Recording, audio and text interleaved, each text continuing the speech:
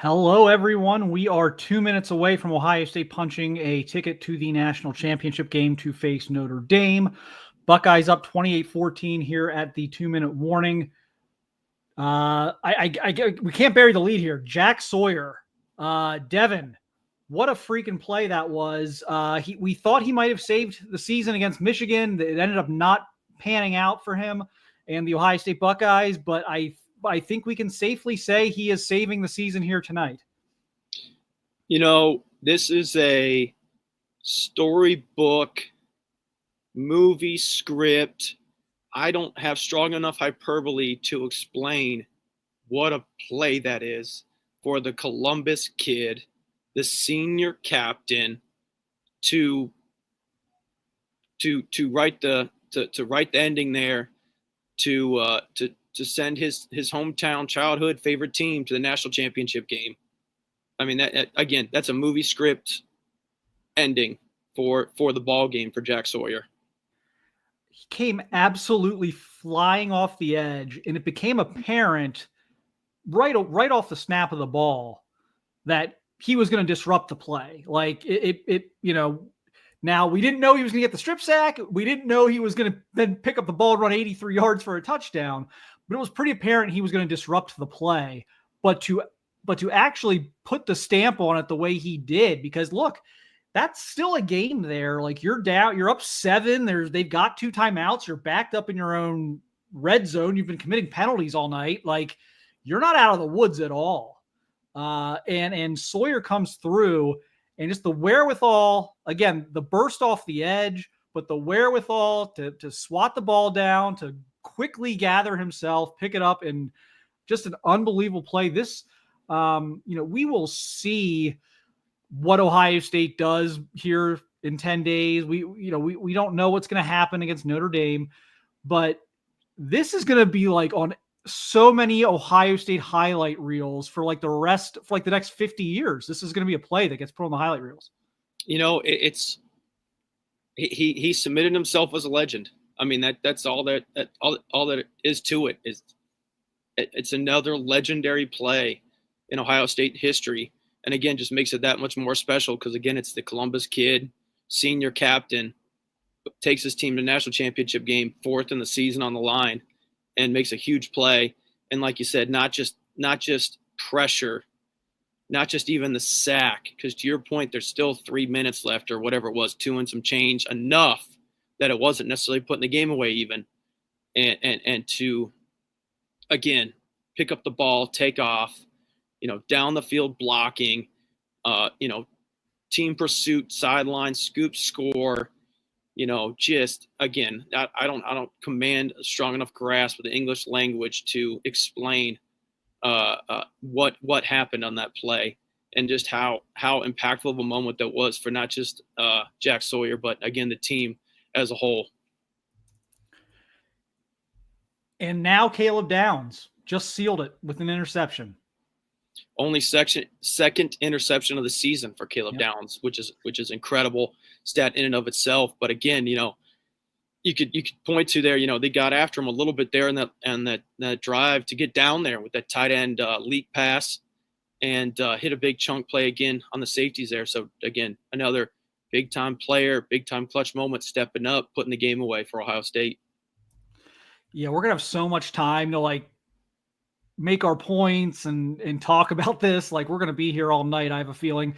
We'll obviously the game's final minute is ticking off. This was a game. This was a 12-round fight. And that was my thing before the game. Like, is Ohio State ready for a 12-round fight? Because they haven't won a 12-round fight in a while. They haven't even been in a 12-round fight in the playoffs. And so my whole thing going into the game, I picked Ohio State to win by a touchdown, but my thing going in was, can they ignore the press clippings of everyone talking about how great they are now after kind of bashing them for a month? And are they ready for a 12-round fight? Because I just don't think Texas is a really good team. It's not just the Texas is a really good team. It's just really, you're playing 3 top 10 teams in a row. You're not going to wipe them all off the face of the earth. You're going to get into a fight. And how would they handle that? how would they respond to some adversity? And believe me, there was a lot of self-inflicted adversity in this game, which we'll talk about later. But like this to me, despite all of like the pulling out of your hair or the, biting your nails you might have been doing during the game, I think the way they won this game really helps them next week against Notre Dame, just because I think that's going to be a 12-round. Like Notre Dame's a physical team. It's going to be a 12-round fight probably too. And you hadn't won a 12-round fight in a really long time, and you won a 12-round fight tonight. You made all the right plays at the end of this game. No, it's a great observation. It's almost incredible, really, in hindsight, that the first two playoff games were won in the fashion they were. So to your, great point you just made about having to go to scratch and claw, fight, battle back and forth, game of huge momentum shifts as well. And to get tuned up for obviously now to the national championship game against Notre Dame. Texas, obviously, you don't make it this far in college football, and they only had 2 losses without being a good ball club. Obviously, they scratched and clawed against Arizona State to get to this bowl game against Ohio State. And again, they're really tough, stout defense all season long, really tough defensive line, skill guys in the secondary that if anybody could match up with Ohio State's wide receivers is probably one of the few secondaries that could. And by and large, for most of the game, they did a really good job of keeping a lid on Ohio State's passing game. So again, this was a really great game, forcing Ohio State to go win a, dare I say, trestle ball style of ball game. If you're Texas, I think you did everything right tonight from a game planning perspective. Maybe, okay, yes, we can nitpick execution all day. Both teams, I think, had some execution breakdowns. But if you're Texas, if you tell Steve Sarkisian before the game, 14-14 going into the fourth quarter, Jeremiah Smith has 1 catch, you're if you're Sarkisian, you're well, that's exactly what we game plan for. They said absolutely not on Jeremiah Smith. Absolutely not. Go somewhere else. You're not going to Jeremiah Smith. Go somewhere else. And they wanted to make it a 12-round fight. And they did both of those things. They got some help from Ohio State in terms of Will Howard making a couple of questionable decisions, some really bad penalties. And yet Ohio State still found a way to win. And again, I think, to reiterate what I said earlier, I think in the heat of battle, a lot of people probably were pulling their hair out, trying to watching this game, are they blowing this? Are they going to blow this game? But I think now that they've survived it, the pluses are going to outweigh the minuses in the upcoming game against Notre Dame from what they had to go through tonight. I think, one point you made there, and I think they even showed it on the final drive there. Ohio State was 7 penalties for 80 yards or something like that. Again, I'm going from memory here, so don't quote me on that one. But they had a half a dozen penalties for big chunks of yards. They weren't a false start here and a false start there. I mean, there were some big time penalties and catastrophic moments. Players losing their cool at one point or another. That was absolute drive killer early in the game. Again, those are the moments, now that you got to obviously go back and basically lucked out that they didn't, cost you at the end of the ball game. But again, you got to give all the credit in the world for the coaching staff, Coach Day. And this is why, this is one of the benefits of having a very veteran ball club that has been through some ball games, some ups and downs, that, they know how to regulate the emotions, if you will, of a tight ball game like that. And again, this first time in a long time, I'm thinking maybe Penn State game. They can't. That was a 2013 ball game, if I recall correctly. Yep. That they had to scratch and claw and get out of there. And that one started off, other end of the spectrum. That was 10-0 in the hole right off the bat. So again, first time in a long time, they scratch and clawed their way through one. Obviously, couldn't have come at a better moment for them to, punch their ticket to the national championship game. I'm seeing some questions in the comments. So it's going to be the same thing as last week, guys. We're not going to be able to live stream the press conference. So what we're going to do is we're going to get clips from the press conference. We're going to get them uploaded as quickly as the Wi-Fi at Jerry World will allow our guys to do that. And we will run them as quickly as we can once they're ready to go. So we will get you guys the post-game stuff. But it's going to be a little different this week, just like it was last week. And it'll be the same thing next week. So if you're here with us every week, expect the same thing next week. They're not going to let us live stream the national championship post-game press conference. But if we record it and get it turned quickly, we can flip it onto this show for you guys. So we will do all that as quickly as we can. Yeah, there were just so many things about this game. Like they didn't get, like, this wasn't perfect for Ohio State by any stretch. Like, way more turnovers than they've been, or way more penalties than they've been committing. Will Howard, kind of a costly turnover. They left some points there on the field, especially in that first half, and then like the first drive, like the first 35 minutes. And you got to be thinking at 14-14 with the missed opportunities, like this does look like a lot of other games they've lost over the past 3 or 4 years. Like it looks a lot like their losses the past 4 years or so. And so I can imagine what was going through the brains of Buckeye Nation at this point. I really think they slayed a big dragon tonight. I really do. I really, really do. They took a team's best shot. They took a team that game planned very well against them on both sides of the ball, I thought. Kind of played the game Texas needed to play to have a chance. And just clutch play after clutch play in the final 10 minutes of that game by Ohio State's leadership. Like JT, like let's talk about, like, before the sack, like JT goes and gets a stuff right at the line of scrimmage on first down. So that preserves the defensive stand. And then the play Caleb Downs and Lathan Ransom made on the toss, like those two plays, but especially that, like, you see him toss it and you're like, okay, that's something you can do. Like, that's something that happens. Like you toss it out there. It was read well. It looked like Jim Knowles had guys in position there, but that stuff was huge. Like, because every down Texas doesn't get in, like on first and goal at the 1, all the pressure's on Ohio State. And then it's second and goal at the 1, and it's like, oh, here we go. Like, they've been good in these situations. And then you have the disastrous play on third down. It's like now all of a sudden Texas is under enormous pressure. And just like guys like JT and Jack, Lathan Ransom, that have been through so much at Ohio State, for those guys to make back-to-back plays there at the end of that drive, just unbelievable. Let's go back one play before the third down pass play. Who was it that affected quarterback to force him to sail the ball? I can't remember if he tipped it or not. I think that was Sawyer too. It was a stunt, and Sawyer came rushing up the middle, and he got held up a little bit, and got his hands up, got in his face, and forced that ball to sail. Again, I can't recall off the top of my head if it was tipped or not, but he definitely forced that ball to be redirected.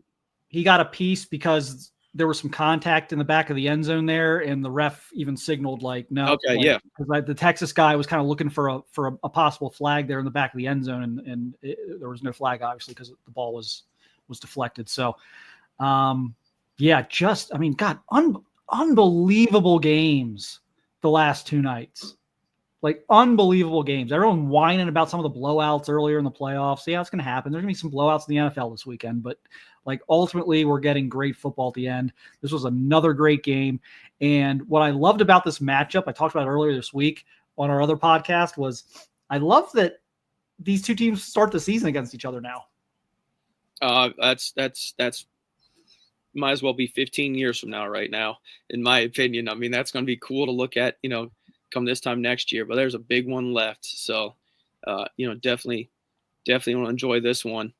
Take that all in. Cause again, you want to look at big picture, talk, and I'm sure we'll have time to talk about it, but you're talking about end of the regular season and just talk about a complete, total, just rocket shot change in trajectory of a program in this playoff opportunity and taking advantage of every single ball game and the way they've done it, to put themselves in this position. I mean, just an incredible run that Coach Day and his ball club are on now at this point. Obviously, one more left to play, but just to get here, coming from the 8 seed, had to win the play-in game, go play the number 1 seed out on the West Coast, win a storybook game in the Rose Bowl. And, obviously putting this one away down in Dallas, Texas, pseudo home game, if you will, for the Texas Longhorns. I mean, just an incredible performance the last 3 weeks that Coach Day and his staff have put together.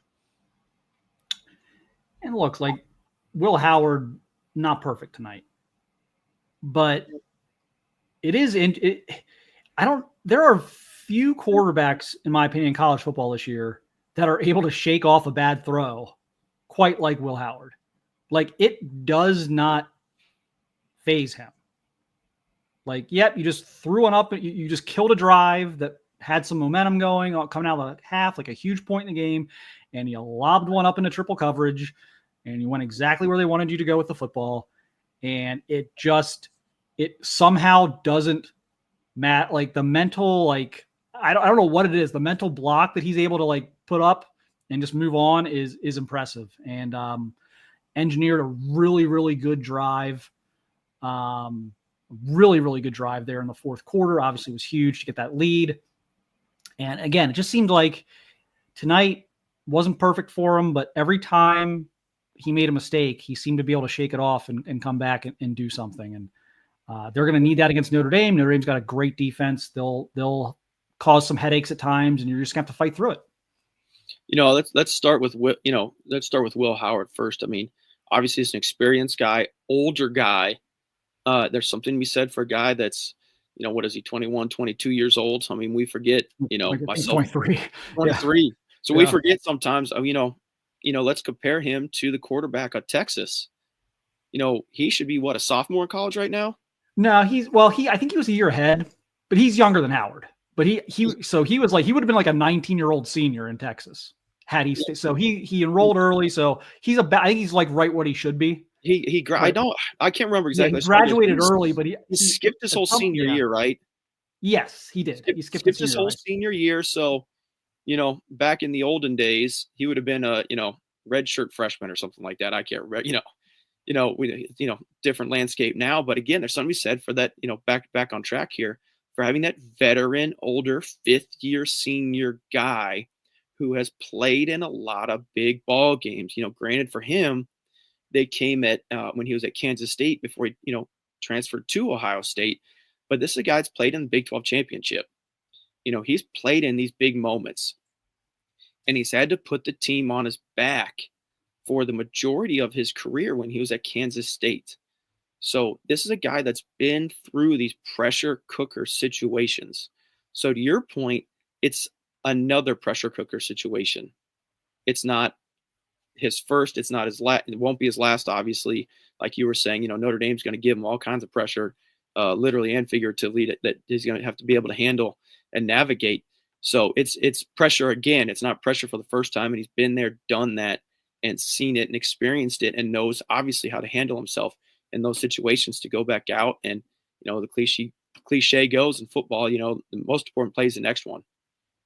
Saying some old timer taught me was, the last play is gone, never coming back, and the next play never gets here. All you got to play you're on. And Will Howard, is a phenomenal job of playing the play. And if you don't see him worry about the one before, and it doesn't seem like he's thinking ahead of the next one, he's given all he's got to that particular play at that particular moment. This was like the ultimate redemption game. So you have like Trey Henderson with a really bad penalty, really, really bad penalty. Comes back, gets the screen pass, maybe the biggest play of this game, at least the biggest play in the first, 55 minutes of this game. Gets the screen pass, goes for the touchdown. You have Will Howard, again, key point in the game, bad interception. Comes back, brilliant fourth quarter drive. Jim Knowles. History of Ohio State not being able to close out games and get stops at the end of games, even no matter how well the defense has played the first 55 minutes. History of allowing teams to march down the field and get those game-winning drives on Ohio State. Gets the stop. Quinshon Judkins. First of all, I hated the call. Not QB sneaking there on that 3rd and 1 in their own territory. Not you. Quinshon Judkins, if he cuts that up inside, there's a good chance he gets it. Bounces it, gets stuffed. Bad decision. Several huge plays down the stretch, couple catches out of the backfield, couple big plays out of the backfield, couple of nice runs, beautiful touchdown run, ran through 2 guys. Jack Sawyer, much maligned, guys probably taking more crap from the fan base than he deserves. Huge play at the end of the game. Like, how many people, and of course, like Ryan Day, winning one of these close games, like how many people got redemption tonight in some way? It was unbelievable. And here's another one to add to the list. JT, having to go out in the first half. Who knows what kind of shape his ankle's on right now. And that effort he put in the second half, I mean, he came out and he basically single-handedly had a trademark, we'll call it the JT Penn State type drive, if I recall correctly. I think he made something crazy like 2 tackles for loss and a pressure or something like that. I can't remember off the top of my head. I'm sorry. But, all by himself, he stopped a drive, on one ankle. So just an incredible, like you said, just incredible performance. But in these type of games, that's what you need. You need your big-time players to step up and make the big-time plays in the big-time games. And that's what you got from all kinds of cast of characters tonight from the Ohio State football team. And look, yeah, I know he threw the game. I know he didn't get him in the end zone at the end, and he threw the interception to Downs there at the end. I was actually fairly impressed with Quinn Ewers tonight. I thought he took a beating. I thought he really, I mean, they got a bunch of sacks, but they also had a bunch of hits. There were a bunch of plays where he wasn't sacked, but he took some shots. And of course, everyone remembers the flip, where his knee was like a quarter of an inch off the ground, was able to flip it. He did a few things with mobility wise. Like, boy, if he's doing that, you're in for it tonight, because you generally know where he's going to be back there. But he was able to do some things with his mobility that I wasn't really sure he'd be able to do. But again, took a beating and, put his head down on that. They ended up calling him a yard short, but then Arch came in and got the first down for him, like put his head down there. Like, I thought the Ewers Bowl was just perfect. We saw Ohio State kind of bring it when it mattered at the end, but we saw like this battle of physical play between Quinn Ewers and the Ohio State defense, this chess match, for the first 58 minutes of this game. I thought this lived up to the billing, and again, I had a lot of respect for Texas coming into this game, and I thought they played I thought they played exactly how they needed to play if they had a chance to win this game. And Ohio State was just the team that made the plays in the last 5 minutes. A couple things I'll piggyback on. Better than anybody. I mean, there's a reason why he was the number 1 prospect in the country coming out of high school, a few years ago. And, some of the recruiting sites have him as the best prospect ever or something like that, if I'm not mistaken. At least at Ohio State signed. Like the highest rating, yeah. Highest rating, however that stuff works. Yeah. There's a reason why in this ball game, we talk about big-time players making big-time plays. Little ramble I just went on. You could say the same for him. I mean, he played an incredible game. I mean, was making some big-time throws. He was making the, backyard plays, like you said, just flips it, ball still tipped by JT, the guy catch. I mean, just incredible, putting his, laying his body on the line to try and make a play to pick up that first down. Just an incredible performance by him. Even that last drive before the strip sack, I mean, he made some throws to get him down there. Hits the tight end on the leak route for that big play. Sticks his corner route in between cover 2. I mean, he was making some big time throws during the ball. I mean, his first big throw on his first drive, he puts it only where his wide receiver can get it, and the wide receiver makes a incredible one-handed catch. So, this wasn't there's a reason why he's considered a big time quarterback, and he demonstrated that tonight. for sure. So I kind of did a cop out on my game ball. There were so many defensive players I could have picked. I could have went with Jack, obviously. I could have went with JT. I could have went with Caleb Downs. I could have went with Lathan Ransom. But I went with Jim Knowles because I just it would have been unfair for me to just pick one of those players. So I just went with the guy who coordinated it. The only play I can really remember all game where I was like, oh, they got you on that one was that second touchdown, which was a beautiful scheme against that blitz there. Jim Knowles had Quinn Ewers really having a tough time out there for most of this game. I thought he put guys in great positions. There were several key plays where guys were moving in the right direction before the snap even happened. So just credit to Jim Knowles for turning this defense around after that Oregon performance. And, I was critical of him for some of the things we've seen out of them in big games defensively. And you have to give credit now on the other end when he goes in and they retool the defense and then they come out and they turn into maybe the best defensive unit in the country. Oh, yeah, for sure. I mean, the incredible performance, second half of the season, if you will. Again, you see the statistics right there. Held Texas to under 60 yards rushing. That's just an incredible stat. Forcing 6 punts, 1 4 and out, the 2 turnovers, obviously the one huge game-winning one. It's exactly right. I mean, just all kinds of players stepping up big tonight. Again, he had, you got hat tip play that Texas made on the route out of the backfield there for their second touchdown. But big picture, held Texas to 14 points. Came up with big time calls. I think one statistic I saw, and we talked about this last week, things to improve. I'm curious off the top of my head how many third downs Texas converted tonight. Yeah, we will get to that. I'm sorry, guys, I'm wrong. I think we got the green light to stream. So we've got Texas at the podium here. I think we're going to go to that. Barron, Coach, we will come to you first for an opening statement about your view of tonight's game, and then we will go to questions from the floor with the media. Coach?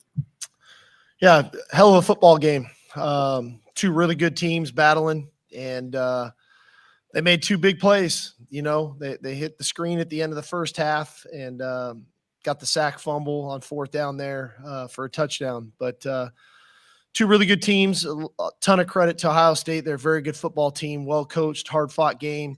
I'm really proud of our players for the resiliency they showed tonight to fight back, to get into the game. To have an opportunity first to go on the 1, and we're able to put it in. So as I told them, that today's game is the life of a competitor. You put yourself in this arena, you compete your tail off, but we have nothing to hang our heads about by the way they competed, not only tonight, but this entire season. Okay, Coach, thank you so much. Let's go to questions for our student athletes for a few minutes. Then we will bring Coach back in. I think the first question that I see here on the front row on the right side, and then we will go back to the left. So here on the front, again, for our student athletes. For both Quinn and Jade, you guys were 1 play away from getting to the national title game last year, obviously so close again. How difficult is it to get that close and not be able to finish tonight? Quinn, you want to start? Yeah, I'll start. Yeah, it's tough. I think Coach Sark hit it. It's the life of a competitor, and it sucks being on this side of things for sure. I mean, back-to-back years, pretty much the game decided in 1 play. And, it's hard. It's hard, all the work that we put in, being in the Final Four back-to-back years and coming up short 2 years, it's tough. But, I think that's how life is. You're going to get punched in the face and in some hard moments. Yeah, I mean, it was a tough situation. I love these guys, and I love Coach Sark. He's changed my life, but he's always told us, adversity will strike. You just have to respond. But we could try to continue to just fight out there, and we came up short. Yeah, here on the left side, on the front.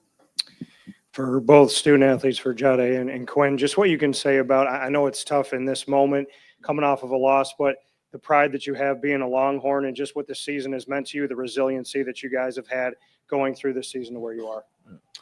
Well, yeah, Sure. I guess. Okay, Sorry. go ahead, Quinn. I guess, no one really at the beginning of the season thought we were going to be here. First year in the SEC, we make it to an SEC title game. Didn't go our way either, but, just again, for us to bounce back the way that we did consistently was really cool to see throughout the entire season. Beyond proud of all these guys. I love every single one of them. The amount of work that we put in the off season, winter conditioning, summer workouts, all that, we grind together and the love grows together. And it's just been a really cool season. And I'm so proud to be a Longhorn. Man, just growing up in Austin and having an opportunity to wear burnt orange it's been amazing. But just to start it off, Quinn coming in, being my roommate, Coach Sark, he's changed my life completely. I'm totally a different person, just on and off the field, and just how I care about myself and just carry myself and things like that. But I was always told the purpose serves a purpose. That's a lot greater than me and any individual. But these two guys, they most definitely just changed my life and everybody else included on the program. Stream right. Quinn, what was your sense of the strip sack? Did you not hear him, feel him? And when you saw that it was Jack who got you, do you have any sort of particular emotion about that, given how close you were to him? Yeah, I felt him. I started drifting away. Thought I was going to be able to get the ball off before he got there. Obviously, it's not like I tried to give them the game, but, I saw Jack running with the ball down the sideline, and, it sucks, man. But, he's a great player, great individual, great person. We, like you said, we were roommates when I was up at Ohio State. So, it sucks. It sucks. But, Jack's a good player, and he made a great play. No, on the left, up front. John, today, everybody in this room talked a lot about Jeremiah and what he was able to do this season. Y'all really shut him down. What was some of the reasons why y'all were able to make his day really difficult? Just hats off to PK and the game plan that we had, and just mastering his PK's game plan. There's a lot of things that we should have done better, obviously, to prevent some points from them scoring. But PK's game plan on that situation on number 4 was amazing. Let's bring Coach back in so everyone on stage is eligible for a question at this point. Next question, I think we have one on the right side. Is that right? No? Okay, might as well go back on the front row over here on the left. Cedric Golden, Austin American Statesman for Jade and Quinn. You guys were 2 central figures in this rebuild from Coach Sark. How do you feel you're leaving the program with the talent that was displayed from guys that we know will be back next year? Yeah, well, I think, again, it's just a testament to Coach Sark and the guys that he brought in and the coaching staff that just completely changed, Texas football. And, growing up as a Longhorn and being able to play for the Longhorns and see us, going to back-to-back, semifinal games has been cool to be a part of. And, I hope we made the fans proud with our performances this year. We came up short, but I think we're definitely headed in the right direction as a program. It's going to be amazing for these guys, and the reason they're going to be amazing because Coach Sark and what he's about. It's nothing about football. It's none of it. It's culture and who you are as a person. I know he tells y'all guys all the time, but as soon as he got here, our GPAs got better. He pushed me to graduate. I know that was hard on him, but just the amazing things that he's done, and it's beyond football. He truly wants everybody to be a better person, and the better the person, the better the ball player. And I know these guys, they're going to come back. Front row. Danny Davis, Austin American Statesman. Steve, on first and second down, what was kind of the thought process behind Jarek on first down and the toss to Contravian on second? Yeah, really. The first 2 plays, we threw the ball into the end zone. We got back-to-back PIs. And when we got down to the 1, we went to a heavy package, which is Jarek's package. And so we ran it, and we didn't get much movement at all. And we had a plan to try to get the ball on the edge when we got down there. They went to big people. I can't quite tell. It was on the far side of where it got leaky. But that, it's one of those plays. If you block it all right, you get in the end zone, and we didn't, and we lose, quite a bit of yardage. And at that point, you're kind of stuck behind the 8 ball because we knew we were 4 down territory because of the score of the game. And I was okay even if we didn't score, not that I didn't want to score, but thinking, all right, they're going to have to be backed up and we'll probably get one more possession with good field position. The last thing you think is that, the sack and this is going to bounce right to the guy who's going to run for a touchdown. So it was unfortunate that was the circumstances, because there's a really nice drive by the offense to get all the way down there, and first a goal on the one and we don't score. You quite frankly probably don't deserve to win that way. Let's move to coaches left on the second row. Sean Judge, CBS Sports. Steve, obviously Quinn hasn't made a decision as yet on his future, but I'm curious, looking back after 3 years of coaching him, I mean, what do you take away most from it, and what do you think he's kind of improved on the most? I'm super proud of Quinn, and he's taught me a lot, probably unknowingly to him, because what he went through every year dealing with injury, what he goes through, where I don't know if he'd ever live up to the standards of what everybody thinks he's supposed to be. But at the end of the day, all he did was show up every day and work and be a great leader and be a great teammate. And that's a real credit to him, because human nature in this day and age is to look at Twitter, to look at Instagram, to look at social media and articles written in fan boards and whatever else.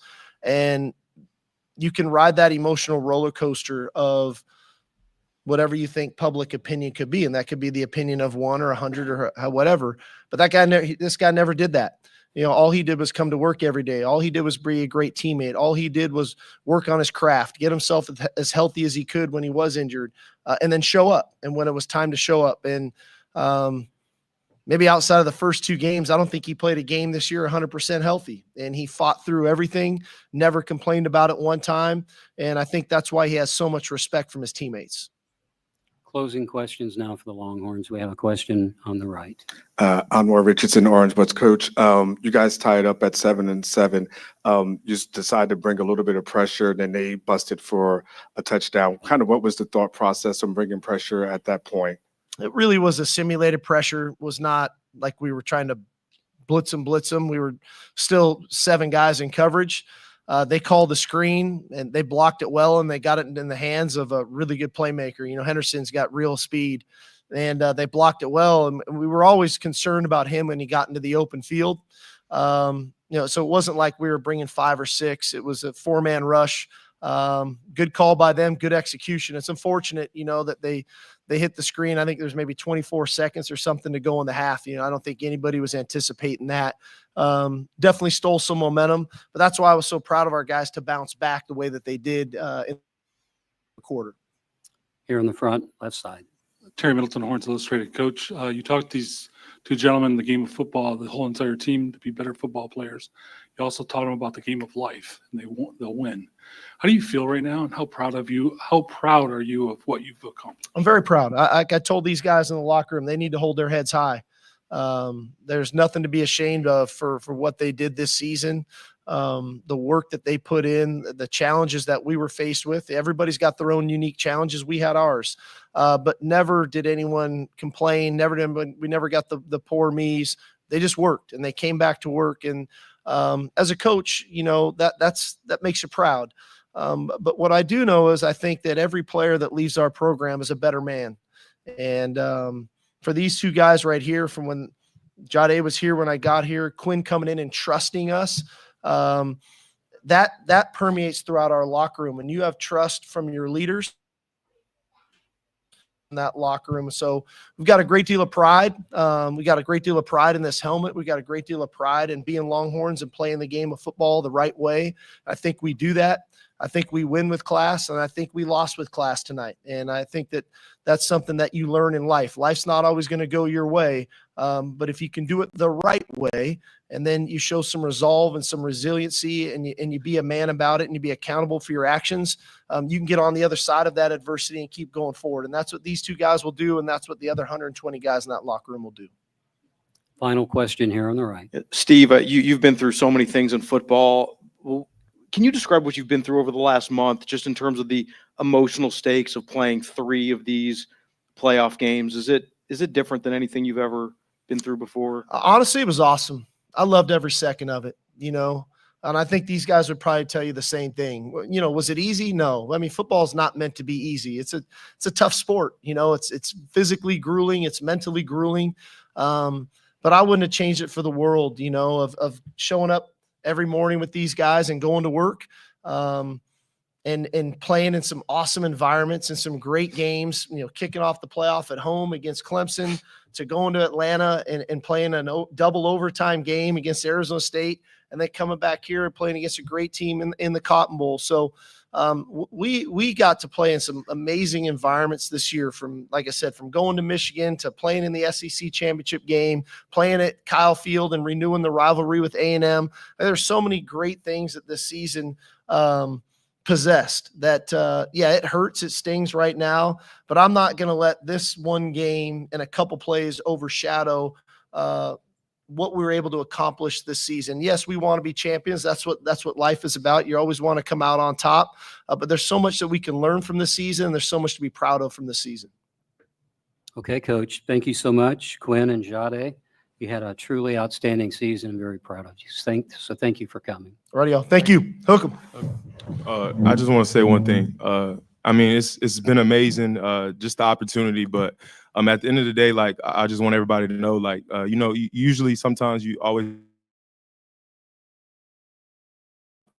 but like we won. We know, we truly know who our leader is, and that's God and Jesus Christ, and ultimately just having the ability to use the gift that he gave us to share to the world. I mean, it's been amazing, and obviously amazing for me just growing up in Austin and having the opportunity. But everybody's not blessed to do the things we do, to be here. People dealing with fires and chaos in New Orleans. So just to have the opportunity to glorify God on the football field, it's truly been an honor. So I appreciate everybody. Okay, Jolly. Thank you so much.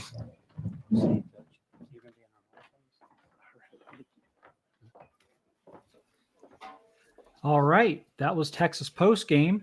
I'm sure we will have Ryan Day and the Buckeyes here shortly, so we won't get too far down any rabbit Texas hole. locker room should be open for about another 5 minutes or so. But we will jump back to the postgame room as soon as Ohio State has arrived. Devin, any takeaways there from the Texas postgame? Sark's comments, Ewers made, I thought, some classy comments about Jack Sawyer and just the general way the game played out. Anytime, just the way that, they kept their heads high. I mean, they didn't, I didn't hear any excuse making. I didn't hear any woulda, coulda, shouldas. It was, they held their heads high and obviously very complimentary towards their opponent tonight, Ohio State. I thought Sarkisian had some very, very classy comments. He very easily could have said, well, they would have called this, or if that would have went our way. Didn't really hear any of that. Very easily could have done that. So, just a really classy, post-game press conference there by Texas. Yeah, it's going to be fascinating. Obviously, we'll have all off season to talk about this and the opener next year, but I think it is very interesting that these teams, very fitting, these teams are going to open the season against each other at the end of August, and different players, probably two different quarterbacks, but it'll be fun. I think what we're going to see moving forward are some of these like non-conference rivalries develop, where you're going to run into teams, maybe not every year, but you're going to run into a team like a Texas or a Georgia or an Alabama like 3 times in 5 years, 4 times in 7 years, something like that, and it's going to develop just beyond just the Big Ten rivalries that you have. And I think that's going to be one of the cool things about this expanded playoff is running into these teams a little more frequently, and some of the rivalries that develop that, they're recruiting rivalries, but they're not really on the field rivalries. And I think that's about to change. I think that's going to change in a big way here with the expanded playoff. As a grumpy old man in terms of college football perspective, I'm such a purist that, I'm not sure I count Penn State as a Big Ten team yet. I'm still not quite over that expansion, but all jokes aside, you basically got 3 seasons worth of marquee non-conference matchups in the playoff. I mean, Tennessee's a home-and-home series. until speaking of conference expansion, expansion, Oregon's, was a home series. Texas, obviously, home and home series.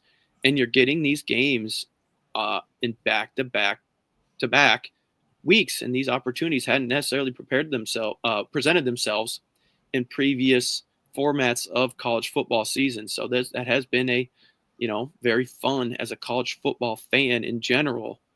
I guess you could say unintended consequence of this playoff expansion is you're getting these big time marquee, game of the week, games 3 weeks in a row in the playoff setting. Notre Dame, Penn State, that's a home and home marquee game of the week. You make that game 10 years ahead of time on the schedule type ball game, and you got it in the playoffs. And to your point, way too far ahead. And like I said, it seems like it might as well be 15 years from now, but that's the type of ball game you could potentially get, and hopefully get in this playoff era of college football. Yeah, they're going to be seeing plenty of each other the next couple of years. I mean, we're guaranteed to see 3 of these in 3 years, and maybe we see 4 or 5. We'll see how the seasons play out, but just a cool thing. I think we're getting more marquee matchups that we're not used to seeing. We haven't seen a ton of Ohio State versus Tennessee over the years. We get to see that. Even like Ohio State, Texas, they've played, and they've actually played quite a bit, given being in 2 different parts of the country, different conferences. But that's always interesting to rekindle those. They've had some pretty epic games over the years. I think they've bounced up to 2-2 now. And I can jog my memory. I think they played early 80s, maybe mid 80s before that in the Cotton Bowl, I think, wasn't it? Or am I imagining that? I'm not positive on that. I know we had the Hamby game. Yeah. I hate to do that to an 05. And the 1 versus 2 game was 1 versus 2. And they played each other again a few years later. Was that the Cotton Bowl or was it the that was Fiesta? And that was a 3-point ball game. It was like 2 versus. Yeah, and it was like a great game. Like, and then, so now we get this. We're probably gonna get like Arch Manning in the shoe next year. Like that's gonna be insane.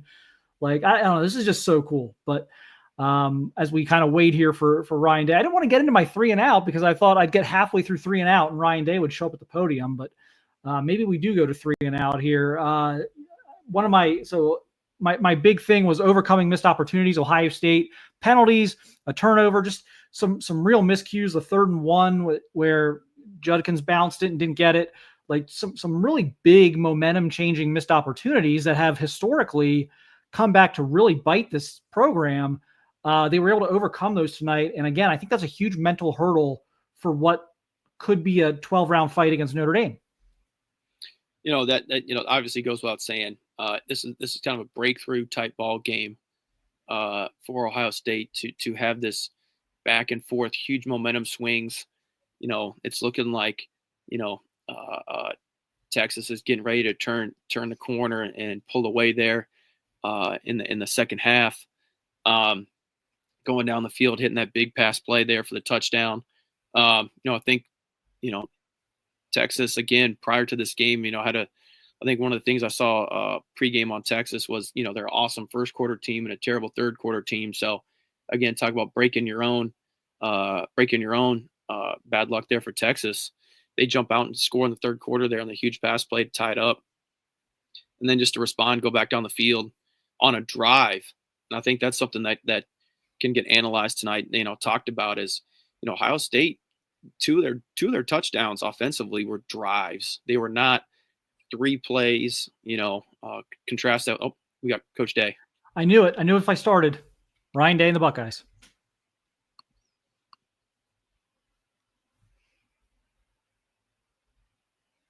The team. A lot of respect for the way he goes about, his business, and he's got an unbelievable reputation in the coaching community, and his team played very, very hard today. And it was a very well fought battle, and they're a very good team, had a great season. It came down to the fourth quarter, and I believe that the resilience that we've had to show throughout the entire season and through some of these guys' career has led us to this opportunity to win this game and go play for a national championship. And we talked before the game about how do you leave a legacy is, to become your own legend. And there's some guys on this team today that, and I believe will become legends in Ohio State history. And we also talked about how we want to keep this team together. It's a great team. They've been through a lot. They're resilient, and they're great people. They do everything the right way. And so now they get 10 more days together and an opportunity to tell their story if they go win one more. And so that's really exciting. But going back on the game, just gritty, tough. We knew it was going to be that way. Very good opponent. And, just the way that, we were able to change the momentum in the game in the fourth quarter. And then balls all the way down to the 1 yard line. We get a stop there, get our pads down, knock it back. And then they go to the perimeter with it, and really great play for a TFL. And then the third down stop. And then obviously what happened on fourth down by Jack just symbolizes, not only his career, but, our team in general and who they are and the toughness, and just the clutch play right there was something that I'm sure whole city of Columbus exploded in all Buckeye Nation during that play. Okay, Coach, thank you so much. Okay, let's go to questions for our two student athletes, and then we will come back for Coach toward the end. First question, let's go on the front row on the extreme left side. For both student athletes, Will, just to get into that fourth down when you decided to keep it and help to establish a first down that led to the touchdown, and then Jack, just what you can say about the strip sack and the return. Yeah, that fourth down was huge, man. And they came out and gave us a good look for the play, and O-line blocked it up well. And I fell on purpose. I'm joking. I didn't fall on purpose. I should have been out. It should have been a dang touchdown, but I was trying to keep a couple seconds on the clock. No, I'm joking. But it was a great play and a statement drive. We needed that. We've been beating ourselves all day with penalties and just getting behind the sticks, and that was a statement drive, man. And the O-line did a heck of a job on that drive, and I think guys stepped up and made plays, and obviously what the defense did on the next drive sealed it. But they bailed us out all game, and I can't say enough good things about this guy sitting next to me and about our whole defense, because they played their tails off today. Yeah, I mean, coaches put us in great spots all game long, and like Coach Day said, that's a really good football team that we just played, and hats go off to them, Coach Sark and Quinn. They're a great team, and they'll be back here, I'm sure, for the next couple of years. And man, God is great. He put me in a great position to make a play, and I was fortunate enough to do that. And the resiliency of this team, from a month ago, and it's been incredible, and it's been led by guys like these two men sitting next to me, and the whole team embodies that role because our leader is like that. I've said it a million times, but man, we sat up here last year, with a sore taste in our mouth and heard a lot of things, and come back and heard the same things a month ago, and we kept swinging because this guy next to us, he shows up every day to work, and he loves each and every one of us so much, and he's the most resilient guy I've ever been around, and that's the reason why you see this team fight so hard each and every week. Okay, on the front here on the right side. Jack, how special was it, especially for you as a local guy, a Pickerington guy? And could you walk us through what you saw on that play and what you were feeling as you're running down the sideline? Shit, I guess just don't fall like Will did. No, I'm joking. I'm kidding. But no, seriously, I hit about the 30, and I look back. I'm like, I hope I got some blockers. I'm running out of steam here. And they were running with me side by side, and man, that just speaks volumes to who this team is too. We always have each other's back, and it was a special moment. I love Columbus. I love the state of Ohio, and I love Ohio State football. And man, like I said a million times after the game, God is great, and He's put this team in such a great spot. And I'm just so fortunate to be playing in the national championship my last year here. Okay, front row, left side. AP Stedham of AP as we see it. Jack, I just wanted to ask, when you watched Texas on film, everything kind of went to the left, primarily with the pass and the run. Did you anticipate that? Did you see that, Coach? I just think that, they're a great team and they got great scheme. And, I give Coach Knowles and Coach Day a lot of credit for the way they schemed them up. And, they made a lot of big plays too. They punched us in the mouth a lot of times throughout the game. And like I said, they're a great team, and, we knew they had a lot of good stuff, and they were going to land some punches as well. And the team who executed the most and, prepared the best into the game was going to win. And we were fortunate enough to execute. Let's go toward the back on the aisle. Coach Day, this is for you. Well, one more question for the student athletes. Okay.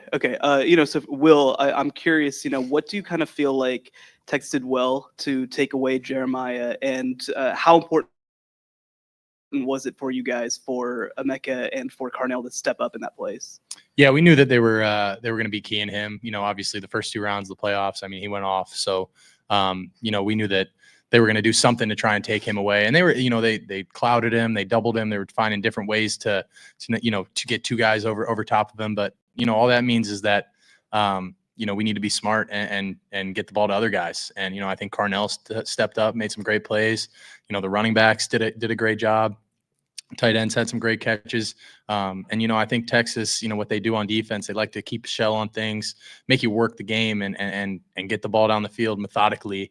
And I think they, credit to them, man. They got a great defense and they got some dudes.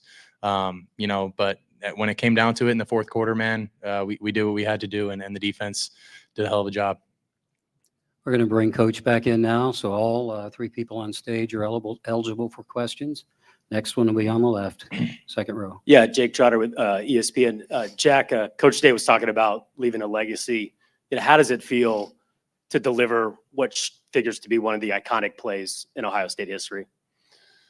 I'm just so thankful to be able to play for, this coach and this team each and every week. And, we get 10 more days with each other, and that's what means the most to me is we're going to competing for a national championship now, which is something I've always dreamed of bringing back to Columbus since I was a little kid, throwing the football in the backyard with my dad with an Ohio State jersey on. So, I'm just really looking forward to that. And I was fortunate to, make a big-time play, and like a lot of guys did, and like this guy did all night long, responding from adversity throughout the game too. And this guy right here sitting next to me is such a good leader for this team, and he runs the show on offense. And I'm just so proud of the way he played and the offense played and battled through adversity all game long and all year long. So we got a good challenge in Notre Dame. It's a great team, and that's what I'm most looking forward to. Okay, let's swing back to the right, third row. For Jack, Chris Vanini from The Athletic. You and Quinn Ewers used to be roommates. You and him embraced after the game. Curious what you guys said to each other. Yeah, I mean, he just, I just said, great season. He's a good guy. He's a great dude. And, he was my roommate here, and he's had a lot of success, and he's a great person, and I just told him, keep your head up. You played a great game, and you got a great future ahead of you, and, stay in touch sometime soon. And, shout out to Texas, like me and Will have said and Coach Dave said, they're a great team and great group of coaches are on that staff. And, they punched us hard a few times, and it was a battle all the way to the fourth quarter like we knew it would. Remember, Coach is back into the mix. Left side, second row. This question is for Coach Day, Andre Johnson, making headline news, Dallas. Coach, let's go back to that Michigan game where after that game, the Michigan players stormed the field and attempted to put the flag in the middle of the field. What did you say to your team after that disheartening loss? And do you think that was a turning point in the season? Well, I think when you look at the guys that we have in our program, you see guys who are tough. You see guys who are resilient. And you see guys that care about each other. You see guys that love being Buckeyes. You're seeing 2 of them right here. Both guys here have 2 different stories. One just got here. But like when I see him get around our team, when I saw him on stage tonight, when I saw him embracing everybody in the locker room, like this guy loves his teammates. He's only been here a year, but in such a short period of time, he's made such an amazing impact on our team. He's made an impact on me. There's times where like I'm coming to work and, who knows, maybe I'm down, maybe I'm stressed, maybe I'm whatever. And this guy, he picks me up. He has an amazing approach on life. And I told his parents that. Like they've done a great job with him, but he's also done it himself. Like the positive mindset that he has. And we lost Seth McLaughlin in practice, and it was a really tough loss for us. Seth was doing a great job, and he and Seth had a great relationship. And that practice showed me some of the best leadership I've ever seen and resilience. And then the guy over there, I don't know if there's, sure, we can argue about, I'm sure, who loves being a Buckeye more, but This is somebody who grew up in Columbus, who has always wanted to be a Buckeye, who's always wanted for a moment like this. So to see him get the moment that he had today, I mean, and he's become like family to me. He has, to me and my wife and my kids.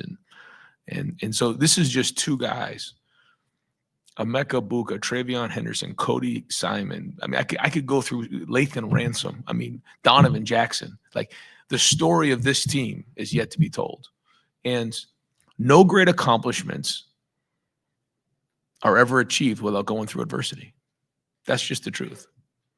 And so we've gone through our share of adversity, and that's life. And I've told those guys that. So we're not focused on what's coming down the road. We're not focused on what happened in the past. We're focused on right now and being right where we are. And then at the end, we want to be able to tell the story of this team. And that's really what this team's focused on right now. Halfway back on the aisle. This is for Coach Day, Ari Wasserman with On3.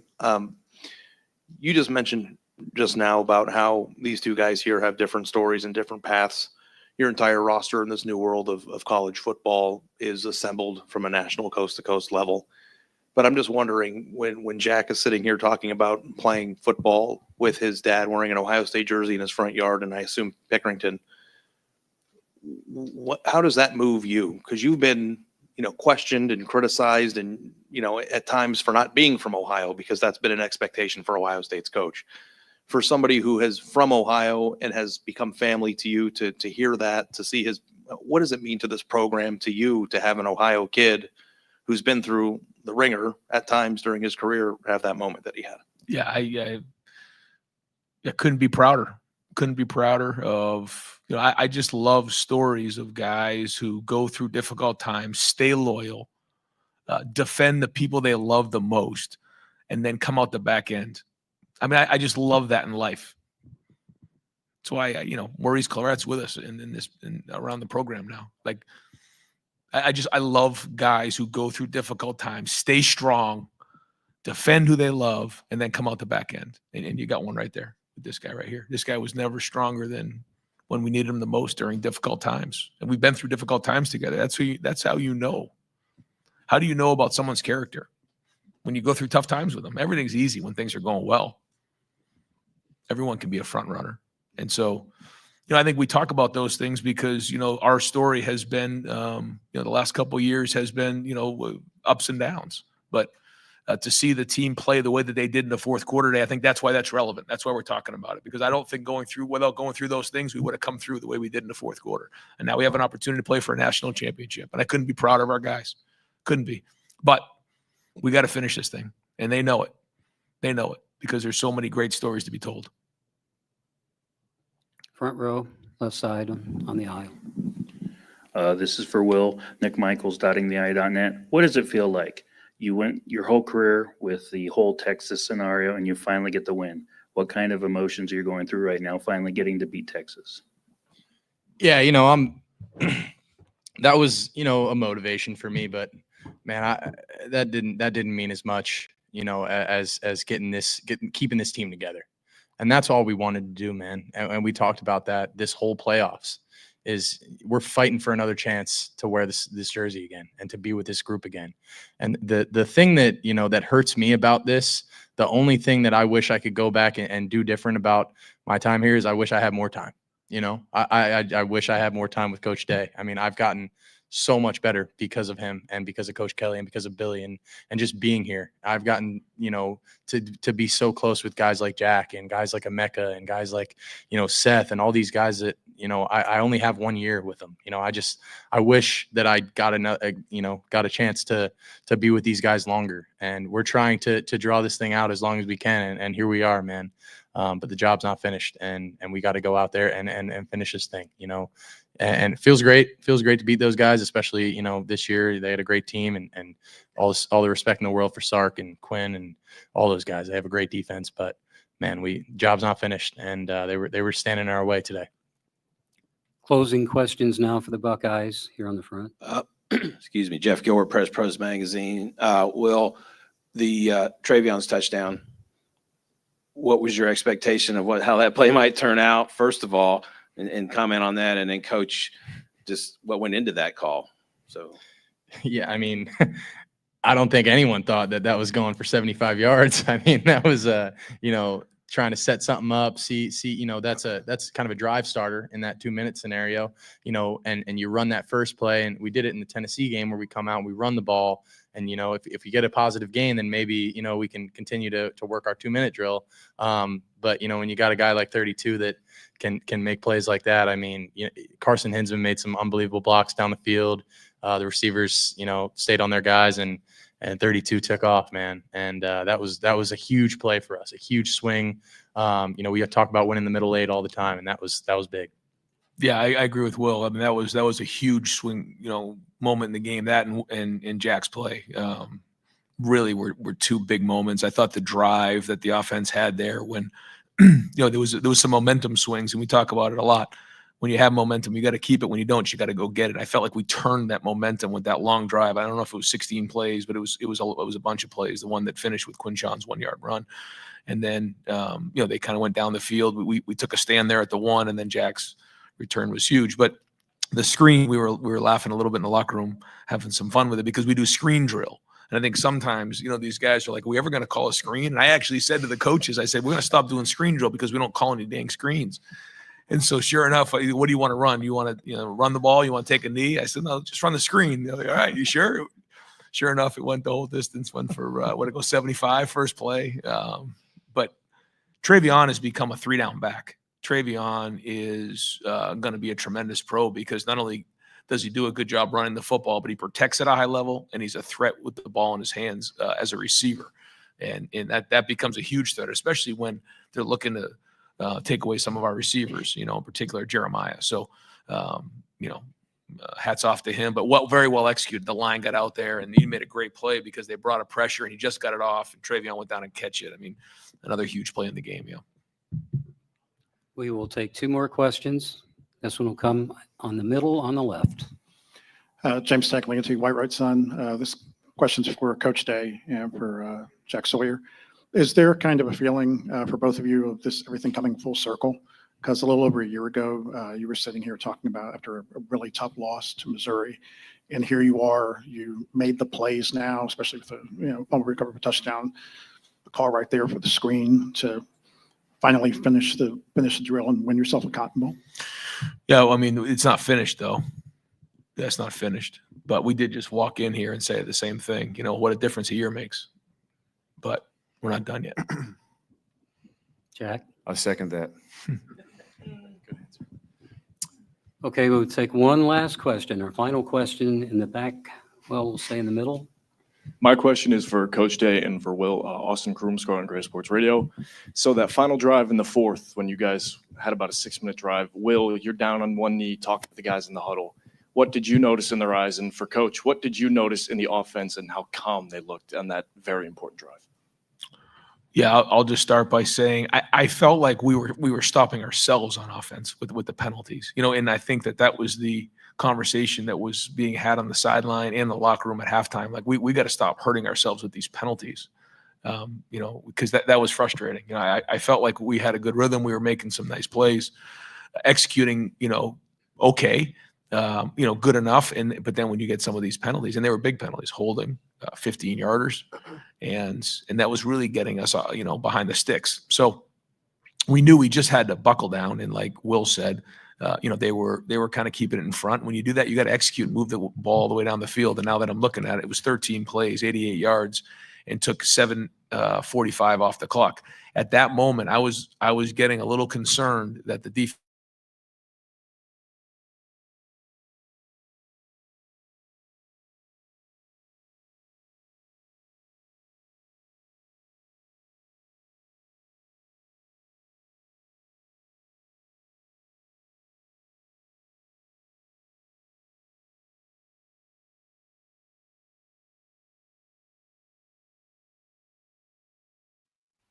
All right. Looks like little technical difficulty there with Ryan Day with the feed.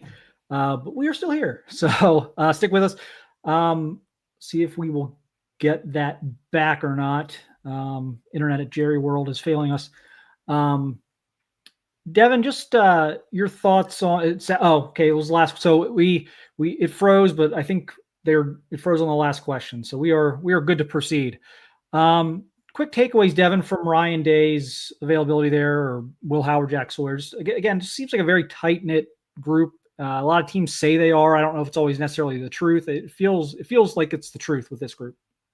Yeah, I like his message, and I think we heard it last week as well about keep this team together for one more week or one more game, and it really speaks to how you build that team, how you build that camaraderie, how you try and create that culture of and you hear it all the time in sport, of playing for your teammate or playing for the guy next to you.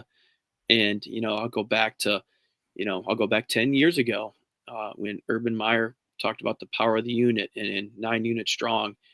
Different message, different way of going about it, but with the same outcome in mind of how to create a really tight knit team program that plays hard for each other.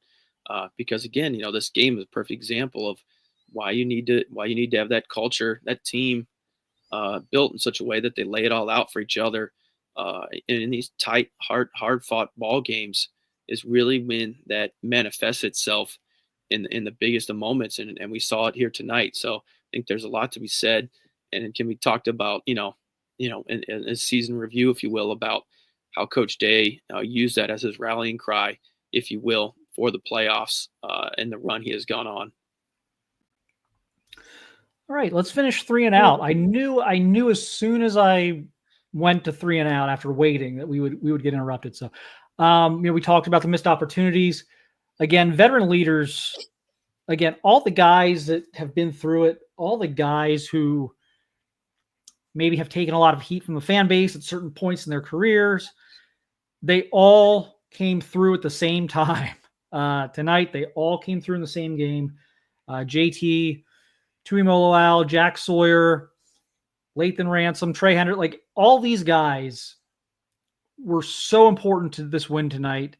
Again, I think that's only going to fuel what they've got brewing in that locker room right now as they get ready for Notre Dame. Is we talked about for years, when can they all put it together at the same time? Because we would see flashes from different players, and it just never always seemed to line up perfectly. It's lining up perfectly now. These guys are making impact plays every single game in this playoff run. And that's, culmination, if you will, of seniors stepping up, making huge plays. The guys, we've talked about all night, and they were talking about in the press conference there, guys who've been through it and been on the other end of the outcome. I mean, 2 years ago, let's go back to the Sugar Bowl. I mean, you want to talk about an absolutely, rip your heart out your chest ball game, losing that Sugar Bowl. How many of these guys were starters on that team? How many coaches are still around from that ball game? So it wasn't that long ago that Ohio State was on the other end of this. So to see them, stare it down again, they're looking right at that possible, here we go again moment. And like you said, it was a collective. It was a team rising up as one and absolutely deciding, no, this is not going to be that outcome. We're turning the page. It's a new program, new team. It's not going to happen. And, again, you could point to examples throughout the game. Obviously, the easy one's Jack Sawyer and the huge play he made to put the game away. But, that drive, the JT drive, where he just absolutely took over a drive. When in Texas had the opportunity to take the lead in the ball game, if I recall correctly, or was it tie or take a lead? But huge stop. Stepping up there, taking over a drive. Obviously Caleb Downs making a huge play in the goal line, game-sealing interception. Obviously talked about Will Howard's play, but offensive line guys stepping up too. I mean, that's not. I don't think we've talked about them yet, but this is an offensive line that is down 2 starters who are going to be first-round draft picks. Probably, I think, McLaughlin Center won the Remington. I mean, these are not just wells. I mean, these are big-time catastrophic losses. I mean, that's what they were. And to put it together, to see the coaches go revamp the run game, I mean, and seeing it paying off huge obviously in this playoff run. I mean, this is the best their run game's probably looked all season since they made the adjustment to change up their run game. Just you can go on and on about the players that stepped up. I mean, how many catches did Carnell Tate have? I mean, this is a guy that's basically had two 7 or 8, catches. yeah. He had 2 7 catches. at least 7 at one point. We had 2 catches in the first 2 games, and just had a huge game tonight. I mean, he made 7 catches, 9, close to 90 yards. 1 or 2 of them I think were big third down conversions, if I'm not mistaken. So, another guy stepping up, makes big time plays. The other one that gets lost in there is to set up the 4th down. Will Howard to Gee Scott, who broke, it seemed like 5 tackles. He didn't get the first down, but he put him in. He turned 3rd and long into 4th and short. Basically, I'm sure pure willpower, because it was not he didn't catch it at the sticks and get tackled. I mean, he caught it, a 2-yard dump, took off running, and basically gained, 7-8 yards to put him in 4th and short territory. So, there's another one, comes in as a, big time wide receiver prospect, bulks up, comes a tight end, and again, huge play to set up a huge play by another senior member of this Ohio State team that's been through it before. Yeah, they got good play out of their tight ends tonight. Kasmarek had some catches for them. They got some really good play out of their tight ends tonight. The Trevion Henderson screen, Carson Hinsman shields 2 guys and does it without like holding or blocking. That's a place on the field where you see a lot of penalties in those situations. He was able to kind of shield 2 guys away without holding. That was a big play. And then again, Trevion Henderson's redemption. How much are we taught? Like if they lose that game, like they're possibly driving to go 14-0. Terrible, lost control of his emotions, personal foul. The game then tightens up. Things get really weird from there. And everyone, even at halftime, or even before that catch, just before halftime, everyone was like, oh, if he had only just controlled his emotions there. And then he rips off that 75-yarder. All is forgiven. Just incredible turnaround there for him to make up for that. Oh, definitely. And I think something that I don't want to get lost in here is the timing of that play as well. I mean, that was in the mid first quarter when they're on a hot run. I mean, this was ball game 7-7, hitting the, when they talk about the middle late, you hear talk about last 4 minutes of the first half and the second, and then the first 4 minutes of the third quarter, second half. And for Ohio State to basically steal that touchdown, to go up 14-7 right before half with the opportunity to get the ball back, coming out of the halftime was just a huge play. And then when things not going out, the way you would like them to, the defense stepping up and preventing Texas from take advantage of that opportunity. Again, we talked about JT and everything stepping up accordingly. But yeah, it was just a huge play for Trevion Henderson to, basically get your mind right, go out there and play. And when the opportunity presented itself, he knew what to do with the ball in the open field. Yeah. So just again, big performances from a lot of guys they needed big performances from, a lot of veterans. It looks like our Buckeye Weekly guys are ready. Tom, Tony, Kevin, how are we doing down there in Jerry World in the ice-covered Dallas Metroplex? How are we doing? Thank you, Mark. Yes, it's about 9,000 degrees here at Jerry World, so that's how we're doing. They could open a window or two and make it a little bit better, but doing pretty good. Yeah. Thank you guys for handling the first half of the show. We will go ahead and take it from here, Mark and Devin. Thank you very much. Hello, everybody. Welcome to the Buckeye Weekly Podcast. I'm Tony Gerdeman, here as always with Tom Orr. Tom, how's it going? Yeah, boy. Of all the football games we have watched, that was certainly one of the most consequential and back and forth and amazing. Swings, yeah, crazy plays. It looked like Ohio State was right on the verge of blowing Texas off the field in the first half, and then they just kept finding ways to not do it. And it was like with all the mean things that ESPN has said to you guys over the years, it's very nice of you to be so charitable to keep Texas in this game and keep people watching, because people have to probably go to work tomorrow or, get up early and go to Home Depot, whatever it is.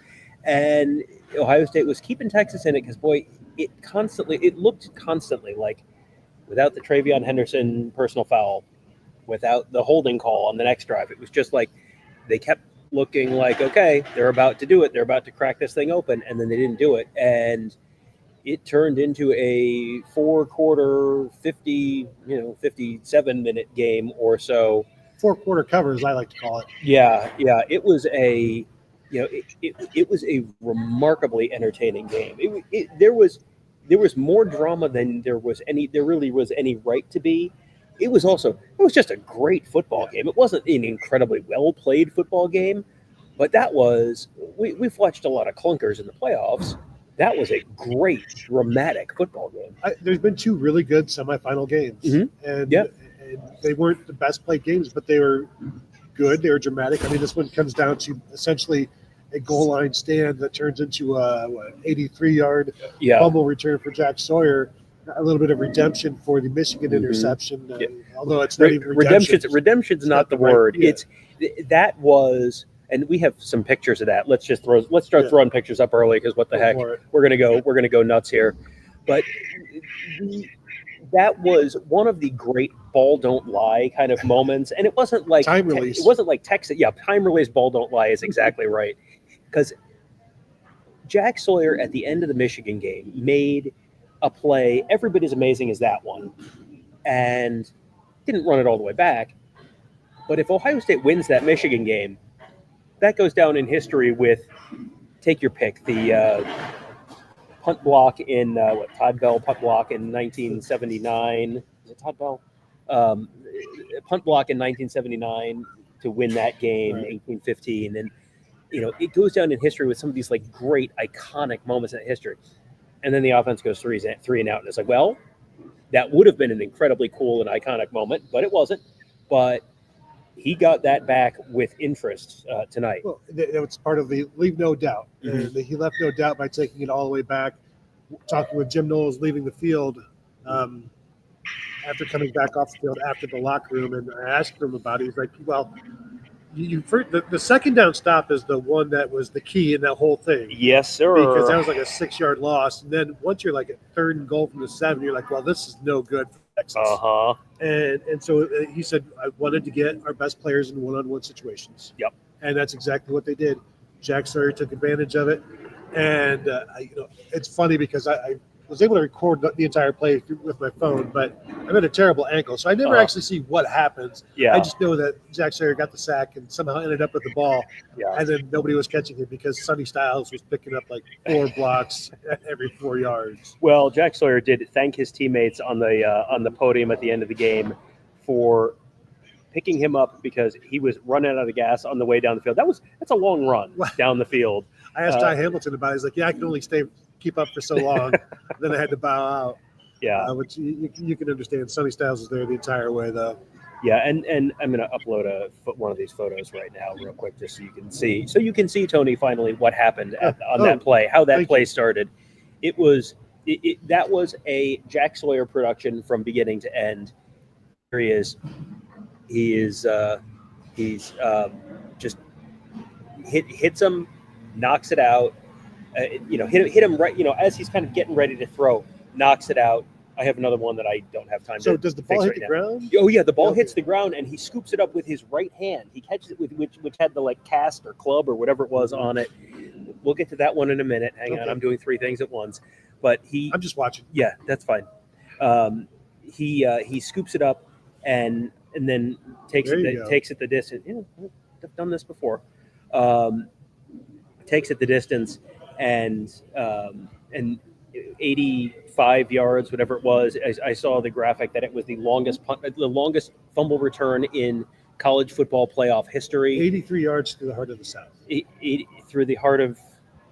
I mean, it is deep in the heart of 83 yards deep in the heart of Texas. Yes.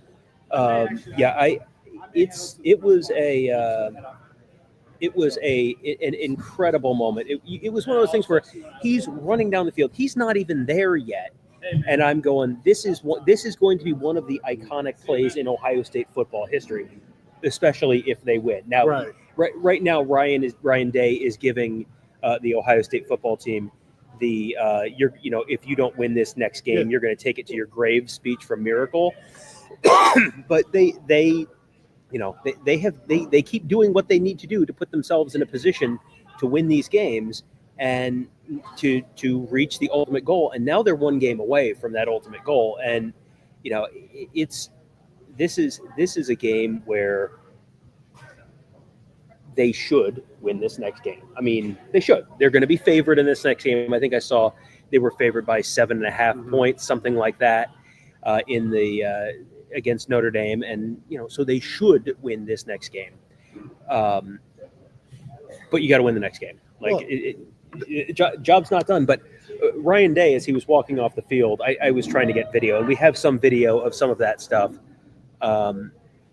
And here's Jack Sawyer finishing that run back, and it just I look at this picture, and it reminds me of the picture of I think it's Dwayne Wade dunking, and LeBron's behind him doing that, doing exactly what Cody Simon's doing.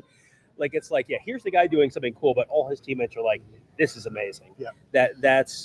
It was an instantly iconic play where he's not 20 yards into his run down the field, and I'm kind of looking around, and I'm like, they're not going to get him, are they? Because he was in the backfield, and he had a ton of blockers. I mean, he had as many blockers as Henderson did on that screenplay to end the second quarter, which is almost a completely forgotten play at this point, but what is something that kind of grabbed the momentum back for Ohio State in this game. So just huge swings in this one. And then that, of course, was the sledgehammer that ended all of it. But man, and there's the trivia. Henderson, that play was. They can't see that. I know. I'm realizing that. But that play came out of nowhere. Yeah. Oh, yeah. Well, completely out of nowhere. I was down there, and it came right towards me. And I'll throw the picture up here in a minute. But I was down there, and a bunch of photographers had left. They had walked away because, it's right before half, and Texas has just scored, and you're thinking, okay, they've only got 30 seconds or 37 seconds or whatever it was. And so, they're going to probably sit on this, and you get into halftime, and it's like, well, that was unfortunate, but you get the ball to start the second half. So, you sort of start from there. And he just out of nowhere. And it was that was one that was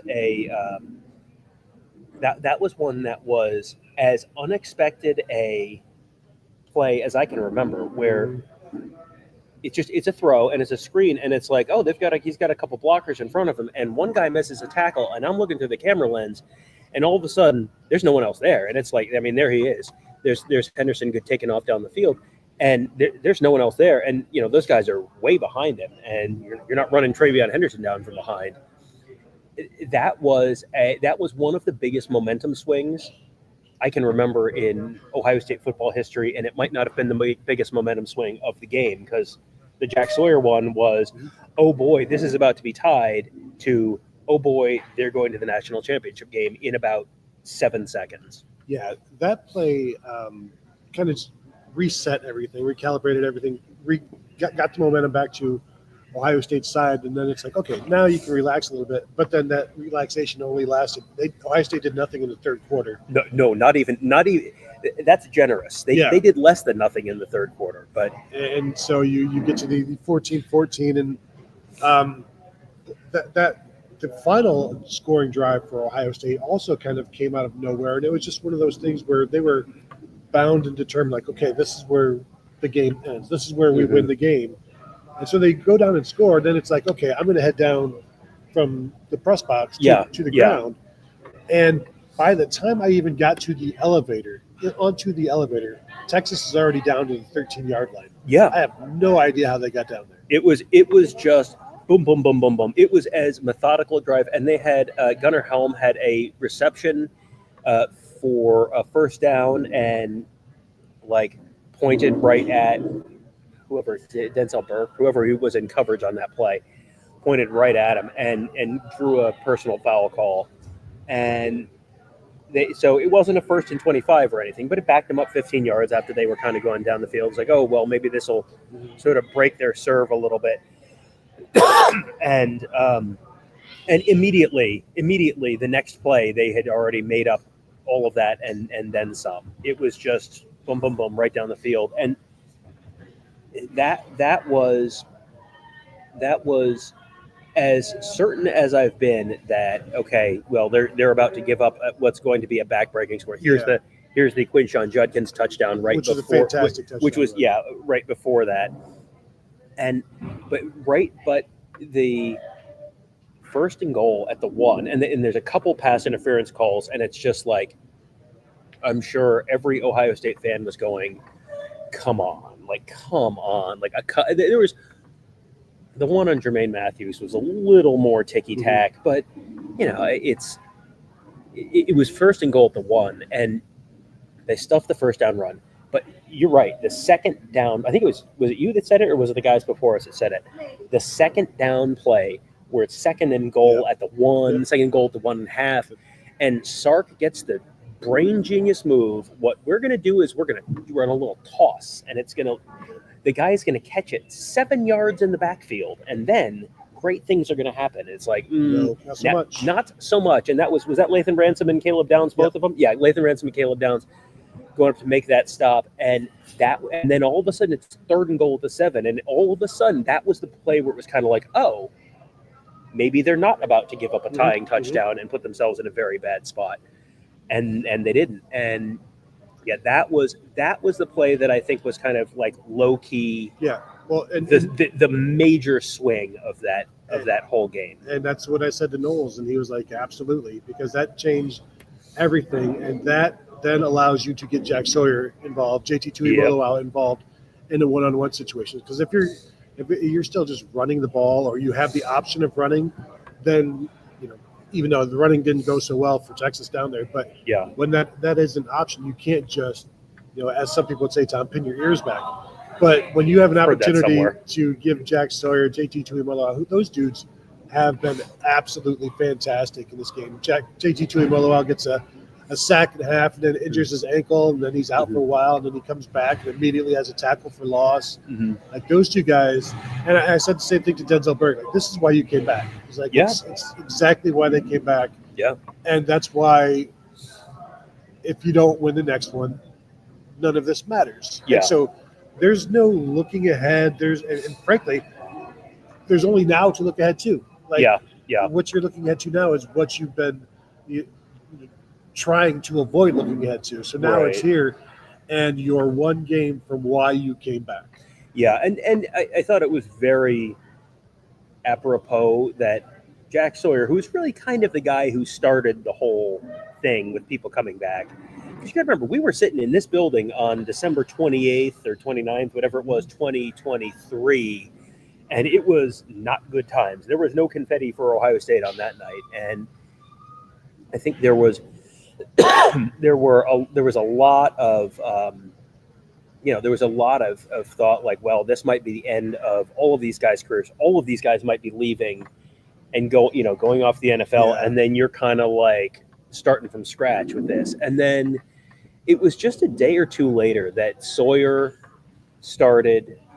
Sawyer said he was going to come back and decided he was going to come back, and then sort of started working on the other guys. And there were lots of guys who could have gone pro. I mean, there was Cody Simon theoretically had a decision to make, but JT Tuimoloau for sure, Denzel Burke for sure, Jordan Hancock for sure, Lathan Ransom for sure. I mean, there's a lot of guys.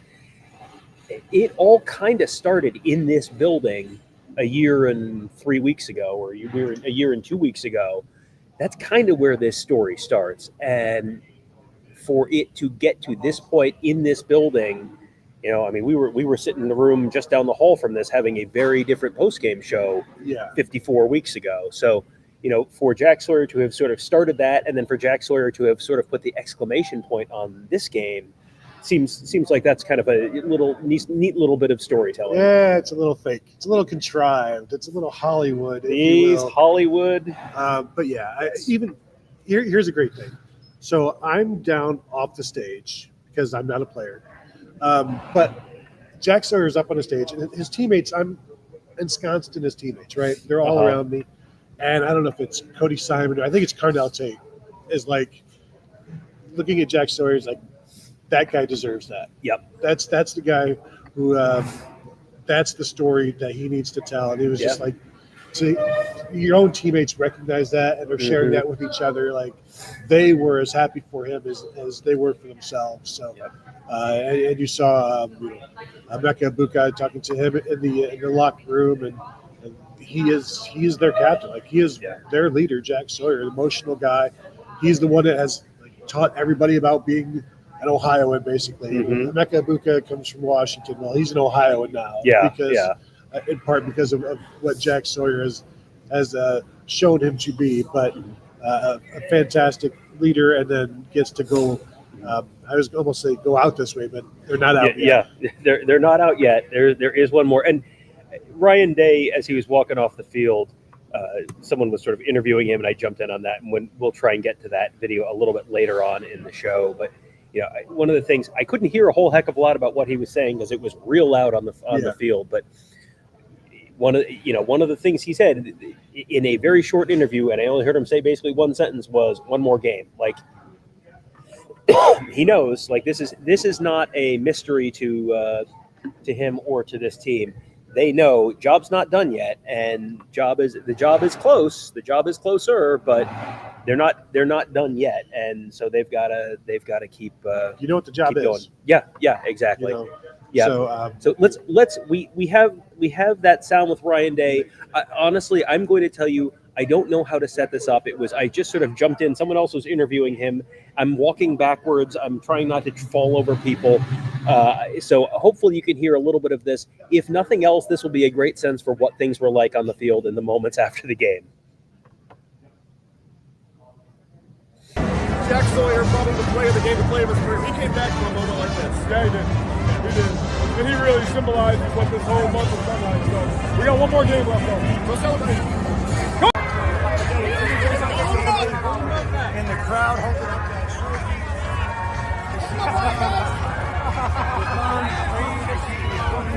Will Howard.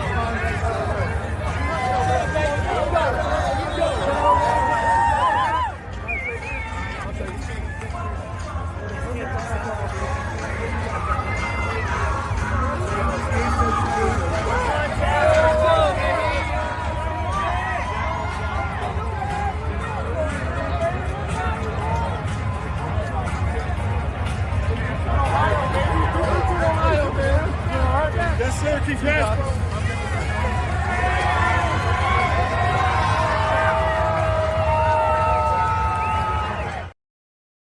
All right, so there's a little bit of Ryan Day, as I said, very brief, but you heard him right there. Like, we got one more game, and there was Jack Sawyer, there was Will Howard was over there as well. I think their parents were kind of close to each other in the stands there, and they both brought their awards over and were kind of waving and talking to their parents up in the stands, and you saw Jack Sawyer, a fan just in one of the little suites asking him to take a picture, and Sawyer's like, oh yeah, sure, absolutely.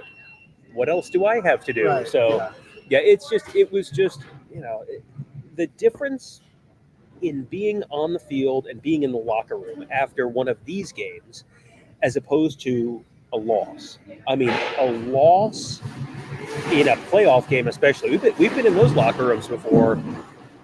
The Fiesta Bowl, National Championship 2020, the Peach Bowl in 2022. That feels like the world is coming to an end. No one wants to talk. People are crying. People are like silent. It is like, I mean, really like, it's like a funeral. Well, and then this is like Mardi Gras. Yeah, everybody's got time. Yeah.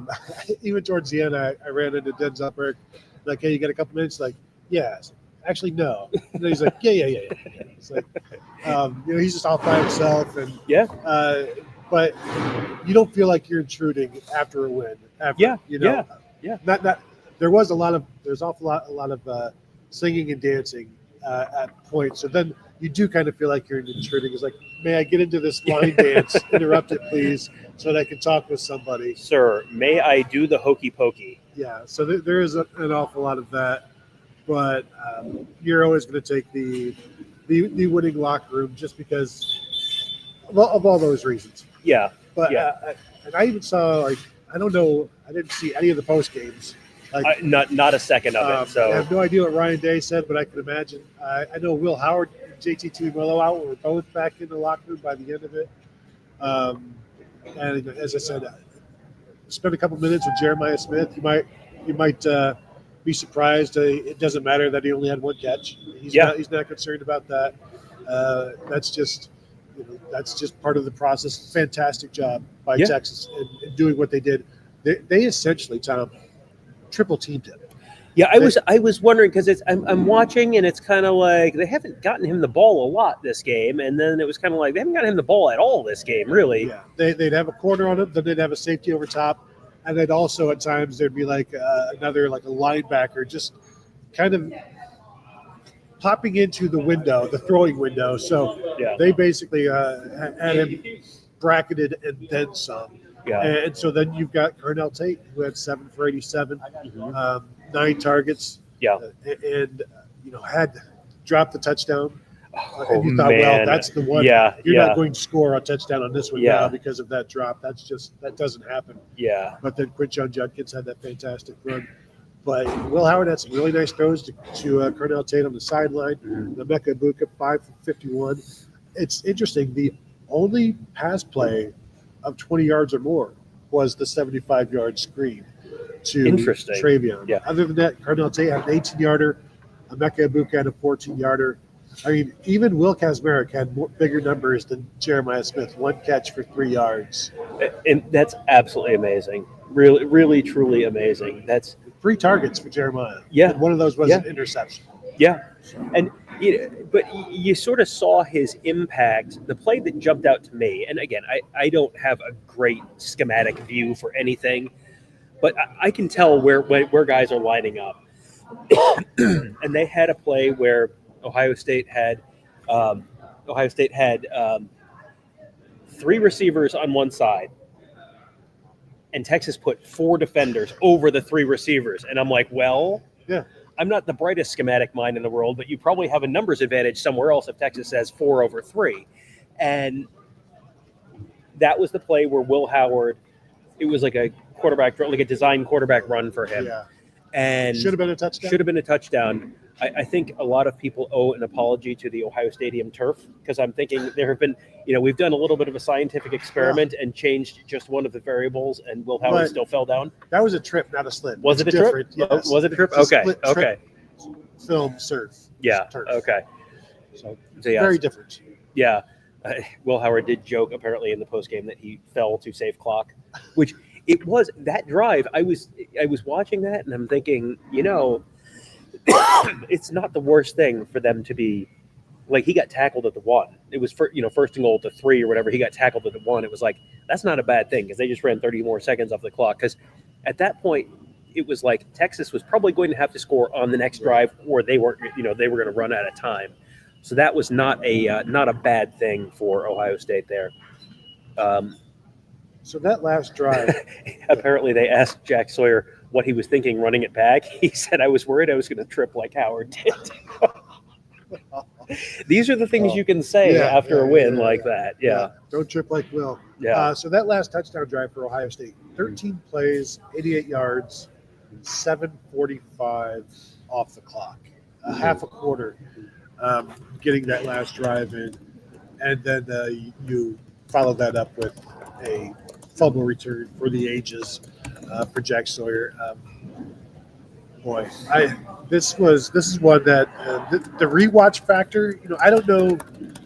Maybe start with Travion Henderson's. Like, if you're gonna rewatch this, like watch the first drive, and then like fast forward to the end of the second quarter, and then watch the second half. Well, it's a little like the '97 Rose Bowl, right? Where Ohio State they score in the first half, and Demetrius Stanley has that long touchdown, and it's like, wow, what a great game.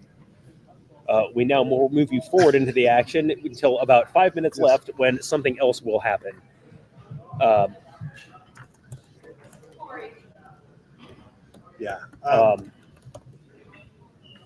right. So we have all sorts of graphics I know that we want to get to. Let's start with, I'm going to guess we have like a drive chart. That's probably a good thing to start with as we're sort of trying to lay out the total game comparison. Let's go to that. We've got a stat comparison for these two teams, because this was a game. It felt like Ohio State was in control for most of the game. Yeah. And then you look, and Texas had more first downs, and Texas ran more plays, and Texas had almost as many total yards and pass yards and all that kind of stuff. And the yards per play, Ohio State outgained them by 1.5 yards, which is that's kind of the first thing I look at. But yards per rush, Ohio State, 3.4 to 2, and that's honestly about what we talked about on the before the game. Texas will run for about a couple of yards, and if Ohio State gets to 3.5, 4 yards per carry, that's probably enough to win, and that was enough to win. It felt like at times Texas was running the ball better than they actually were. It sure did. Because there was a lot of 3rd and 2 where they would pick up 3 yards, and it's like, that's great. But, Jaden Blue, long of 8. Arch Manning ran once for 8 yards and fumbled, and that's 2 plays in a row where Arch Manning has been in and the ball has hit the ground. And then Wisner, long of 13. They never got anything substantial going. Wisner ran for 2.7 yards per carry, but it was like.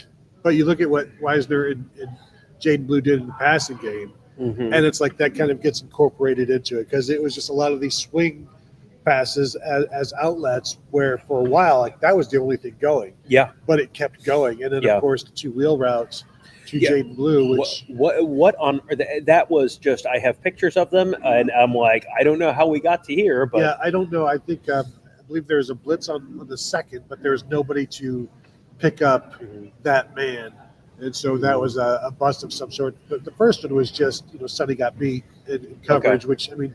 The wheel route, as we know, famously undefeated. They say it's undefeated because it's very hard to defend. So, and so 2 really good throws, or at least 1 really good throw from Quinn Ewers on that one, and then it's a whole new ball game. And I think that may have been the drive where for Texas was like 1 of 8 on 3rd downs, and then they had like 3 third down conversions on the same drive. Ohio State was not very good on 3rd downs in this game at all. No. 3 for 10 for the game.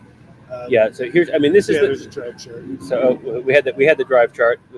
Are we ready for the drive chart or no? We're ready for the drive chart. No, okay, that was not right. Okay, so here's the drive chart. The first quarter, 10 plays, 64 yards, 8 plays, 43 yards. It looked for all the world like Ohio State was going to do to Texas what they did to Oregon. They went right down the field, boom, boom, boom, score.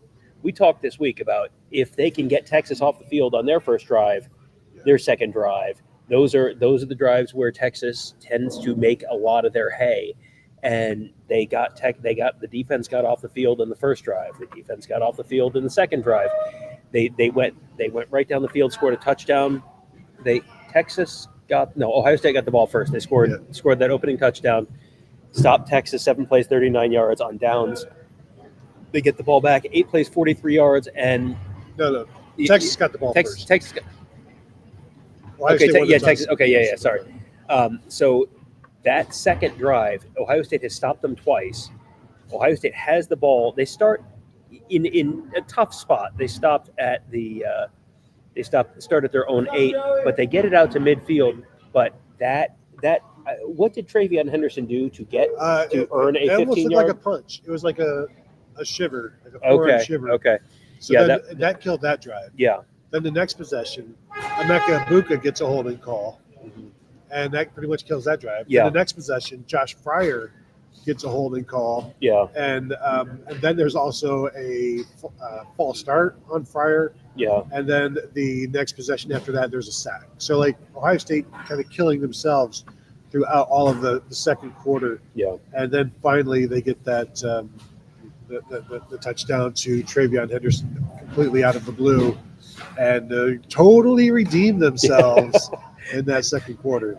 I don't know if you guys can tell, but there's absolutely no structure to this show. I mean, even less so than normal. No, this is just extremely stream of consciousness.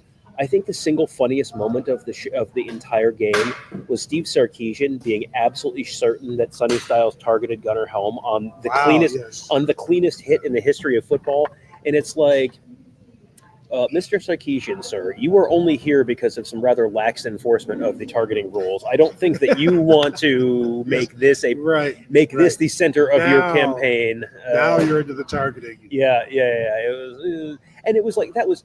I mean, maybe it looked different on TV. On the in-stadium scoreboard, it was like that was the most shoulder-to-chest hit you've ever. It was like no one's head was involved in that hit. It was a violent hit, but it was that was a perfectly legal hit. While we're talking about Sonny Styles, so we mentioned he gave up the first touchdown to Jaden Blue on the wheel route.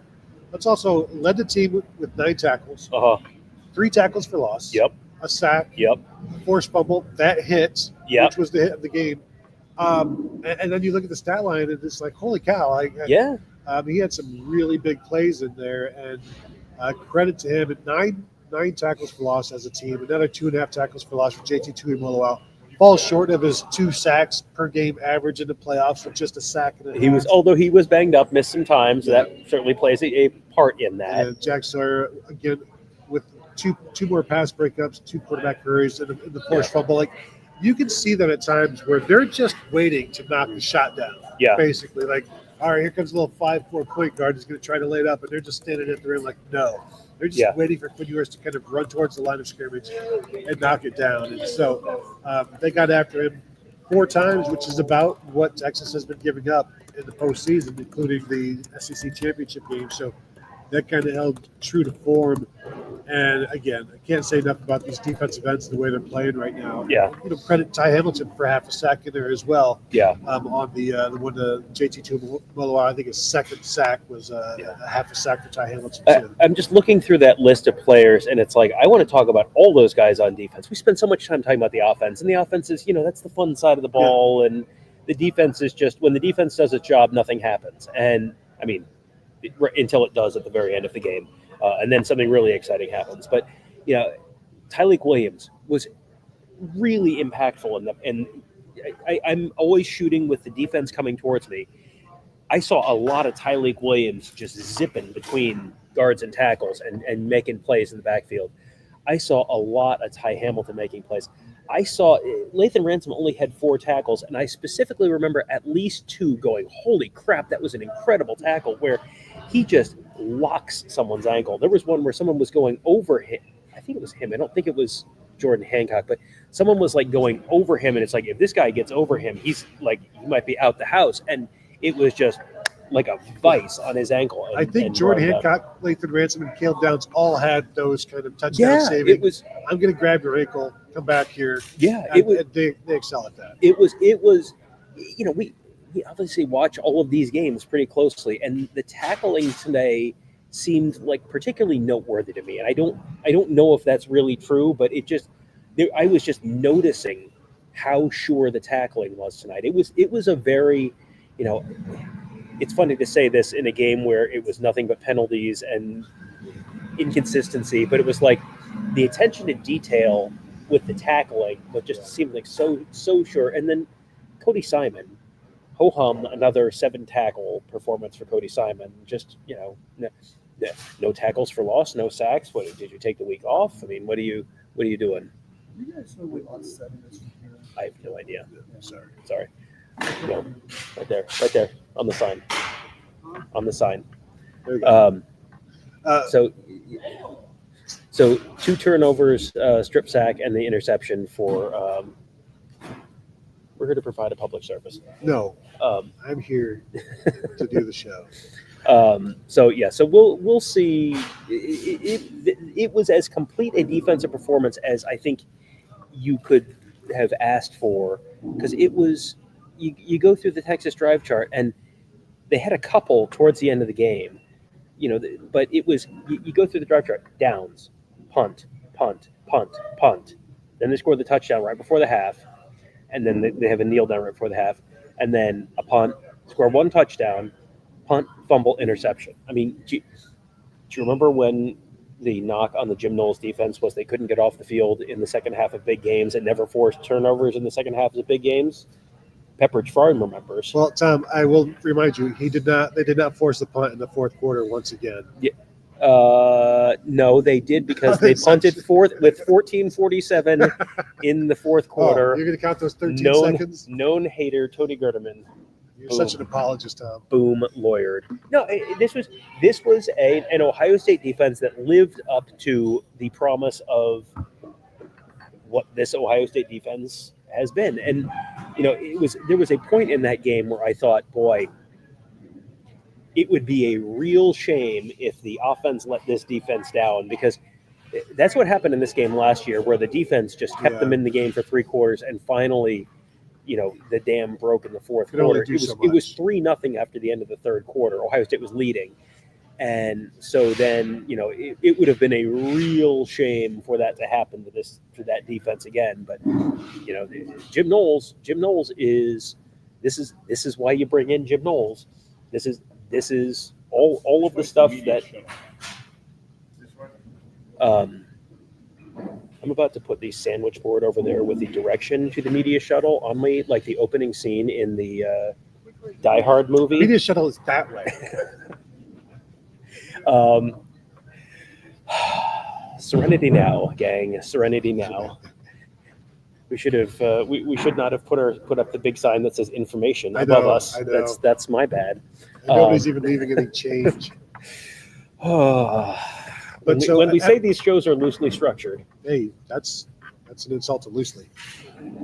On the field after the game, watching the players, watching the podium, like I'm standing behind Cody Simon, and he's taking all this in. And it's like you're just seeing all of these seniors who have been through so much, just able to soak it all in with each other. And somebody like Cody Simon, who's playing as well as any middle linebacker in Ohio State since name it. With what he's doing.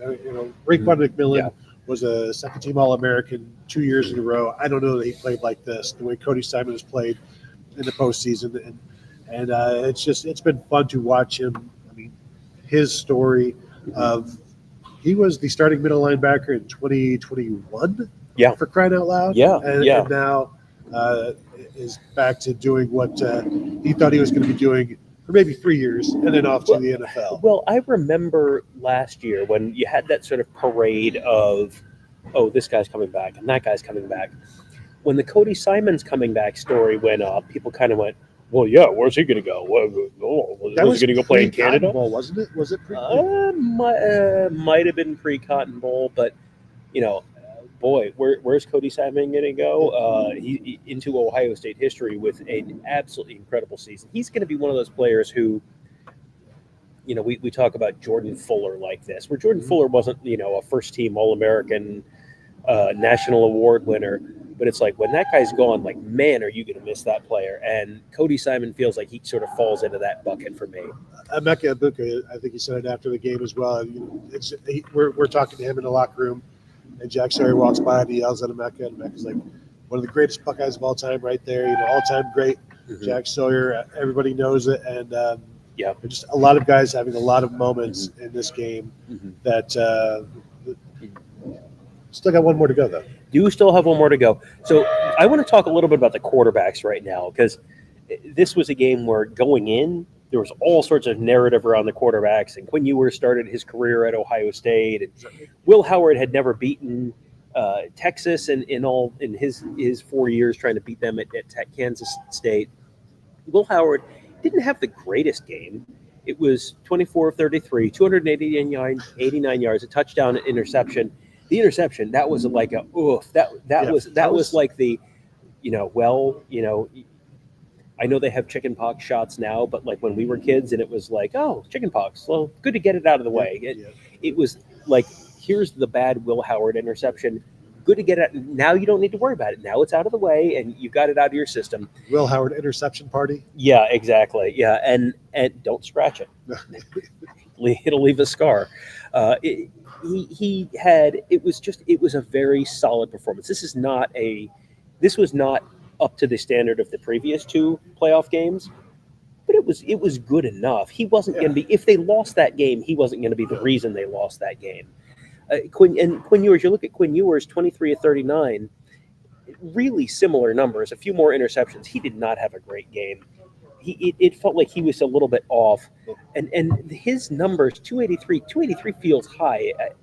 Like if you had asked me to guess, I would have guessed probably about 200 yards for both of these guys. Just if without looking at the stat sheet, these both feel higher than I would have thought. 155 of those 283 yards are yak, so yards after the catch. Yeah, over half of them, half of the yards for Ewers, because a lot of it's the screens and it's the the dump offs into the flats.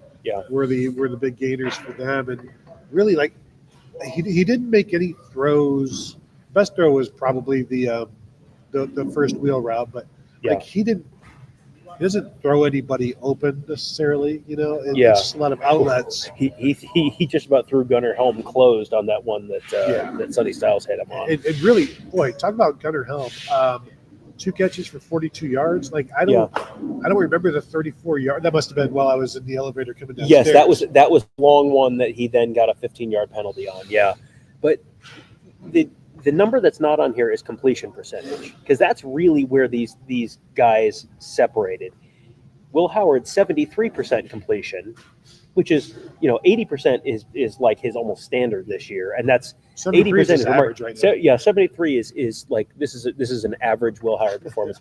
59% for Quinn Ewers. That's the difference between that one extra interception or the one extra incompletion is, well, now it's 3rd and 7, now it's 4th and 7. That's that number wasn't on there. That to me is maybe the single biggest differentiation there. Both of those guys had like one big run to pick up a first down. Ewers had one that Ewers converted a 3rd and 11, and that was one of those like, oh boy, like that was one where they should have been off the field and they didn't get off the field. And that felt like a really consequential play at the time. And Howard's was his long run was that one where he tripped, but 18 yards. And that was, I think, also a 3rd and 2 or something like that. I think those are both 3rd down conversions. Both those guys had, not a ton on the ground, but, made it count when they got one. Texas was getting after him. I think starting in the second quarter through the second and third quarter, they were getting after him, sacked him. I don't even know how many times they did sack him, but they got to him at least 3 times, I think. And, it was more than that when they were pressuring him. So they did a good job of getting after him. They got after him. They kept everything in front of them. Like this was a textbook job by Texas, and you still lost by 2 touchdowns. And now that's a more talented Texas offense than what Ohio State's going to face against Notre Dame. So as we said at the start, that's good news all around for Ohio State. They're going to need to be ready for Notre Dame. Notre Dame's going to be ready for them. Yeah. But I do wonder how much of what Notre Dame does has any bearing on what they'll take from this in terms of the way Texas approached the Ohio State offense. I haven't watched enough Notre Dame to know exactly what they do, but you're not going to go from a man defense to a zone defense. I just want to share with the audience a moment that we were sitting there in our room last night watching the Penn State Notre Dame game, and it's like the middle of the 4th quarter, and I turn to Tony and I say, you realize if Ohio State wins tomorrow night, the Cotton Bowl, we're going to have to watch this game again. And the noise he made was one of the most resigned, like, You got a lot of Notre Dame games. That ended up being a really really exciting finish. But again, there was a lot of like whoa before you got to the exciting finish. So I think we're going to hit some of our chats, some of our questions. Mark G says, "Congrats, Bucknuts, go Blue." I did think at one point when Jaden Blue had 2 touchdowns, the 2 touchdowns, I was like, oh boy, there's a lot of different headlines you could. Well, trust me, there are some Michigan writers tweeting. Were they? Yes, Okay. So Yeah. People noticed. Okay, good. Mika Hanna says, I love Jack Sawyer. I think Jack Sawyer, there was, which broadcast was it? It might have been the Tennessee broadcast where they talked about Jack Sawyer couldn't even go to Roosters without getting asked about the Michigan team. I don't think Jack Sawyer is going to be buying his wings at Roosters. No. I think that's probably going to be he might not covered buy for him. anything anywhere for a while. B. Douglas says, my sister said she prophesized Jack's fumble recovering touchdown before it happened, We basically did that with the Drew Aller Aller interception last night. So it's possible. What a play from Jack Sawyer. Didn't expect him to beat Cam like that, but he did. Texas Longhorns fan says, listen, what did we talk about all week? The right tackle, 3 games in a row. We've talked about, hey, the right tackle for Tennessee, the right tackle, John Campbell, the right tackle for Oregon, Johnny Cornelius, the right tackle for Texas, Cameron Williams. 3 weeks in a row, we've watched these games and gone, this is probably going to be a problem. And 3 weeks in a row, it has been a problem. So I don't know who Texas or who Notre Dame's right tackle is off the top of my head, but haven't they had injuries on the offensive line? They as have well, had injuries so on the offensive line. Not unlike Texas. Yeah, basically. Cameron Williams was just had a lot of penalties this year, and you just saw him getting beat off the edge, and it's like by guys who are not as good as Jack Sawyer, and it's like this is going to come home to roost at some point.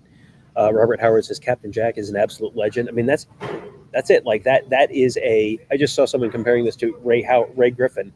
Ray Griffin was 50 years ago. If you're getting compared to someone from 50 years ago, Well, congratulations, you're in that conversation now. What other? I mean, this is up there with like Chris Campbell against Penn State, pick 6. Yeah. What other? Sure. Big- Any of the big Penn defensive. State pick 6s. any of 17 things that Will Allen did at the end of games, Malik Hooker had a pick 6 against Wilton Spade against Michigan, but and the interception by Tyvis Powell on the 2-point conversion against Michigan in 2013. But I mean, like this is a playoff game. you're in this conversation with stuff that not just us, but a whole lot of people on this can just like bring up, like, oh yeah, I remember such and such a play. I can't remember where I go to Kroger and I can't remember where I parked my car, but I'm like, I can tell you, I remember all the stuff about the Tyvis Powell interception or the Chris Gamble interception. Or do you go to Kroger now and you're looking for your old car? And you're like, yeah, oh, that's right. yeah. Dan says so happy for Sawyer. Yeah, I think that is a almost universal response. I think that he's someone who he's had such a significant role on this team and has been such a good soldier for this team for so many years that it's nice to see that kind of happen for him and for him to have that kind of moment. Yeah, and especially the Michigan interception, to not have that moment. Now you've got it, and that one's going to be remembered forever, regardless of what happens in the next game. Like that's going to be a huge play that is remembered forever. Geiger Lee wants to know, will Lou Holtz be in a luxury suite in Atlanta? Listen, Ryan Day is the one who wants to know where Lou Holtz is. You don't get to ask that question. Darth Silver Sit says, with a championship game matchup, though, this is the storyline we should have had in 2019-2020. Should have been Ohio State versus Joe Burrow in the championship game that year. This is the championship game we should have had in 2012. Ohio State and Notre Dame. And Alabama got to sneak in there because of Ohio State not being in there. So this will be 12 years in the making. Yeah. Steve Lenore's says Ewers down in draft, Howard up in draft. Was it Sam Acho saying that Will Howard was by far the worst quarterback left in the Final Four? And I think that has been proven false. And yeah, sure, everybody's going to look worse going against Ohio State's defense. But Will Howard, I said it a few days ago on the radio, like he is the best quarterback left in the playoffs. And I don't think I'm wrong about that. And certainly now, I'm not wrong about it. Well, yeah, I mean, Riley Leonard did. I almost called him Riley Skinner. Speaking of, you will do that again before we're done. Literal senior moments. Riley Leonard is probably a more effective runner than Will Howard, but not nearly as effective a passer. And the idea that Will Howard is the worst of the 4 quarterbacks was like Will Howard is, I thought, probably the best of the 4 quarterbacks, and he's working with a better offense and better wide receivers than other guys. But Quinn Ewers was the highest ranked prospect in the history of recruiting coverage, and he's playing for Sark. He's not playing for Pat Narduzzi or he's playing for a coach who's got a reputation for being an offensive genius. So it's not like he's doing nothing. Ryan Dawes says, super chat, Will Howard needs training wheels. I think Will Howard was operating with training wheels to a certain degree earlier in the year. He made one big mistake. I don't remember. I think he's just talking about the run mainly. Oh, He yeah. needs a little Okay. help staying upright. So okay. Like those. You can see when he's running, his legs got really heavy. All of a sudden, he went down. Who turned on the Mars gravity in here? Yeah. You need like the bumpers, like a bowling alley. He's riding his bike. He's like, I don't know how to turn. I don't know how to stop. The only way to stop is to fall down, and that's what happened. Super chat from Mike Ferguson. Day 120 of me still asking for a holding call that benefits Ohio State. Okay, before we start this, I want to shout out Tony for starting this whole conversation and receiving absolutely no credit. Someone on ESPN apparently talked about it on the pregame or something like that and didn't credit Tony at all. And then I saw some national person, was it Brett McMurphy, tweeting about it and crediting Pick Six previews. And I love our buddy Brett Ciancia, longtime friend of the morning show. But yeah, I thought it was very funny that you had sort of started that, and it was very funny. Who? Very funny, Tom. Who? It's like that time that you took that picture of Isaiah Prince, kind of like that. No. No? I mean, I remember taking the picture. There's a deep cut for you, long time. But it's not the first time ESPN's done that to me. They did a Hat Science story years and years ago, and took all of my sciencing things and did not credit me at all. So I'm used to it. Totally used to it. Yep. I think this is the. I'm gonna turn this around for you, so you can watch what's happening right over there. That is the Ohio State equipment truck pulling out, getting ready to go. I knew we picked this spot for a reason, other than it's very loud and people will stop to ask us for directions constantly. There you go. There's Somebody's asking, where's lot 7? Sir, Columbus. Which Columbus am I going to? Ohio, Indiana, Georgia. Or other? I just want to head to Columbus, you Georgia. might just want to head to Columbus, Georgia. Well, I was going to let the truck pull out of the thing, and now it's just sitting there, and I don't want to hold my laptop. So there you go. That's the back of the Ohio State equipment truck. There you go. Full service for Good you job, here. Tom. Thank you. Yeah, it was. I had a picture on Twitter. The Cotton Bowl patch on Jack Sawyer's uniform was ripped off. It was hanging off of the thing. Don't try and search Cotton Bowl because I was unable to use a phone tonight. And I think I had, what's the opposite of autocorrect? It's like auto error. I had auto error on my phone. It's like every tweet I have, I called Lathan Random at one point. I had Tony. I need training wheels apparently. Yeah, there you go. Maybe I need to get one of those jitterbugs. Maybe that's the problem. I don't think that's a problem. I think that's just you got to recognize who you are. Yep. All right. So we apparently have 16 super chats. So we have work to do. So let's get to those super chats. Sorry about that. Fire away. This is working fine. So if you want to go back already, we can do the morning show there. From Omar Austin, 2 questions. Is the offensive line reaching Cardale Jones level of surprise heroics? Who smells the best right now? Well, Kevin just walked up, so it's funny that you ask that now. Kevin says he smells like flowers. At the end of every one of these days, where I'm just running for like 8 hours in a row, because if you look, I did like 3 different pregame around the stadium kind of things. You should watch those. I think they were kind of interesting. But one of them, I went to the highest seat in the upper deck. There's a lot of climbing involved there. Like my thing hit before the game, my thing's like, you hit your step goal and your calorie. I was like, oh, no kidding, really? But I went to the top of the stadium and then went all the way around the bottom of the stadium and walked out onto the field. And it by the end of the game, every game, I'm just waiting for someone in the comments to just be, I know it smelled crazy in there. But down on the field, while the game is still going on, it had to be 84 degrees on the field. It was so hot on the field. I don't know why. Because even Kevin, you came over and you're drenched, and Kevin's like, I'm glad we're not the only ones that are sweating here. Because even Tom is looked like he's spent. Yeah.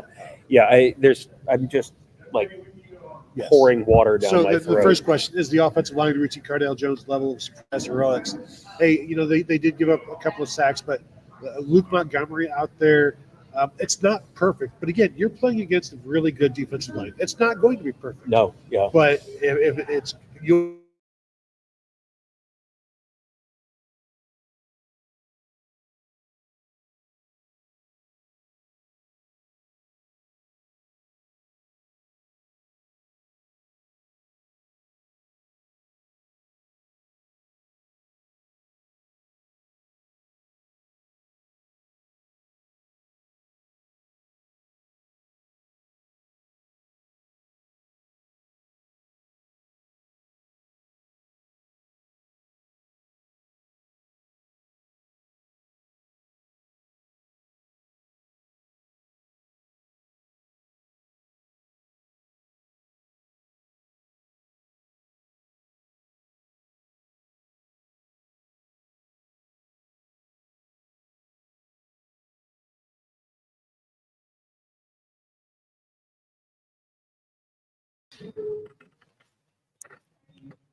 Camera on. Okay, here we go. So, can you hear us now?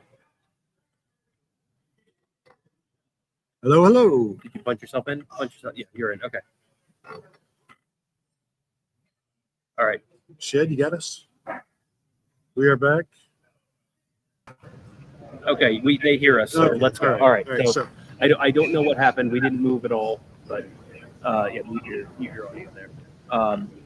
All right. So, is the offensive line reaching Cardale Jones level surprise heroics? I think the answer to that is yeah, probably. I mean, they're really think about what a disaster this season looked like it was going to be for long stretches. I mean, long stretches with the offensive line. And, I think we need to have a conversation about Donovan Jackson being one of the great stories in Ohio State history. I think we need to have a conversation about, you remember when it was like 2 days to the Tennessee game and it's like, nobody knows who's starting at guard.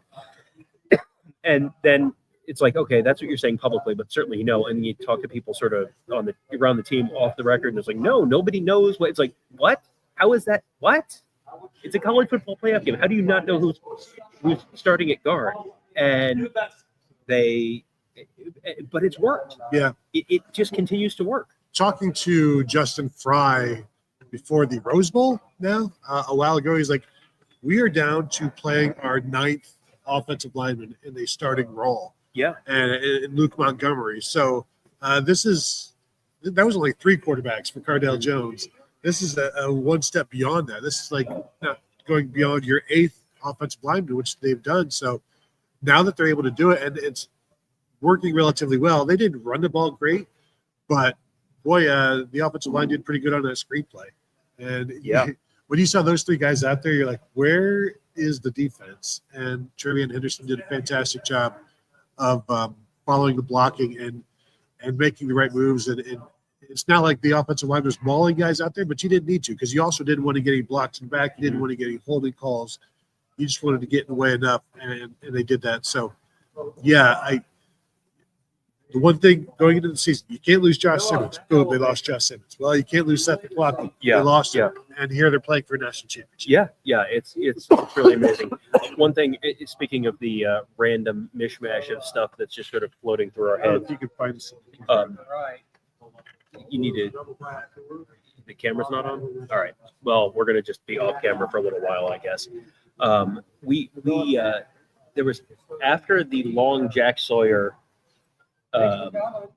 fumble return for the touchdown, Luke Montgomery was out there on the extra point team doing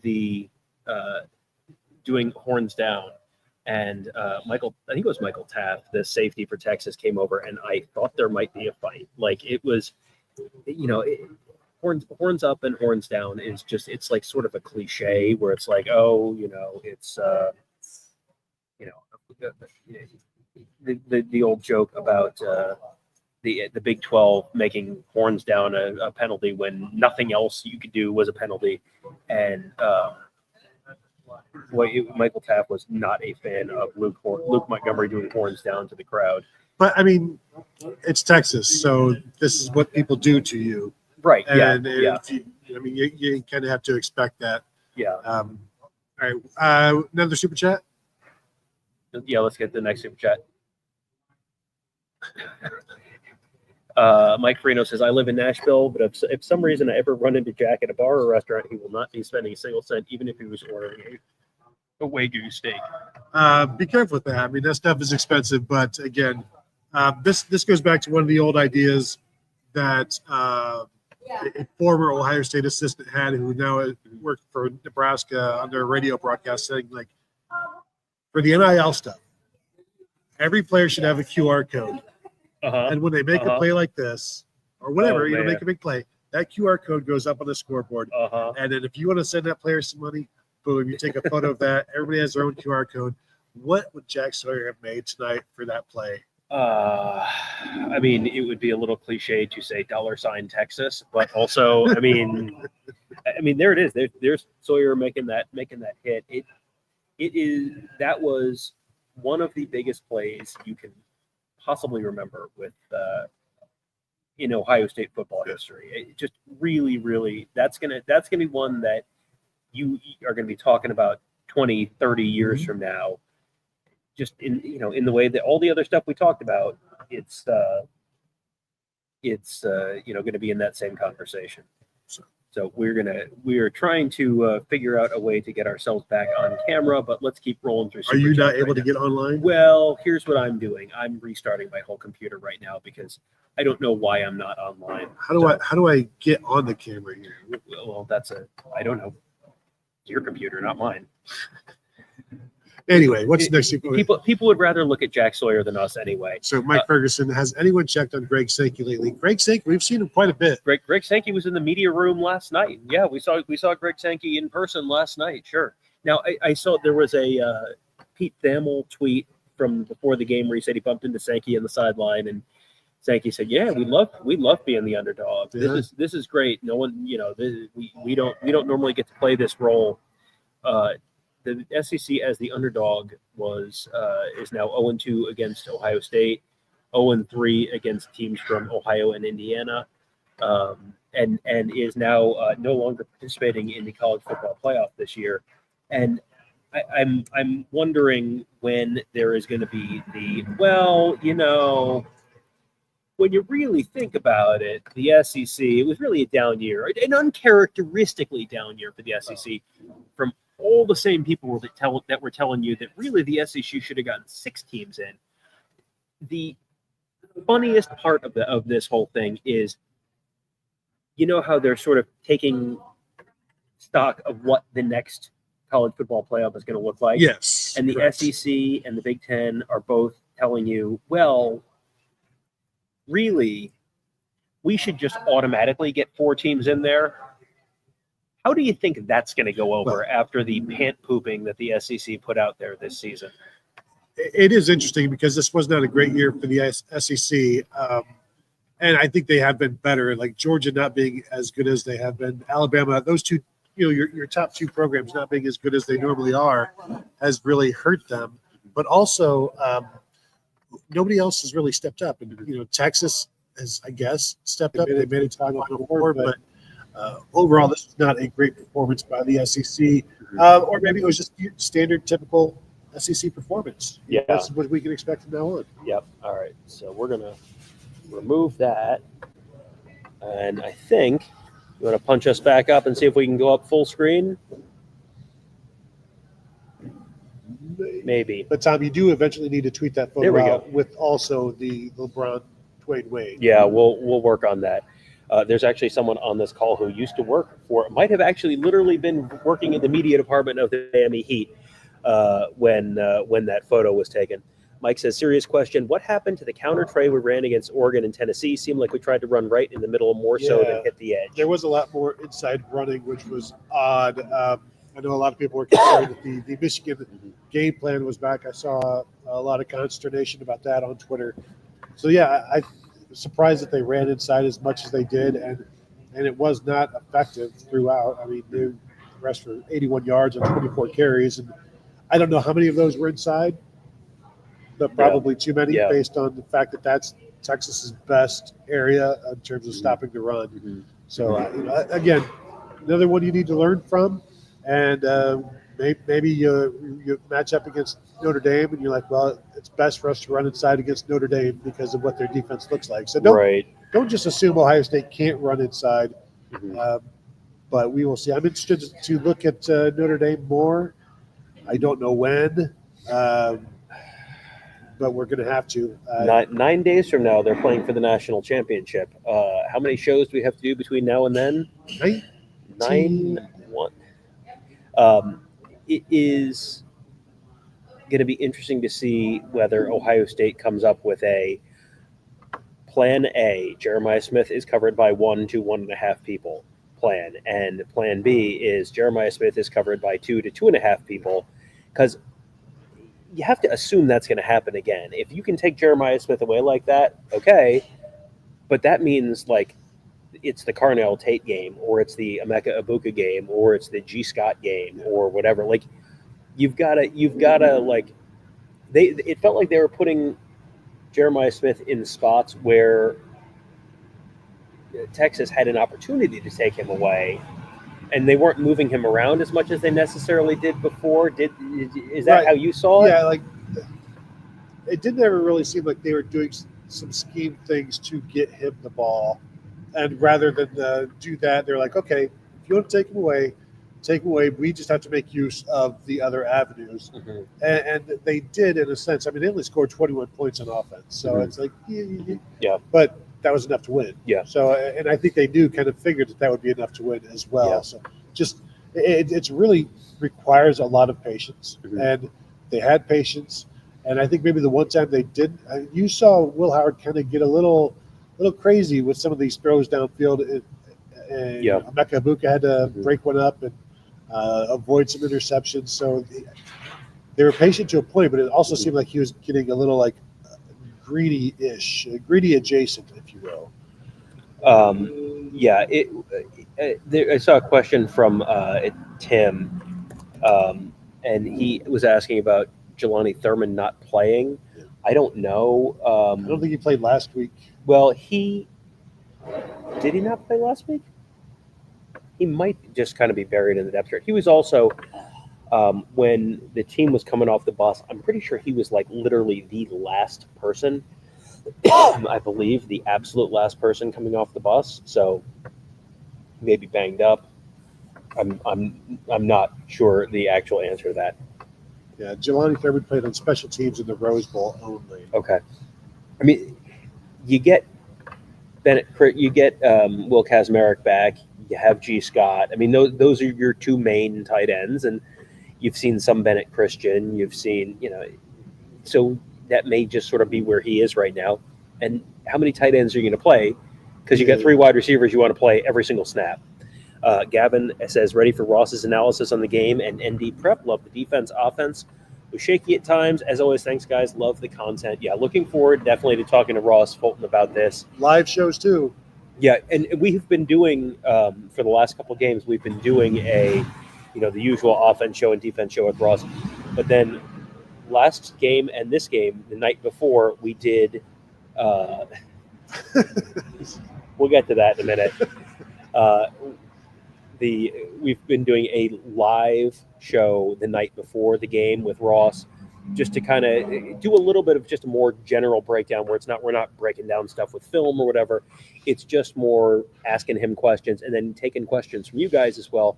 So go ahead and sort of mark your calendars tentatively for January 18th or 19th, something like that. We'll try and do another one of those because we've gotten really good feedback on those. So we want to keep rolling with those. Jordan Kapler Super Chat says, I'm calling my doctor on Monday to get my vasectomy reversed so I can name our next child Jack Sawyer. I think that's a valid thing to do. I think that's a good use of your time and your medical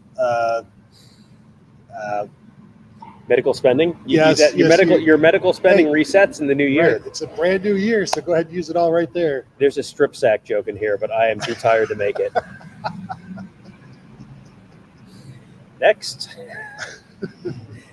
Stray Dog says Texas was fastest team OSU played all year. They are a fast defense, and they get downhill, and I don't think Ohio State was able to expose them in any way. They just, again, so many of these passes just over the middle, catch and turn and pick up 14 yards. Like Will Howard was doing a good job chewing up the zone on the first drive, especially like went to Carnell Tate and Emeka Ibuka, finding zones there. But I thought Texas did a really, really good job. They were confident in their plan, and Ohio State operated around it. Found a way to win it. Credit Ohio State as well, because this was not easy. They did not have the running game going. This was not Will Howard's best game. It was not the offensive line's best day of pass protection. But you shouldn't expect it to. This is the best defense you faced probably. And so you made some mistakes, but you overcame it. You fought through, and you put 28 points on the board. Yeah.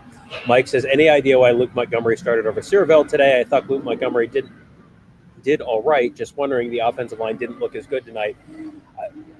I don't know that I read anything at all into who's starting on the offensive line, because it just feels like they mix and match. I mean, you've got the snap counts pulled up from the Rose Bowl, and Shabola played 43 snaps in the Rose Bowl. Searveld played 40. Montgomery played 29. And it's just mix and match, and it's any combination of those guys.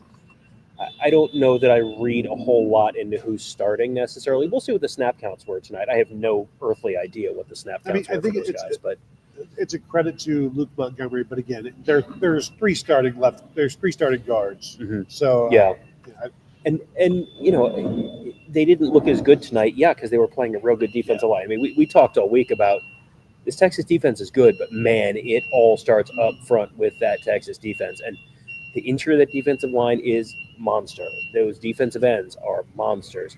Now, did Colin Simmons? I remember him breaking up one pass kind of off the edge where he tipped the pass, but I don't remember a whole heck of a lot from him. 4 tackles, 2 pass breakups. I mean, 2 tips. Yeah, you'll take that. That was. He never got to Will Howard. Anthony Hill, the linebacker, got in there, and some of their interior guys got there as well. Mike Ferguson says Tom will be gate checking 4 more trash bags of confetti tomorrow. So if you're wondering why we have that, there's another one in there too, by the way. So what we did after the Rose Bowl was there was a bag of confetti on the field, so I picked it up and we mailed it out we just put something on our board and said, hey, as a thank you for being members of BuckeyeHuddle.com, we'll send you a little bag of confetti from the Rose Bowl. And I thought, I don't know, like 5 people will think this is, what a fun thing. 50. Tony, I mailed out 50 bags of confetti last Stamps week. are 79 cents now.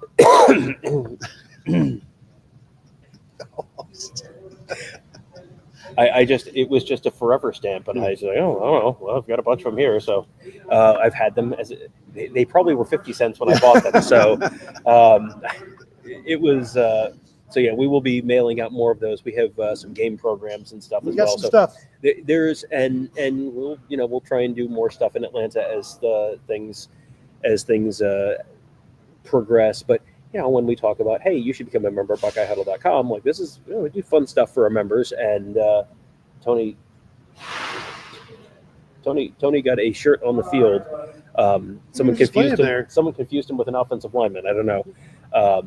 But yeah, so we'll do something for our members probably when we get home. But hey, if you want to be a part of that and get some confetti or a game program or whatever, like, hey, you should sign up to become a member right now. It's just $4.99 for the first month. So go ahead and do that. It's at BuckeyeHuddle.com. Thumbs up. Thumbs up. Oh yeah. Also hit a thumbs up right now. That's a nice thing for you to do that can help us out. Mike says, hopefully JT Tuimoloau and Cody Simon are 100% for Notre Dame. Yeah, they all looked fine after the game. I mean, bumps and bruises, but JT Tuimoloau got taped up and he was back out there. It was interesting watching him run up and down the sideline trying to get his helmet back after he got out of the medical tent. Well, and he was. I tweeted out a picture from the back of my camera of him, like Josh Padilla was out there, and it was like I think it might have been Adam Stewart was out there with JT Tuimoloau and like having him like get down and like try and kind of go against Josh Padilla on the sidelines a little bit, just to sort of see, and then did get back in there. They held him out for a while, though. Oh yeah, Larry Johnson didn't put him back in, even though he had his helmet. Did you see the bump on Will Howard's hand? No, I saw someone talking about that because that he this had. did not look good. Yeah, and like when we say this is the time of year when no one's 100%. Like this is what we're talking about. Oh boy, yeah, he's got like a goiter.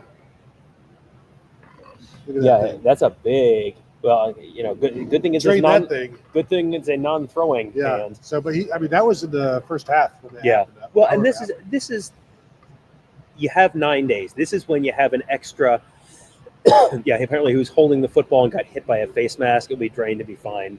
It's no big deal. Well, this is the time when you got those extra couple days might make a big difference in terms of guys coming back from those injuries because you are really banged up. You have played more games than any Ohio State football team in history has played, and you still got to play another one. So, yeah, this is the point where every day counts.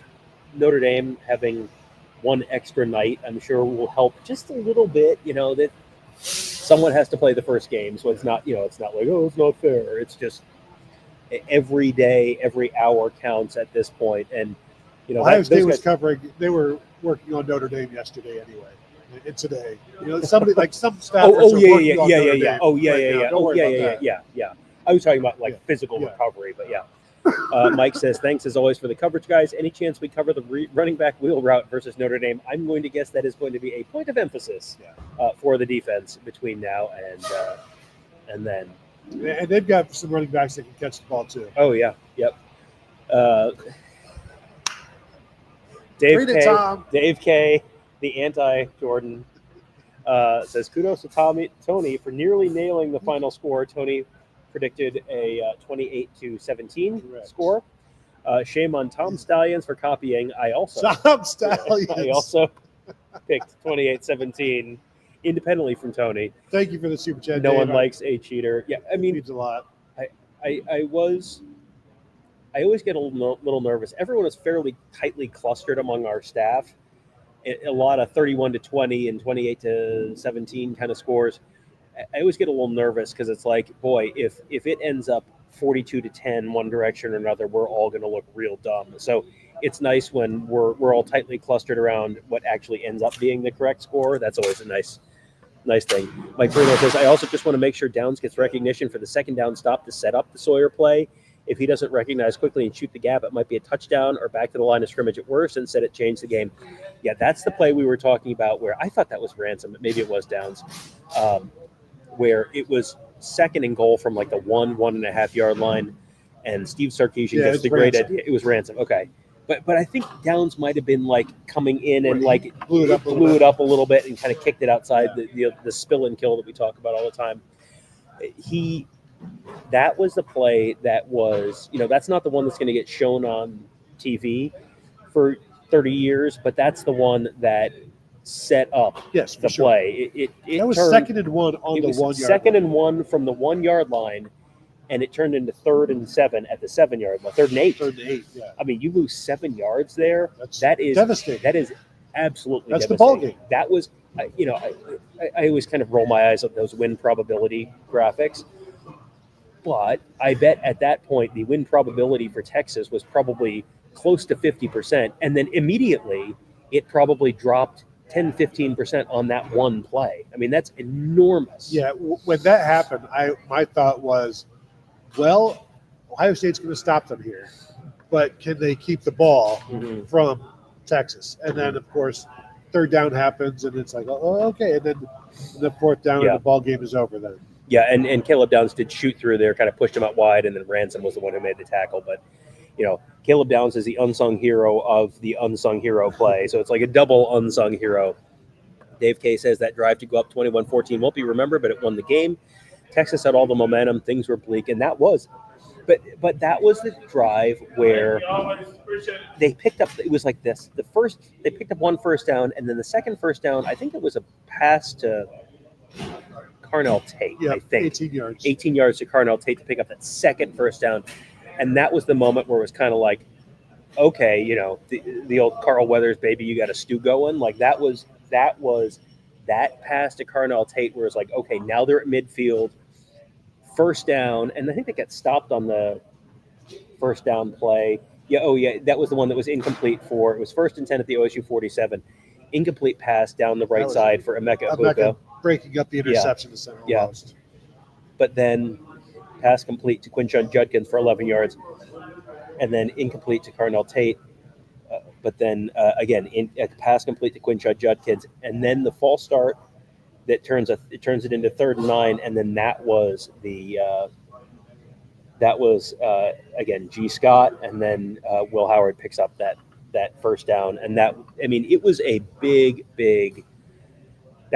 drive, and you look at the names in there, and it's Carnell Tate, and it's Quinshon Judkins, and it's G. Scott, and it's Will Howard, and it's it's not Emeka Egbuka, it's not Jeremiah Smith, and that's one of the things that this Ohio State team has working for it, which is they have such depth that they can, they have the 3 wide receivers, and the 3rd wide receiver for Ohio State would be the 1st wide receiver on an awful lot of other teams, but they also have a tight end who was a much bigger part of the game plan than you would have expected, and they have a couple running backs who are pretty effective in the pass game. Matthew Golden got hurt in this one. Yeah. And left early on in the 3rd straight playoff game where a key receiver for the opponent, for the Ohio State opponent, goes out of the game. But yeah, so Ohio State on that drive you're talking about, they get the ball with 14:47 to go in the 4th quarter, and they give it back with like 7:05 to go. 7:03 or so. 7:02 is when Texas starts their drive. So they held it for over 7 minutes. Yeah. And a lot of big plays, but yeah, that's just a time-consuming, soul-sucking drive. But then Texas goes right down the field, and it's like, it didn't matter. Like I thought that was the game as well, and it's like, no, Texas is just going to march right down. Michael says, most happy about next to the win, no dumb penalties on the scoop and score, and the sunny protection from an even more complete team than the one I watched 10 years ago. 9 penalties for 75 yards is not acceptable, though. It was a little bit of a sloppy game. It was. And like 3, as we talked about earlier, like 3 straight drives, a 10-yard penalty or 15-yard penalty to kind of ruin the drive. So that will be something, I guess it's maybe good to get it out of your system because they're going to focus on that big time in this game this next game where we can't do that again. You do that again, you will lose. And you look at so 9 penalties against Texas.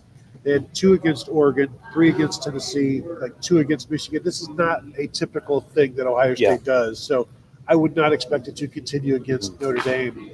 But having it already happened, they're going to be on alert for it. It's like we can't do the holds. Because there were plays where they got called for holding. 2 guys could have been called for holding. On these quick screens. But also, I think because of Texas's defense and their coverage, some of these screens you're asking your receivers to do more blocking, and so that's going to lead to more holding. And so if that's not something that they'll run into against Notre Dame, then you wouldn't necessarily worry about it as much. Yeah, and I don't know if we thanked Murphy Serafino for the sticker, but thank you, Murphy. We appreciate it. So there it is. Thank you, Murphy. Dave K says, Tom's cough medicine fund, black lung ain't no joke. Yeah, it's just we've just been on the road for, it seems like, the last month or so, and almost back to 100%, and then it's like, look, another 18-hour day. How about that? This will be good. So we will eventually both be. This is like when you talk about football players not being 100% this time of year. That goes for us media folks. Am I going to be in my own bed tomorrow in 24 hours? I don't even know what time we get home. Maybe not quite. It'll be almost. We will almost be home this time. Next day. Mike Ferguson said the ref just asked for 40 seconds to be added to the Penn State game. Yeah, it's that was a fascinating display of a lot of things last night. We'll talk about it more once we have to watch it again. Mike Smith says, now you got me doing it. Oh, man. I'm not emotionally prepared for that. All right, Mike Smith says that may have been the best game Texas played in these playoffs. I think unquestionably that was the best game Texas played in this playoffs. Had to. Credit to that goal line defense. It's crazy how well they've been playing in that situation this year. What a ride it's been. Get over to Buckeye Huddle. Yeah, strong agree there. I want to pull up the CFB stats on goal line and red zone defense for Ohio State this season. They have been fantastic with these goal line stands. Yeah. It is opponent red zone conversions. The touchdown percentage allowed by Ohio State, 41.67%. in the red zone. That is second in the nation. Red zone scoring percentage. This is the most amazing number. Red zone scoring percentage, 61.1%. Opponents have scored 22 times in 36 red zone possessions. You get to the Ohio State 20, and you're like, well, you've got a 3 in 5 chance of getting any kind of points out of this. That's amazing. And this was not, this was not getting gifted points because, the kicker missed a field goal. Like, it was a stop. They got a stop, and they got 7 points the other way. That is one of the biggest momentum swings in one play that I can remember in an Ohio State game. I mean, that was not, you'll have turnovers and it gets run back and whatever. But that was, you're about to go in one way and it's a 14-point swing. That was incredible. Yeah.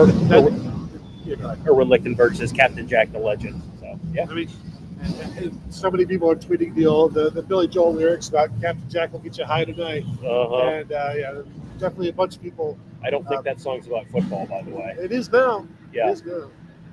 Is it loud enough over here for you, Tom? That was a golf cart pulling a dumpster and a forklift carrying a bunch of, I think, kegs. We need Buckeye Weekly bingo noise cards. Like, what was this? Well, this was a squirrel stabbing an octopus.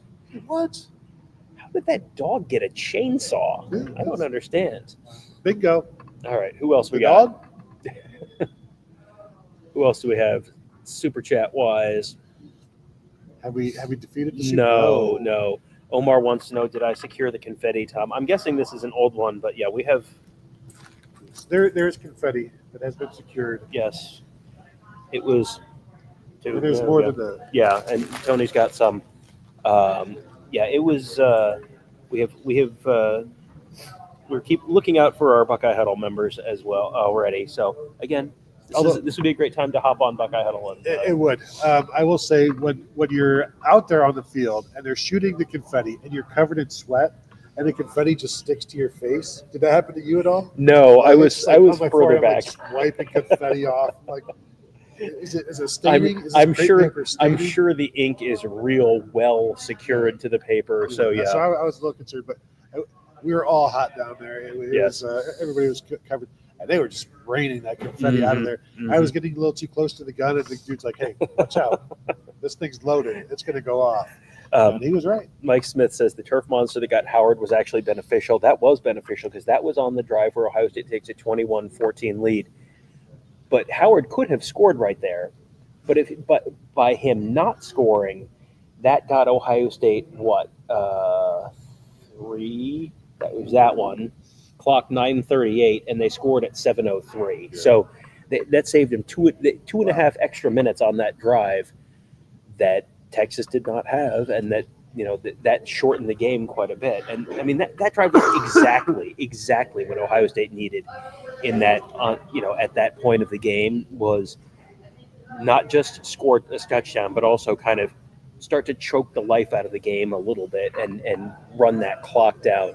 That was exactly what they needed right there. Mike Farino says 9.5 is the official line between Ohio State and Notre Dame. That is a lot of points. It's interesting that line seemingly has gone up after Ohio State did not look like they did against Tennessee, or did not look like they did against Oregon. I think people credit Texas for keeping it the way that it was, and they should. Yeah. But also watching that game last night and seeing where is the Notre Dame offense going to come from? Where is the passing game going to come from? Because you assume Ohio State will be able to contain the run. They may not be able to stop it because Notre Dame could do some things with Riley Leonard, but also Jeremiah Love is a little banged up as well. So I don't know how much offense there is there for Notre Dame. And if Notre Dame isn't going to do exactly what Texas did against Ohio State's offense, then you would expect the Ohio State offense to do more. And when I say the Ohio State offense, I mean Jeremiah Smith. Like, what is Notre Dame going to do to change what they do in order to stop Jeremiah Smith? You've got to be who you are, right? Yeah. And that's what Ryan Day and that's what Jim Knowles always talks about.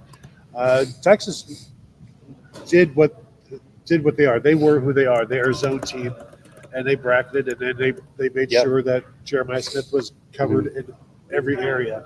Yeah. I don't know that that's what Notre Dame does. So Yeah. we'll find out. Yeah. So Mika says Notre Dame O-line is hurt. They definitely are. So, and that's going to be something that we are going to be talking about a bunch more in the coming weeks. I do want to, before we like sort of shift a little bit of a focus moving forward, I do want to talk a little bit about a couple guys and just where they are in terms of career milestones, because you may see some guys hit some real high points on the Ohio State career list. Let's start with Emeka Egbuka, because we talked about him that, like, well, if he had a monster game in the semifinals, he could have gotten to the top of the career list for Ohio State. He needed 8 catches and 146 yards. Yeah. And so right now he is 2 behind KJ Hill. So if he gets 3 catches in that national championship game, that's his reception, that touchdown in the Rose Bowl, which is still one of the most amazing receptions I've ever seen. Past David Boston, past Chris Olave, past Chris Carter. It feels like he's never been the number 1 receiver on any team, but that's just because he's been on teams with Marvin Harrison and Jeremiah Smith. But man, oh man, has he been? He came in with this 5-star pedigree, and you sort of expected, like, oh, he's going to be this guy who's like the Heisman contender, and he hasn't ever been that. But he's also been a literal record breaking wide receiver, coming up, and in this last game, and he's just always been such a difference maker for this team, where he's always there picking up like these big plays. And you take away Jeremiah Smith, okay, well, there's still an Emeka Egbuka.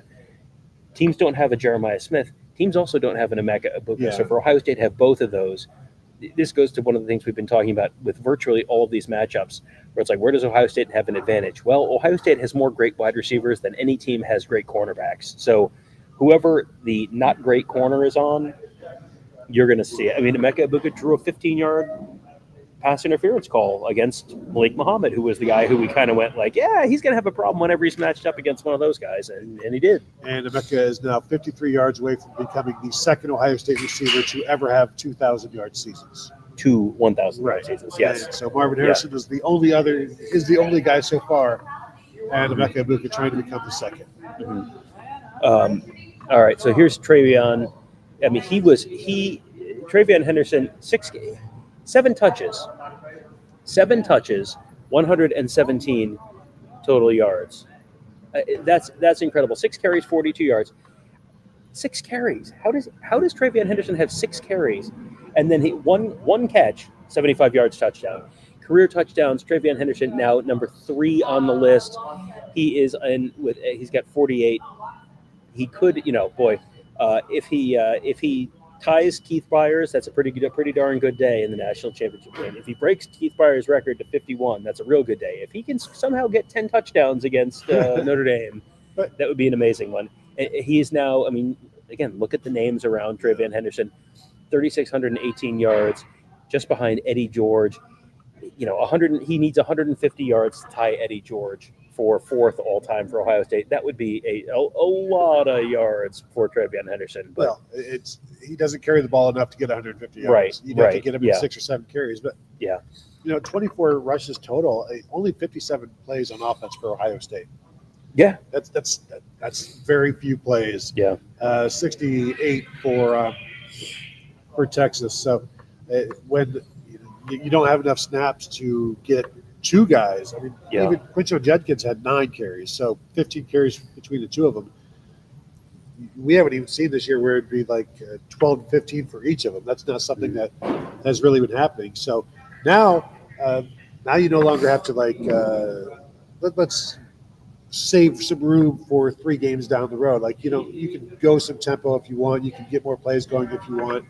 You don't have to worry about 3 games down the road. You only have 1 game left. So they've been preparing for this last game all season long by limiting their snaps, limiting their exposures.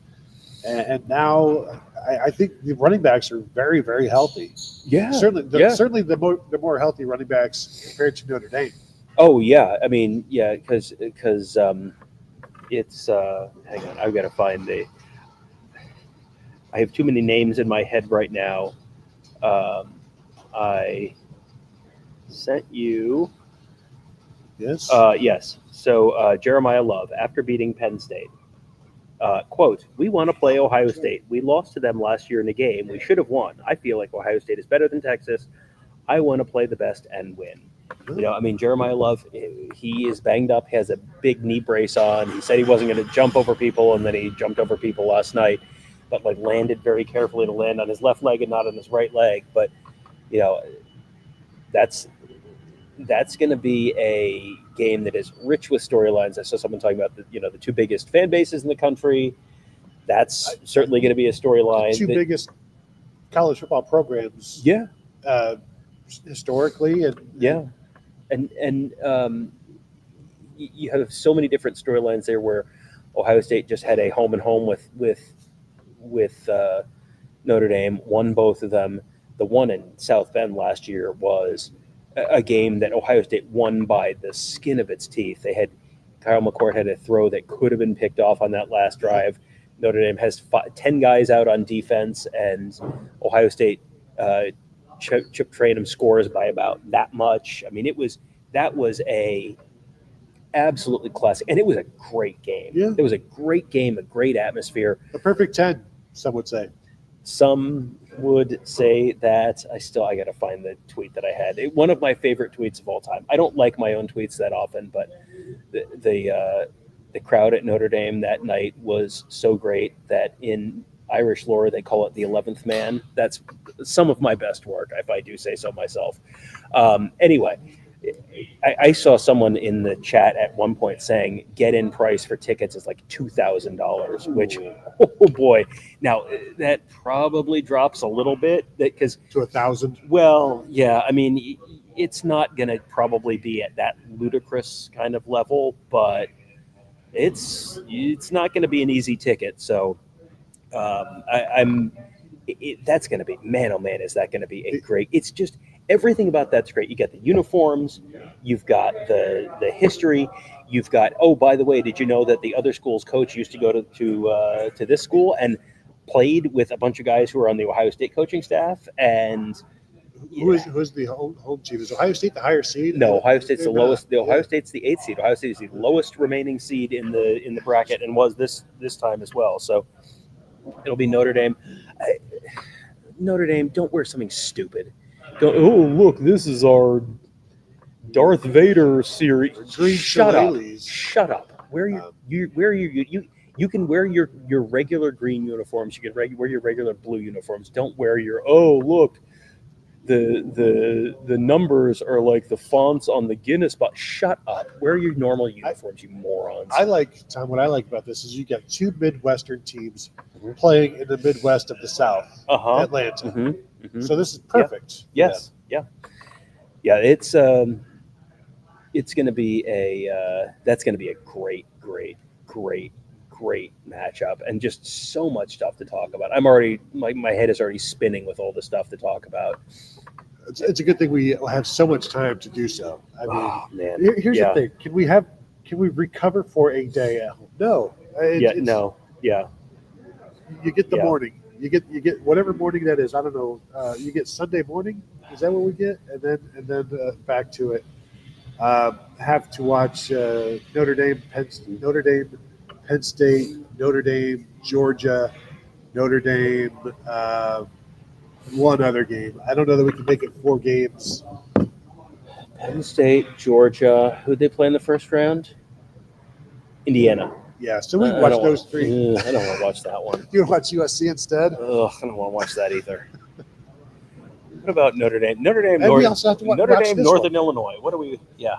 What can we learn from Notre Dame, Northern Illinois? We also have to rewatch this one as soon as we can, and we'll have that one up as a Buckeye Weekly as well. All right. If you guys have super chats, throw some more super chats in there. We will get to those. If we have, let's get some other questions up there. If we have other questions, I'm not checking the chat, but Brian DeGroff says, I fully believe Notre Dame is going to mimic Texas's coverage of Jeremiah Smith. This may be for a Ross Fulton question, but how do you think OSU will counter it? I don't know that they can mimic. You have to do what you do. And now if you can incorporate some of that, then fine. But if they are, and again, I don't, speaking out of turn because I don't know what kind of defense they run. So I'm saying like maybe they run a cover 4. And so, yeah, you can do some of that. But if they're strictly a man defense or 80% man, you're not going to go to a zone defense. Right. You're going Yeah. to do what you do. And then hopefully your guys are good enough to handle it. And of course, yeah, you may keep a safety over top. So you can't just let's do what they did, because Right. that's not who you are. That's not what your defense is designed for. Right, and you can't just change that on the fly. That's not something like, oh, we're going to install an entirely new defense in the next 7 days. Because Notre Dame still lost, or Texas still lost. Yes, so it's not necessarily a yeah. winning formula. Yeah, and if Ohio State does, let's just say they do run the same thing, and it is every bit as effective. I think at that point, well, you have other wide receivers. You split him out wide, split him out past the numbers. Run the Tennessee thing. Split him out past the numbers. Make the opponent commit to. Can they do that? I don't know, maybe, but make the opponent commit to. All right, you want to put 2 guys on him? Okay, you got to put 2 guys way out on him, and then that's a great idea. Only kind I have. Well, I like this comment from Dave K. The guy asking for directions needs to be a super chat feed. That was about an hour ago. Tom, can you? I was just going to do this. I'm just going to. Okay, right there. See that thing? It says Lot 7 Media Parking. It has an arrow on it. The arrow points to where. In a direction. Right there. It's yellow. It's right there. Yes, it was. That was. We have had many. Where's Lot 7?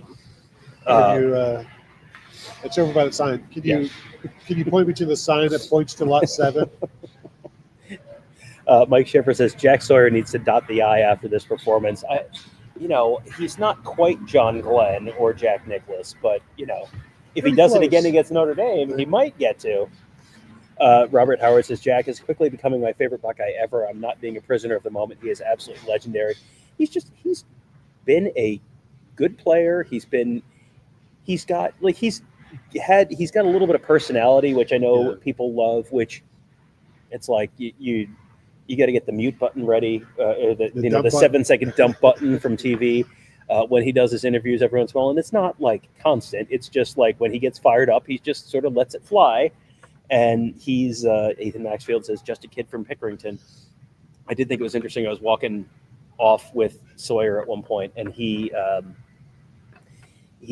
Jake Butt from the Big Ten Network came up and gave him a fist bump but another Pickerington guy. So you know what's interesting? I don't know. All of his tackles for loss are sacks. Interesting. That is interesting. Mike says sending all the Texas Cotton Bowl champ shirts to South America. Yeah, there are boxes of those in the stadium somewhere, that are. Well, yeah. Oh man. Those would be some good gifts for the Buckeye Huddle subscribers. Oh man. Pick North. And that is one of the Pickerington high schools are my kryptonite, remembering which is which. Jason says the first 3 teams players kept their mouths shut. Notre Dame player ran his mouth even before Ohio State won. I mean, it's not like he said that they want to play Ohio State because Ohio State's bad. They said they want to play Ohio State because Ohio State's good. So, that's Mozart's Ghost says Judkins also had a pancake block. I don't remember that. You remember that? Well, there was on maybe the Travion Henderson's rush of 22 yards where kind of a jet sweep from Henderson, and Quinshon Judkins was the lead blocker. So maybe on that one. Okay. An update from Kevin on his way back to the hotel, because we're going to try and hand the show back off at some point and sort of do the leapfrog thing. Kevin says, we are now stopped on the highway because of a car driving the wrong way on the highway. So that's great. These Texans, man, they are crazy. It is crazy. Not like Ohio drivers. Doug Shepard. In 16 years, there will be a lot of high school football players named Jack. Mm-hmm. And probably some named Sawyer, frankly. So, yes. Ethan Maxfield, 16 games is wild. What an insane run. These guys are playing more games than they've ever done before, and it's just like taking it in stride. You get 10 days. Right, this is easy. Well, and I think this is one of those things where you have to really appreciate the foresight from the Ohio State coaching staff to limit the amount of plays earlier, because it is something that adds up, and it's not, it's not like you play 10 extra plays and then you just fall over into a coma, but it does add up. And how many times have we said, boy, the running backs just really look fresh? And it's because they've had fewer plays. It's because they've split their carries. All these backs who have oh, look at the crazy numbers they put up.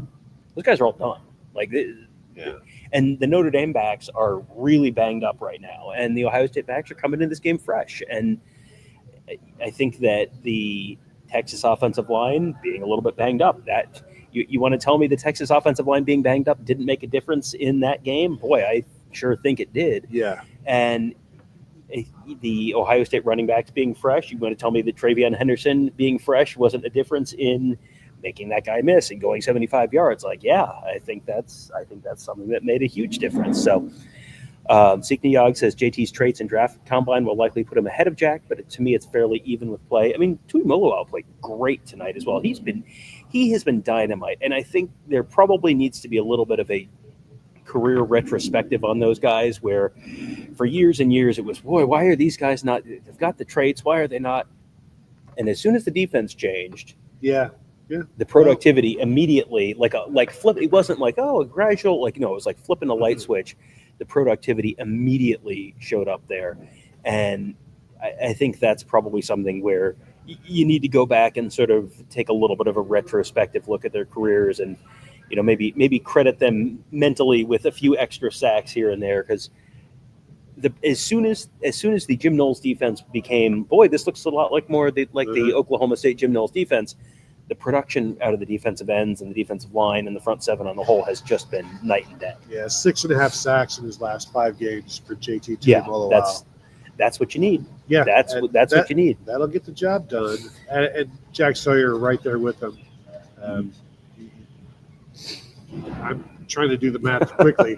6 sacks in his last 5 games as well. Yeah, only 1 sack tonight though. So was it a disappointing night for Jack Sawyer? Who's to say? I mean, AQ Ninja Gal says, I don't get it. Hey, it's just me, Tim. 79 and Tony, we don't get your joke. What? What joke? I don't understand. Look. Just because you don't get it, all right? You don't need to let other people know about it. Yep. Am I having a stroke? I don't know where. I don't know where.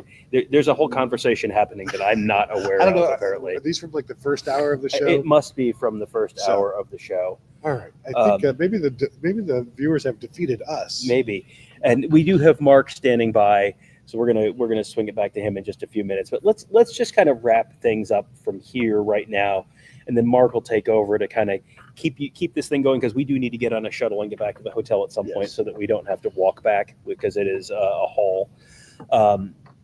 Mika Henna says SEC, it just means more excuses. It's no lie. This is a season that has gone about as well for Ohio State and about as well for the Big Ten as it possibly could have. Yeah, I don't know how you could. Well, I know how it could go better, and that's one more win. Yeah. And maybe a Penn State win last night. But, This is, I think, going to be one of the most hyped games in Ohio State football history, where it's not Ohio State Michigan for the national championship, but this is probably like a more exciting version of Ohio State Penn State, because I mean those were going to be your choices. Yeah. And Penn State, I don't know what it is about Penn State. Like, it's just they're like both literal and figurative, less shiny Notre Dame. Yeah. Where Notre Dame has a little more history and a little more brand recognition, and they're you haven't seen them lose to Ohio State as many different times and in as many different ways as Penn State has. This is just, and you have the Marcus Freeman thing. It's just everything makes this just an absolutely unbelievable potential actual national championship now. And ESPN's happy about it too. Oh, sure. Before we go, if you could hit the thumbs up one last time for us, and then more times after that once we're gone, we would appreciate that. I guess. Well, let's let Mark handle this one. Yeah. Okay. Mark, even though it says our names, we can let Mark handle this one. So why don't we wrap the Buckeye Weekly show and we'll hand it back to Mark. And then when Kevin gets back to the hotel, he can potentially jump on as well. So there you go, Mark. Thank you for jumping back on, and please be patient with Kevin. He's stuck in traffic. Texas people, you know how they aren't the best drivers, but I want to thank you all for tuning in for us. Please stay tuned here for Mark, and we will watch from the road. All right, guys. Thank you. Back at it, refueled. I promise this is Wild Cherry Pepsi Zero. That's all it's in here. I have not turned to this yet. This was a nice little Christmas gift, but as you can see, it's empty. It's sealed. It's full. It's sealed. It's not been cracked open yet. So I've resisted the temptation just so I can hang out with you guys and be present. Yeah, I saw the question about, was Ohio State shooting itself in the foot, or was, yeah, and the answer is yes. Ohio State did a lot of things to kind of get in its own way tonight in that first half and in the first drive, obviously the second half with the interception, but it kind of had a feel to some other games they've lost in the past where you think, boy, they should be up like 2 touchdowns right now. The game's tied. What's going on here? Why are these things happening now? They haven't been happening the last few weeks. The penalties, and like the holding and stuff like that happens, like pass interference, even like that happens. But, the Trey Henderson personal foul was just very out of character. Even like Austin Searveld, like, yes, the refs should have been blowing the whistle, but at the same time, like, what's he going to accomplish there by doing that? Kind of just driving himself into the Texas players. Wasn't like he was going to break the runner free at that point or anything. Just kind of like an unnecessary penalty. And so, yeah, they got in their own way quite a bit. Again, and I know the play calling was kind of called into question there. They got a little conservative in the first half after the Henderson penalty, but as I kind of said on Twitter, I said, let's see how this plays out a little bit, because right now the players are putting the coaches in 1st and 20 and 2nd and 20, and that's really hard. There's not a lot of answers for 2nd and 20. So they worked through it. Obviously, Trey Henderson made up for his mental mistake with maybe the biggest play of the game until Jack Sawyer said, "Hold my beer." But yeah, just a really good all-around effort, I thought, tonight. Team effort.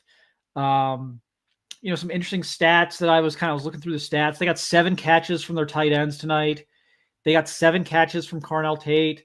They got 4 catches, 97 yards, and a touchdown from their running backs. So when you can take Jeremiah Smith essentially out of the game, which is what Texas did, and said, just, whatever happens, we are not letting Jeremiah Smith beat us. I think Ohio State sent a little bit of a message to Notre Dame. I think, some people are like, well, did Texas give Notre Dame the blueprint? I was like, well, I mean, I guess you'd rather give up 14 or 18 catches to the backs, tight ends, and Carnell Tate. I mean, I guess you would rather do that, but Ohio State showed hey, you double Jeremiah Smith. In some cases, it looked like he was tripled. You make sure he's not going to get the football, and yeah, Carnell Tate's going to have 7 for 87, or we'll dump it down 7 times to the tight end. And the tight ends had some big catches in this game. G. Scott, again, the kind of an unsung hero in the way he went from, he basically took a 4th, would have been a 4th and 7, but he makes that incredible extra effort after the catch and just kind of lunges and gets to 4th and 3, and gives them a much better chance, to convert that 4th down. Are they able to run that quarterback power on 4th and 7? I mean, you could have tried it. I think if you would have tried it and gotten stopped on 4th and 7, that the entire fan base would have lost its mind collectively if you would have tried quarterback power on 4th and 7 and not got there. So 4th and 3 makes that a little more reasonable. But ultimately, again, I think the way they were able to overcome some mistakes and some things that in the past have cost them games, but to get out of that habit tonight and be the team that dominates the last 5 minutes. They've kind of been on the other end of this quite a bit. They were on the other end of this with Georgia. They were on the other end of this with Michigan a few times, on the other end of this with Oregon. And so these guys came through in those last 6-7 minutes and made plays, like really, really made plays. The goal line stand, several plays were made there. You have Sawyer. Everyone's going to remember Sawyer's touchdown strip sack, but you get the goal line stuff by JT and Caleb Downs. You get Sawyer gets the pressure, gets the hand on the ball to cause some turmoil there for Ewers. I think that was the third down play, and then you got the Caleb Downs, Lathan Ransom. They tried to run toss sweep, and those guys blew that up and put Texas in a situation where at least Ohio State now knows, okay, they probably have to throw the ball here the next two plays. So just a really good team effort. Jack Sawyer, yeah, it was funny as Tom logged, oh yeah, just one sack for Jack Sawyer. It is funny. That Quinn Ewers play where, he's that close to touching the ground would have been Sawyer's second sack of the night, or would have been his first sack, but it would have ultimately led to him getting 2 sacks on the night. So he was right there all night. But yeah, just unbelievable finish, unbelievable fourth quarter. And again, a lot of demons I think were exercised tonight. So happy to answer questions. I think I'm going like last week I did this, and then the guys came back in when they got to the hotel, or at least a couple of them did. So I think that's probably going to happen tonight, at least with Kevin. But I'm happy to answer questions or discuss anything you guys want to talk about. So I'm not just here kind of just talking to myself. I'm not much of a talker, believe it or not. So you guys can fire some questions in there, and we'll get to it. But yeah, Travion Henderson, huge game, 117 total yards, a touchdown, 7 yards a carry. Guys were talking about it before I jumped on here, was just how fresh the running backs look. They've really done a good job managing the carries, managing the wear and tear of the running backs. Along those lines, the one interesting thing I thought, you're talking about things that they've done, adjustments they've made throughout the year, things we maybe talked about them doing that, we didn't love them doing in the past. Now they've changed kind of the way they're doing things.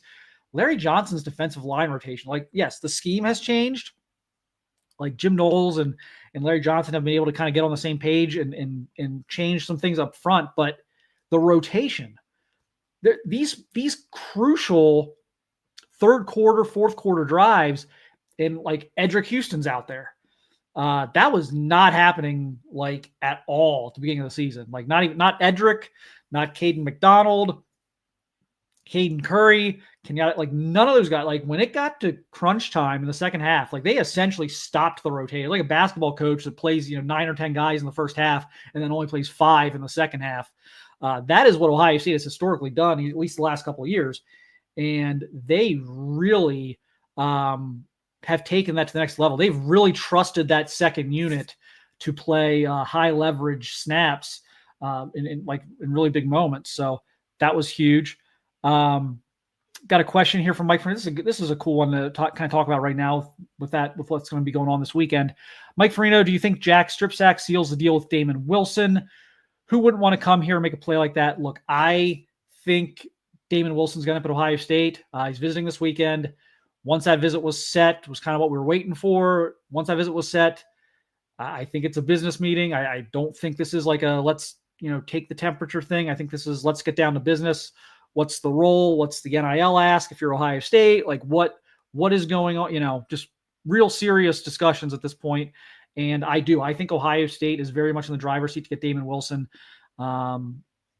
They were right there the first time around, probably the runner-up the first time around. They really liked Damon.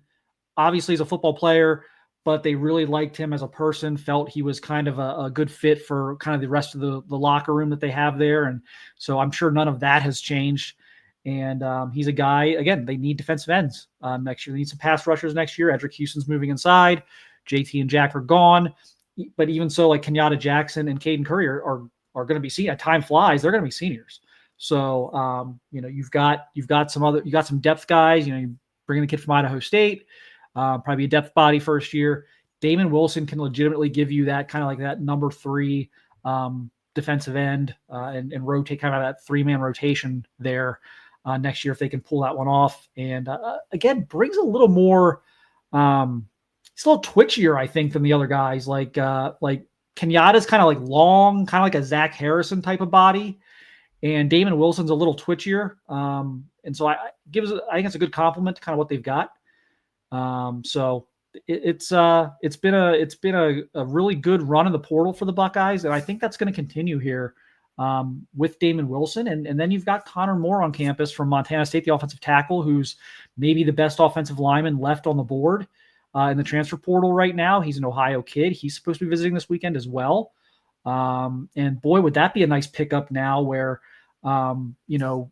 you go from like, okay, we got like 2 guys to kind of plug the starting position, but now you've got a real like competition in the spring and into the fall where you've got maybe 8 or 9 guys who are going to be vying for starting spots on your offensive line if you can add a guy like Connor Moore to this mix as well. And so I think obviously it's going to be very interesting this weekend. Everyone's going to be excited for the national championship and getting ready to watch that game and talk about that game and preview that game. But there's some pretty important stuff going on right now in the transfer portal that I think will start to play out here this weekend. Let's see here. Yeah. JD was open briefly, but Will didn't pull the trigger. Julian Sanders, great until we got him the ball in season over. So yeah, I mean, there were some. I don't think Will played his best game by any stretch tonight. And part of that, obviously, Texas has a great defense. Probably the best defense they played this year. And maybe the best defense they will play. I like Notre Dame's defense, but Texas could very well be the best defense Ohio State faces all year. So you're going to expect, some type of regression over what we've kind of seen, kind of been unconscious the last couple of weeks. So you just expect a little regression there. I didn't think the decision-making was always great tonight, but the one thing I continue to say about Will is when he does make a mistake, and that interception looked like it was going to be a big one, he has this weird knack of just not weird, but just like this incredible ability to just like it didn't happen. And everyone says that, next play mentality. Everyone says that. And it's very easy for us to sit here on the couch and say that when we're not out there doing it. The reality is that it's not easy. It's not an easy mental trait to develop. And he really doesn't seem to have much of a memory out there. And I think that's served him very well this year through some times where he has thrown a key interception or made a bad decision. William Vance, Texas shutting down JJ also surprised me. Curious to see if next year they're able to do the same in the first game.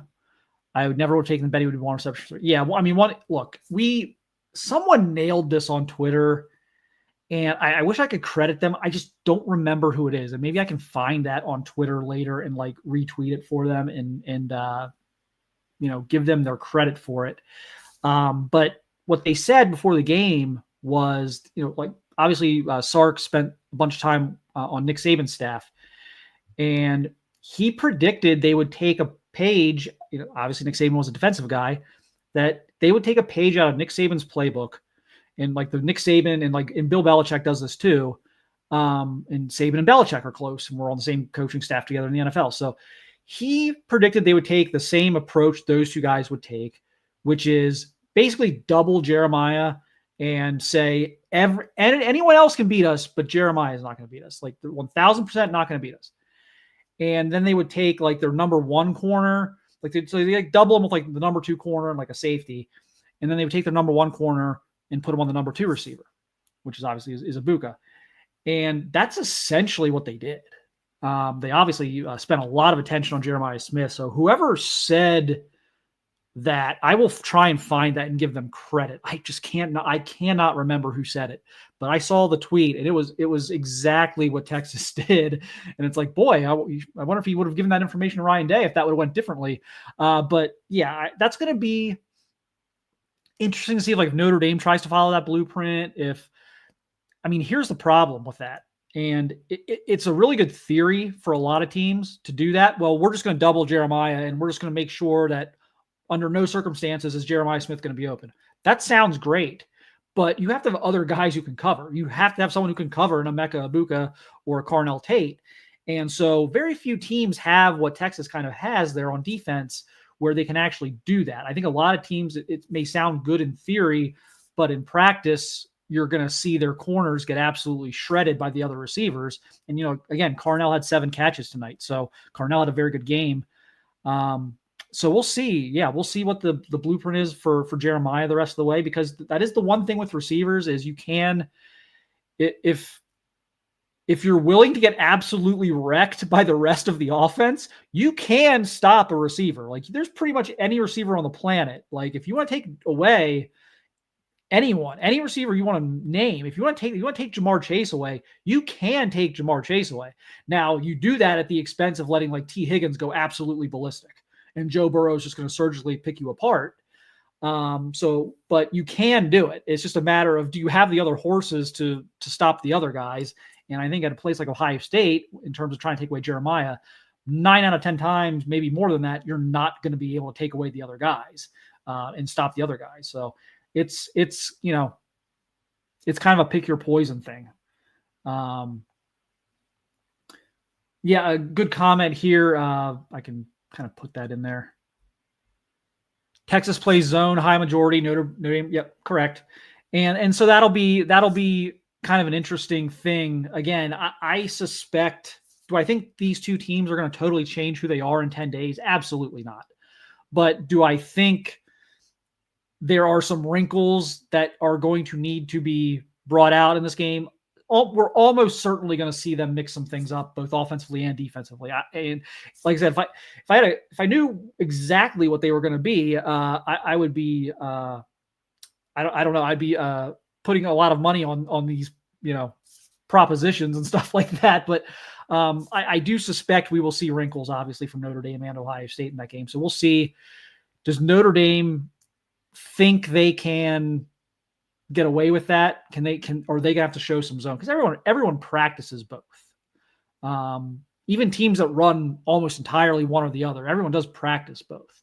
So it'll be interesting to see what Notre Dame thinks of those matchups and their ability to play man to man. As I said, my post-game column is up on BuckeyeHuddle.com. I like the matchup for Ohio State against Notre Dame.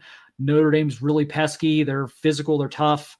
I think I've made the comment before. I think maybe more than any team in college football this year, they know who they are, and they don't really divert or diverge away from that.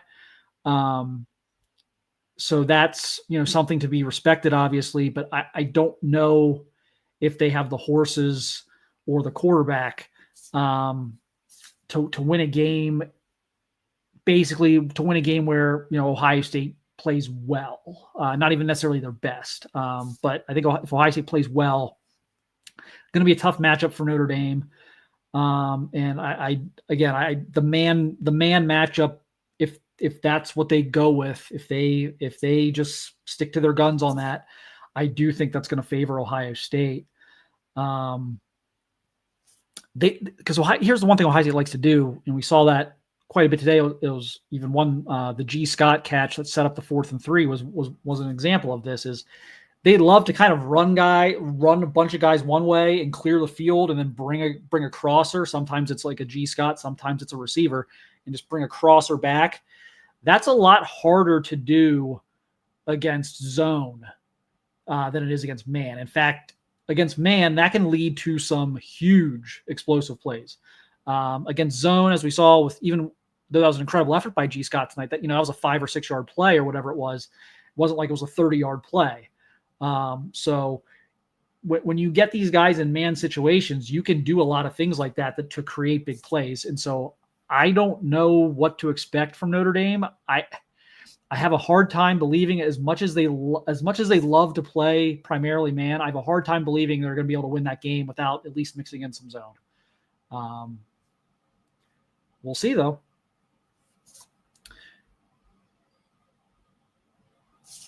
Emeka Emeka can break 2 OSU receiving records in the championship. He needs 3 receptions and 95 yards to be the all-time reception and receiving yards leader at OSU. Well, first of all, that's a great tidbit there. And here we go, career receptions, right behind KJ Hill. These lists are kind of funny to me because it's such an interesting list. Like, all of these guys were really good players at Ohio State, so I'm not taking away anything from anyone. But, like, if you polled 50 Ohio State fans, like, who's the best Ohio State receiver of all time, like, you're not getting KJ Hill and Emeka Egbuka. You're just not. Like, so some of this is like a longevity thing. Some of this is a circumstance of like what quarterbacks you have, what offensive systems you're in. So these are always very interesting mixes of like guys who were really productive for a really long time versus like those 3-and-done guys who had like 1 or 2 monster years. Like Michael Jenkins was a record holder here for a bit. And a great player, first round pick, I believe. I think the Falcons took him at the end of the first. And iconic plays, Holy Buckeye, maybe the most iconic play in Ohio State history, certainly one of them. But like, I don't think anyone would draft him over, Garrett Wilson or David Boston or, some other guy, Chris Carter for sure. So it's just always interesting how these lists come together. And it's always cool to kind of see, well, that guy's career was way different than that guy's, but they're on the same list. Like, here they are together on the same list. So those are always pretty cool. So yeah, we'll see how he does that. The catches feel safe. The yards will be interesting. I would venture to guess. I think you said it was 95 yards. I would venture to guess if Emeka has about 100 yards on next Monday, that Ohio State's going to be almost impossible to beat. I would sit here right now and say the odds of Emeka breaking that yardage record and Ohio State losing the game probably aren't very high. It's gonna be, I think Ohio State's brutally tough to beat when Emeka Egbuka has big numbers. So Mika Hanna, does Lorenzo Styles Jr. help with Notre Dame?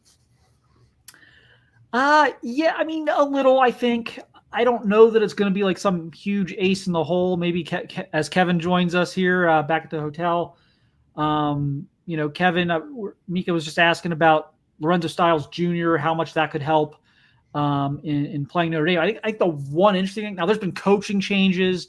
There's been assistant coaching changes. There's been all sorts of staff changes at Notre Dame from the time that Lorenzo Jr.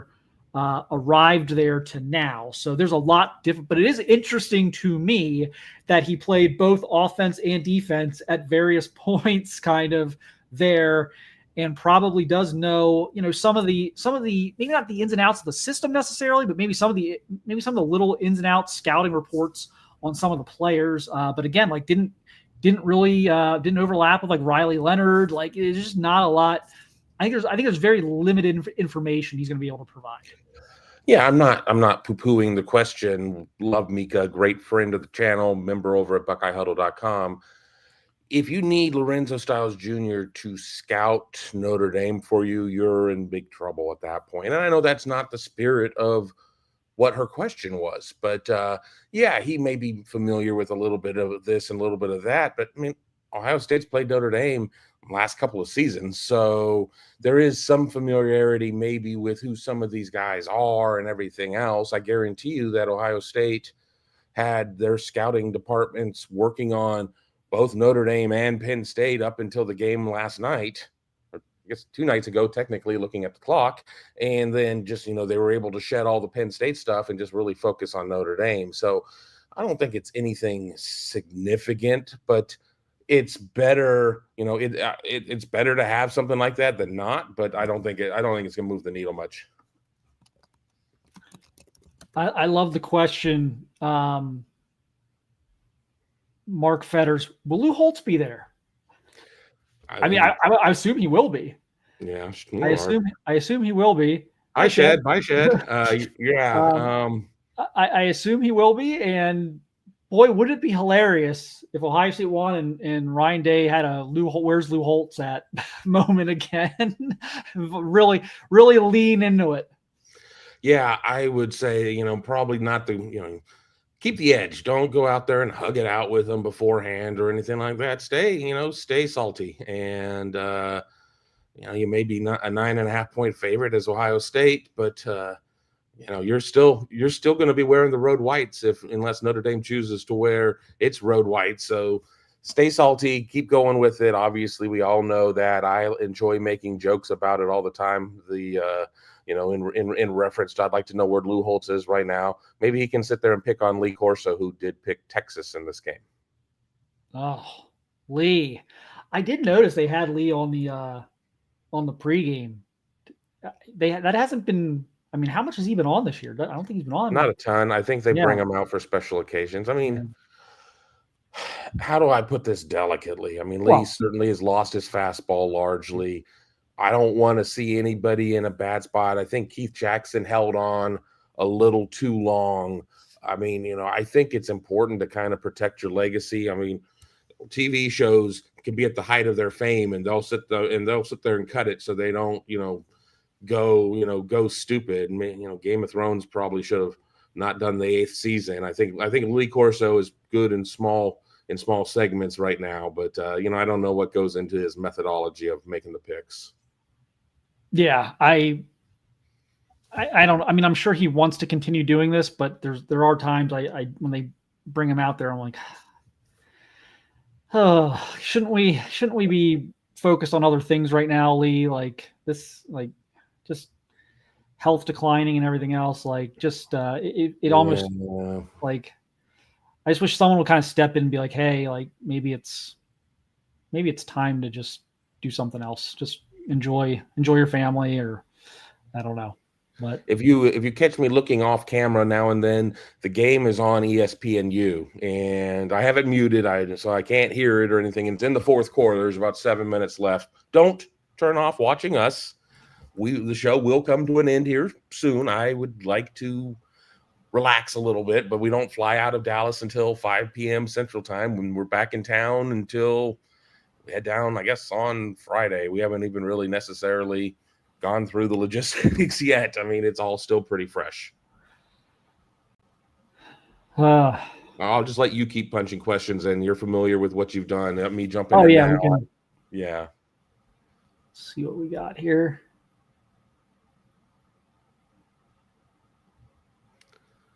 I do see one. Oh, there was somebody that Mozart's Ghost. I won't punch it in. Last time we played Notre Dame, they had Jean Baptiste. Mostly caught up.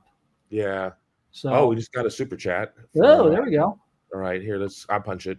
From Michael KD8GIJ. Sorry if already discussed, but had to break and join back just now. Run reception, 3 yards for Jeremiah Smith. I'd like to see that get better next game. Good, they could essentially win without him, but ... Yeah,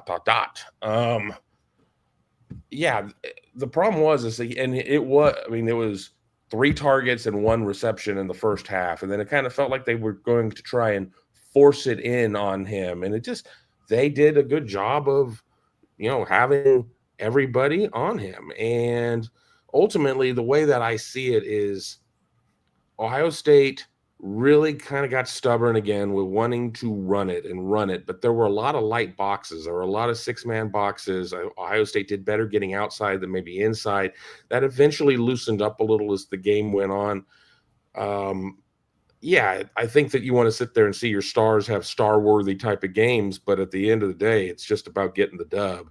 I don't think that, Notre Dame doesn't have the Thorpe Award winner at cornerback, so I think there's going to be a little bit of an easier path there. I mean, hopefully with what Ohio State sees there, Notre Dame likes to run man, and I don't think that is necessarily a good thing for Notre Dame having to go against Ohio State. So, Ohio State early, especially on that first drive, was doing a great job. The receivers were sitting down, finding the holes in the zone, and really sitting down, and they were hitting these things, and they were picking up chunk plays.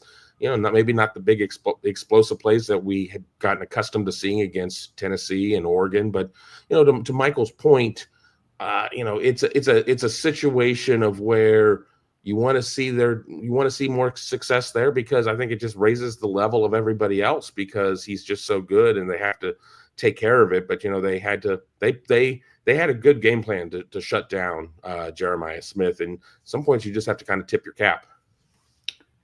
Yeah, and we were talking about that a little bit earlier where, look, if you want to take a receiver out of the game, you really can. There's not a whole lot.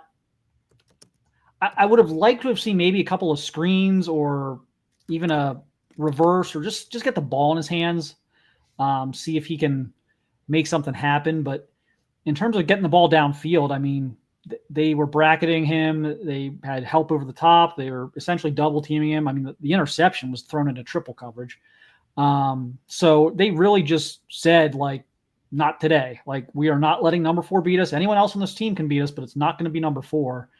And that's always a little tough to combat when a team takes those types of extreme measures to take away a receiver. So, yeah, I would like to see them kind of early in the Notre Dame game. Again, maybe a couple bubble screens, or just something simple. Let them touch the football a little bit. As Kevin mentioned, as we were talking about earlier, I think right before Kevin came on, Notre Dame is a primarily a man team. I know I have a lot of respect for their defense. Like, they have a really good defense. I kind of have to see it to believe it next Monday that they're going to go like exclusively man. They're going to have to play some zone. They're going to have to. I don't know how they can, in good faith, no pun intended, go out there and just say, yep, we are going to man up across the board on these guys and beat them. I don't think they're going to have to throw some wrinkles in. I'm not saying they can't play any man, but they're going to have to throw some zone wrinkles in. Yeah, I mean, I think that's going to be really important, and certainly have not had a chance to really start thinking about Notre Dame yet. Our trip back from Jury World was eventful. The bus started about 15 minutes late. That's fine. That's just how stuff works. Then we were stuck behind snow removal equipment. It hasn't snowed here all day. I mean, it's cold. Oh, there might be ice. Well, all right, whatever. Then we all get stopped as there's a car driving the wrong way down the highway, and that's always dangerous. And then that all finally breaks up. We're finally able to pass the snow removal equipment that had all the lanes blocked. We get up to our off-ramp here in Las Colinas, where the hotel is. The off-ramp is closed. Apparently there's an accident there. So we had to jog all the way around Las Colinas to get back here. I was going to go and do this in the media room. Too loud. Well, let me grab a couple waters. No waters. They have some big jugs. You could do that. So I have a couple cans of soda behind me that I didn't remember to grab. But, it's life on the road. Life on the road. Yeah, we're going to have, Doug Shepard points out, we'll get a couple weeks talking about the portal here as well coming up. Like, again, my thing from the start of this, and look, 8 teams was my sweet spot. I thought 8 was the best number, but I'd rather 12 than 4. And I just, like, people, I wonder, the people who are like so negative about this, I even wonder, do you even like football? Do you not want more football? Like, this is my argument with like the NFL. I'm like, they're talking about going to an 18-game season, which I think is kind of crazy in terms of wear and tear for the players, but why not go to 2 bye weeks in the NFL? Like, extend the season, like, get everyone more rest. It's another week of TV revenue, and it's more football. Like, who is against more football? I don't understand why. And like these matchups we're getting, how often do Ohio State and Tennessee play each other? We're getting these great matchups, and like we were talking about it earlier on the immediate post-game reaction, was like the rivalries that are going to come out of this. Like, there's going to be teams, who knows? Maybe it's Ohio State and Texas. Maybe it's obviously Ohio State and Texas are going to play each other, the next 2 years in the home and home. But maybe it's Ohio State and Tennessee who like never play each other. But then they're going to get into these matchups where you're going to play the same team, not every year, but you might play an SEC, like Ohio State may play a team from the SEC like 3 times in 5 years or 4 times in 7 years. And so you play Tennessee 4 times in 7 years in the play, and they're all high leverage, high stakes games. There are going to be some really fun like rivalries and storylines that come out of this. So I personally am like loving all this extra football. So. There are a lot of ways that you can make small tweaks and adjustments, but I agree with Mark. I mean, if watching football is such a chore for you, then, there are plenty of other hobbies. We are now sitting in a situation where it's going to be 7 versus 8, just to kind of show you how crazy the seating is and everything else. I made a tweet earlier as I was sitting on the bus waiting for it to go, saying that Ohio State was a tad bit underseeded. And it's true. And, Oregon had every reason to be kind of pissed off about it. And, you just got to kind of learn from there. Somebody had mentioned about don't do conference champs getting the buys on the bids or whatever. I think you can still put the conference champs, the 4 or 5 in the field, but don't give them 1, 2, 3, 4 and whatever. I mean, I think that there are a lot of ways to adjust it. The problem is that you're not going to be able to do anything really until after this next cycle, because you have to have, and it was something that Tom Orr had, he was talking to a CFP official off the record. I mean, and you have to have, everybody has to agree. This isn't, 50% plus one or anything else, or a super majority of 60% or 66%. You're trying to bring the 30 families all together to agree on something, and you can't, you're not going to be able to change it unless you have all 30 of them on board. And if you are a lower level conference or whatever, oh no, please take away us getting a quarterfinal game instead of having to sit there and play in the first round and everything else and likely have to play on the road. I don't see that happening. Obviously at Buckeye Huddle, we will keep tabs on it as much as we can, talk to whoever we can, but that's just my feeling. Yeah, no, I think you're right about the smaller, basically anyone who's not the Big Ten and SEC are going to fight the just not giving the buys to conference champions, to all conference champions. I think the smaller leagues are going to want that to stay in place. But yeah, I knew I didn't like this rule at the beginning, so I still don't like it. I don't like everything about the setup, but I would like to see, like Kevin said, I would like to see the top 5 conference champions get a bid into the tournament, be guaranteed a spot in the field. But I don't necessarily feel the need that they have to be comprising all of the buys. This year, I don't want to say it worked out. It's hard to say it worked out when all those teams lost, but like you could at least kind of see the logic in most of them. Like you could definitely see the logic in Oregon and Georgia getting the seeds they got. But we're going to run into it. And obviously there were some other teams behind them. Like, like the wild cards were kind of like, there wasn't that wild card to me, Ohio State included, that was just like, had this amazing resume of like, they were 12-1 and they just lost in the conference championship game to like, by like a field goal to undefeated Oregon. Or like, there was no team out there like that, but that's eventually going to happen. We're going to eventually have a year, and probably not going to take that long, where you have like a 13-0 and a 12-1 from the same conference, and the seeding is going to be so different. Even though they're basically the same team, you're going to have that 12-1 team get really hammered down in the seeding behind probably some like 9-3 team from the Big 12 or something, and it's going to be annoying. But again, I think the pluses of this setup completely outweigh the minuses. Yeah, I agree. And I see people talking about 16, 12. Let me jump here. The natural 16 is so many rounds. No, they can do it in a way where it's the same amount of rounds. It's just a matter of fewer buys. I mean, so you're not adding an extra week or 10 days. I mean, you're putting 10 days between a lot of the rounds. You can get away from doing that. And again, it just is going to mean a little bit more football, but it's not going to change the geometry all that much. So, go ahead. Oh, I was gonna say, my prediction, and I'm not even saying I'm for this. I'm not taking a personal stance on this as far as my preference. I would probably keep it at 12. Obviously, like they're not going to 8. Like they're never going to make it less teams. Like that's never going to happen. Like 12 will be the minimum going forward. My instinct is that this does go to 16 because I think they're seeing the interest and the money coming in, and that's going to be a big factor in all this, of course. And my instinct is that we're eventually going to see this thing at 16, but 26. We're at 26. We're going to see it at 16. Yeah, there's not a doubt in my love mind. it. I don't really love that, but like it just. I said this like 2 years, like when they first announced the expanded thing, whenever that was, a year or two ago. I said it's going to take them. It's not going to take them very long to go to 16. It's just not. Like, they're going to see the ratings, the money, the everything, like, how cool, how this is kind of just taken over. Like, everyone's talking about, everyone's watching these games, everyone's talking about these games, and they're like, yep, we will sign up for a couple more of those games. It's just me, Tim. If Jesus favors ND, how can we beat them?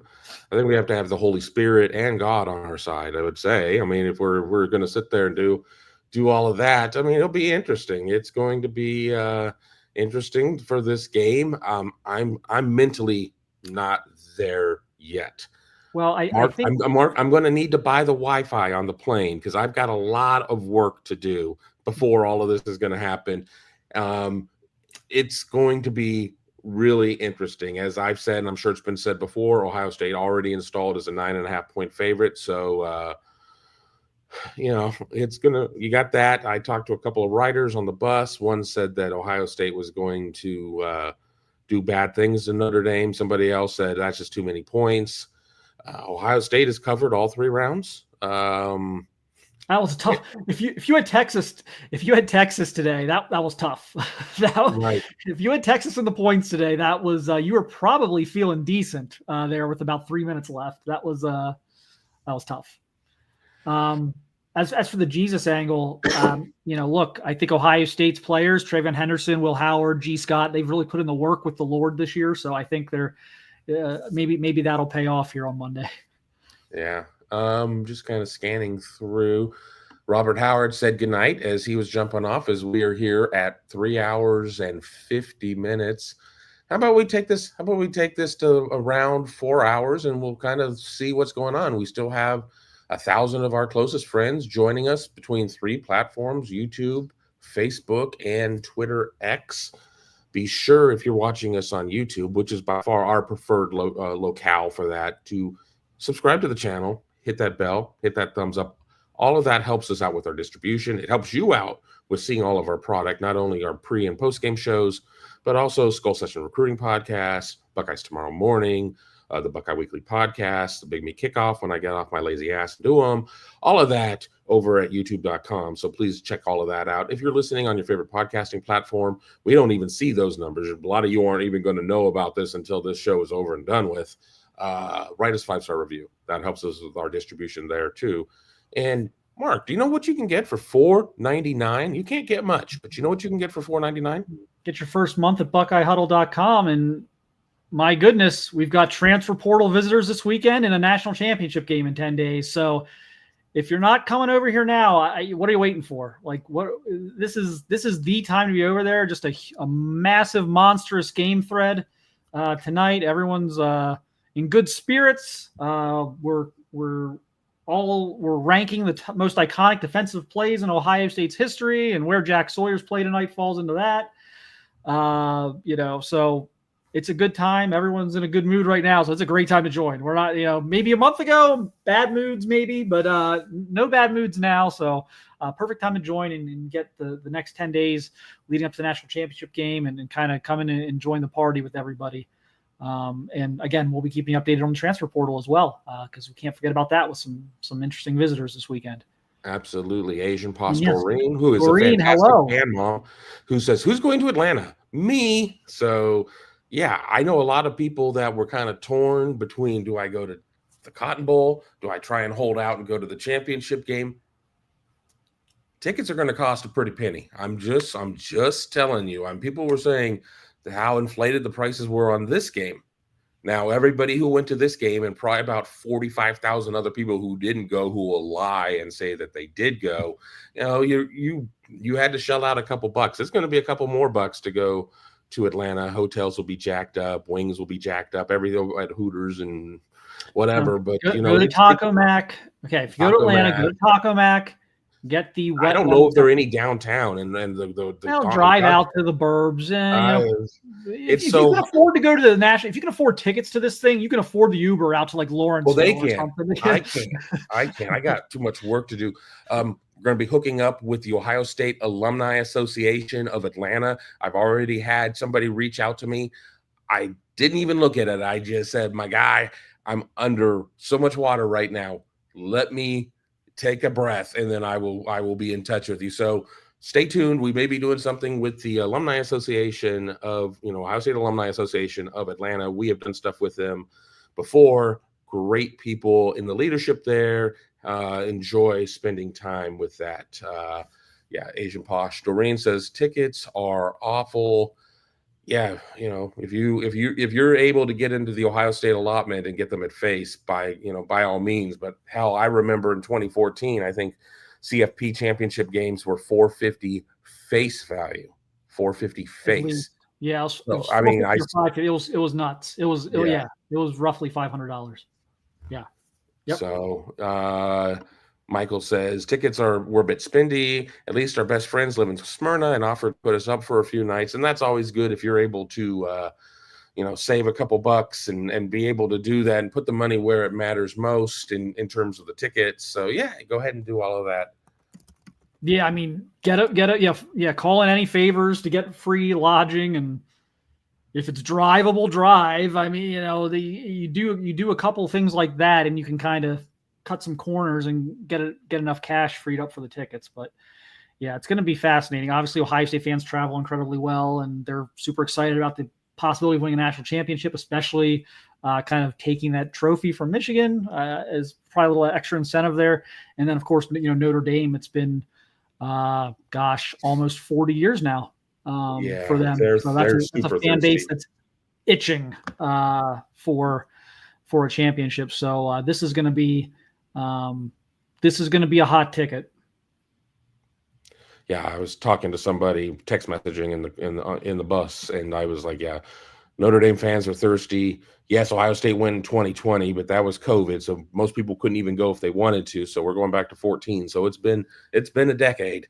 It's going to be a ticket in demand. I mean, a lot of times we're like, just wait. Ticket prices will crash at the end. I don't know. Maybe you can start asking Santa for your 2025 Christmas gift now. I don't think they'll let you do layaway on Ohio State national championship tickets, but I think as we've seen, how difficult it is to get into the national championship game. It's what Nick Saban did at Alabama was so special for the amount and seriously the amount they won. But Ohio State seems to be a team that gets snake bit a lot of times when it's the best team out there, in my opinion, and just can't cross the finish line. And now you have what a lot of people are going to say is a very favorable matchup to win the national championship. I mean, Notre Dame certainly has its flaws, it has its faults, and Ohio State played kind of like a faulty team in some respects tonight. I mean, I'm not going to pump sunshine and tell you that everything was golden. I mean, there were some moments that were pretty tense and pretty rough. I mean, Ohio State had to make a goal line stand for the ages. People have asked about, where does this stand amongst, 2002 in double overtime against Miami. I also kind of mentioned, even though it wasn't on the goal line, with Joey Bosa against Penn State in multiple overtimes, driving the running back into Hackenberg for the walk-off sack. I mean, it's rarefied air. Jack Sawyer has, certainly put himself permanently in the first chapter of the Ohio State history books. Yeah, that was, again, we've been kind of discussing this on the board. What was fascinating to me, I kind of did my post-game 10 observations piece for the website, and I was sitting there, I'm like, well, I got to talk about Sawyer's play, and I got to, try and contextualize it, historically. And it's as I was thinking, to myself, I've been watching Ohio State football I just turned 40, so, I've been watching them since I was old enough to walk.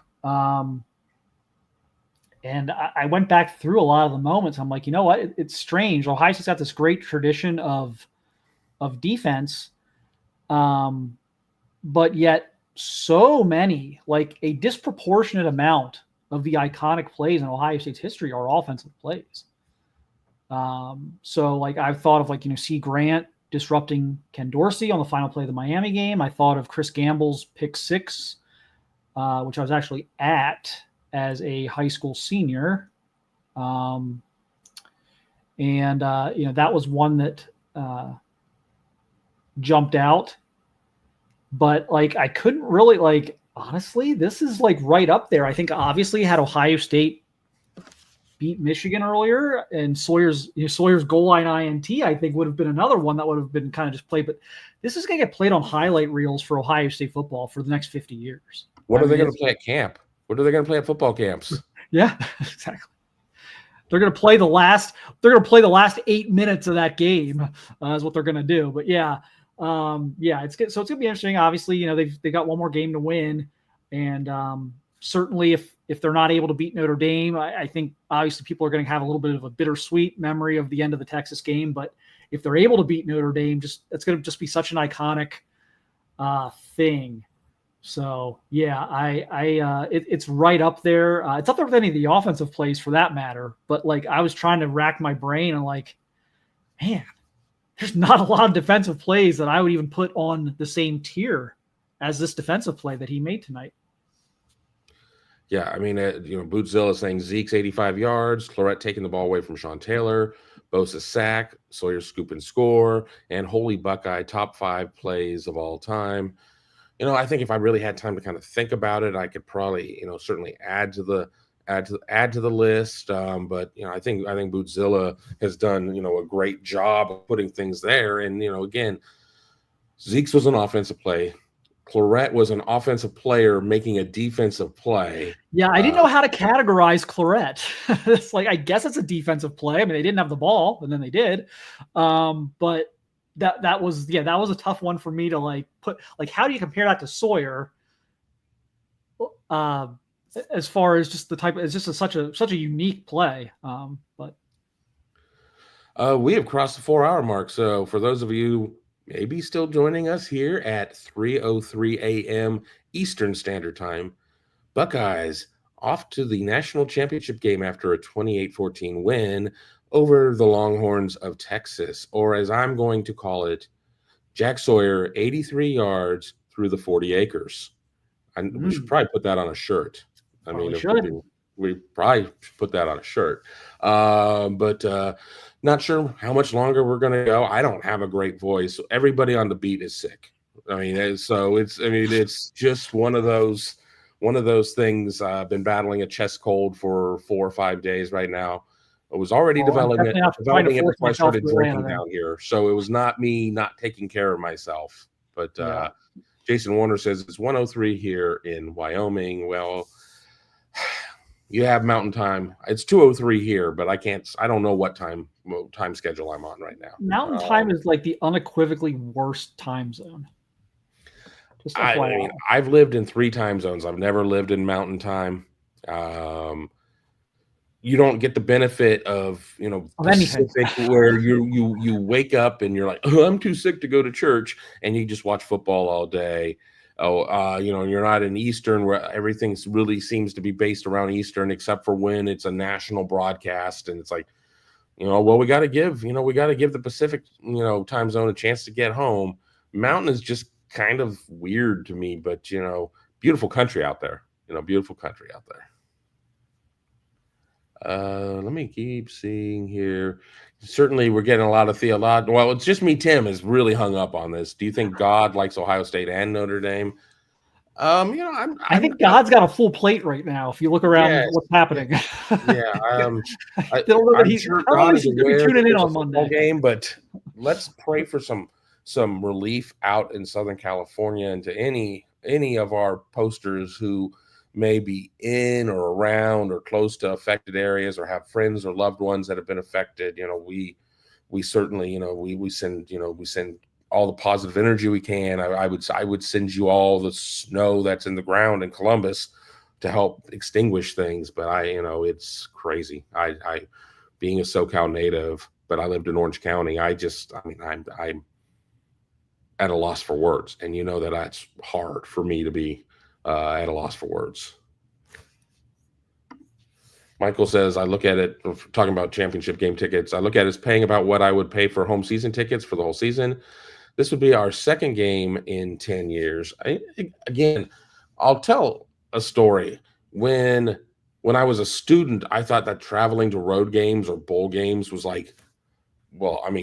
obviously like the Bill Gates of the world can do it. How the hell can anybody else afford to do this kind of stuff? And then even in 2002, I was living in Dallas and working for Fox, and people are like, "Are you going to go to the game?" I'm like, "What do you think I am, made of money?" And then I just realized, people can do it, but this is the one that it's going to take some planning. It's not, it's not a last second whim thing or anything like that. You got to plan it out.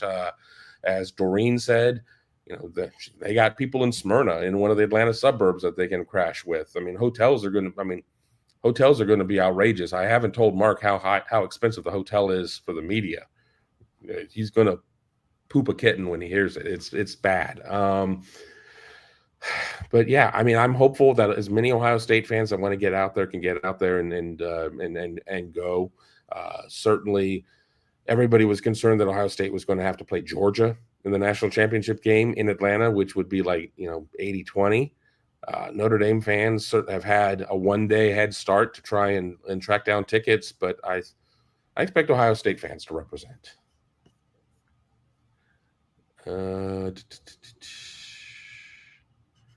Rod Farvas just stopped by to say, "Hey, and go Bucks. Good night." Good night to you, Rod. I have a feeling we will have a lot more in the way of shows coming up. Probably have a show sometime in the next 10 hours again. Once we've had a chance to recharge and everything else.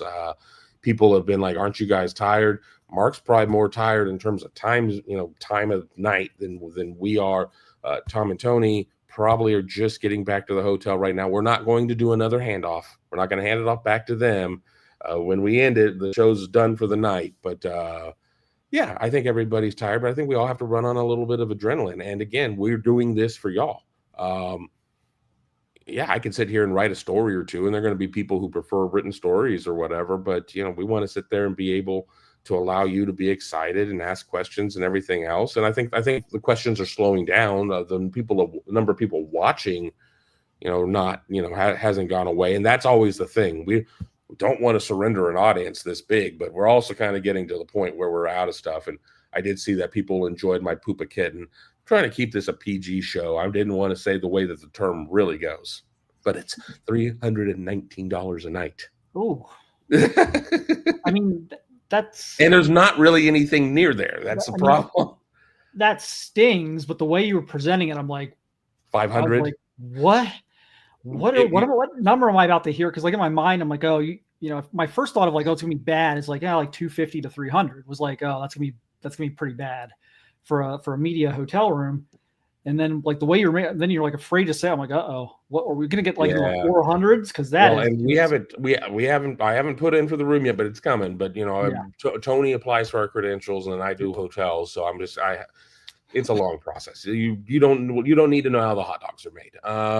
But yeah, so it'll be interesting. The good news is that it's not a cross-country flight or anything like that, so we'll save some money there. And of course, you all have been very generous with super chats, and keep on being generous to help fund our trips. But the best way, once again, here I am being the company man that you can support us, is by signing up for Buckeye Huddle. $4.99 for your first month. Hell, I don't even think you can get some of the burgers at Wendy's standalone. I'm not even talking about the meal. I'm just the burger for $4.99. Nope. And you're going to get, all the great recruiting coverage with Mark. I mean, we're, certainly transfer portal and everything else. And, hell, I think camps start before we know it. I know that we did an Under Armour camp one year in Columbus with like a foot of snow out on the ground. Tom, Tony, myself, team covering the team. Ross Fulton and the team of experts, doing X's and O's. And I know everybody should be looking forward to the shows that Tom will do with Ross Fulton on that. I do stuff with Mickey Pettit on Defensively Speaking series. This is really the time. $4.99. You can afford to buy tickets to the championship game and to join Buckeye Huddle. We're not putting a crimp in your lifestyle. So check us out. I've seen more and more names from our YouTube community joining us there, people taking the same name. So I want to thank everybody. A big personal favor to me and to Mark and everybody involved that you're coming. You like us so much that you're checking us out over at the mothership. But, that's the best way that you can support us. Yeah, I appreciate it. I've seen a lot of new signups here the last couple weeks coming just through the playoff run. People are getting excited about the team again after kind of a tough end of the season. So regular season. So, yep, it's been exciting seeing some of you guys over there. And again, there's plenty more here. There's going to be a great 10 days with the transfer portal news coming that we think some good news will be on the way in the portal. Obviously, the build up to the national championship game is going to be incredible. I'm sure you're going to want to get on there. Like, Ross does his shows on here with Tom, but you can also go on the message board instead of just, you're watching Ross for 15 minutes, which is great. You can learn a lot doing that, but you can actually come on the message board and ask Ross, like, hey, I watched your thing. What, can you explain this differently or better? Or, I didn't quite grasp the concept you were explaining here. Could you? And he will, he'll be on the board and he'll be able to kind of answer any questions you might have that come out of the videos that you watch on here. So it's a good time on there, and it's a really good time right now because everyone's in a good mood. So the pitchforks have been put away, and everything's very, very positive right now, and we'll see what happens here in the next 10 days. Tom and Tony have come in the room, but again, I promise we are not handing it back to them. Was that a Coke or a Coors? Tom's got like 4 million photos to go through. Tony, I'm sure, has got like 8 stories set up to go. I've got some writing to do. I want to jump on this Doreen, and then there's something else, and we'll kind of see where we stand. As again, we've now crossed 4 hours and 10 minutes. They got a lot of Airbnbs. The reason that we don't do stuff like that is they have so much of the events at the media hotel. And that is the convenient thing because you're going to have to pay to park and everything else. And by the time you do all of that, it chews up time, it chews up everything. And we just don't, we don't do that. But, I do know people that do the Airbnbs. I'm only doing an Airbnb if I get to go to Nick Saban's house. And I don't care about the 5-minute showers. I don't care about no fun. I'm very boring. But I would go there. I would go there. Don't even try. Oh, it's a core. I was like, oh, is it a Coke or a Coors Light? It's not. It's neither. No, it's neither. I'm not drinking tonight. Free core water from the media room, probably. I wanted to go to. I went to the media room. I went to the media room, and it was really loud. And I was like, "Party Kevin wants to hang out here." Responsible Kevin knows that this is just a bad setting to do a show. So Responsible Kevin won out. We came up here, and we're still sitting at 991 viewers at about 3:15 a.m. Eastern time. So we are there. Hey, look who's joined us. You want me to watch Kevin's face? I want you to just watch everyone in the audience. Watch Kevin's face when I say this next sentence. We still have to do a morning show. Good night, all.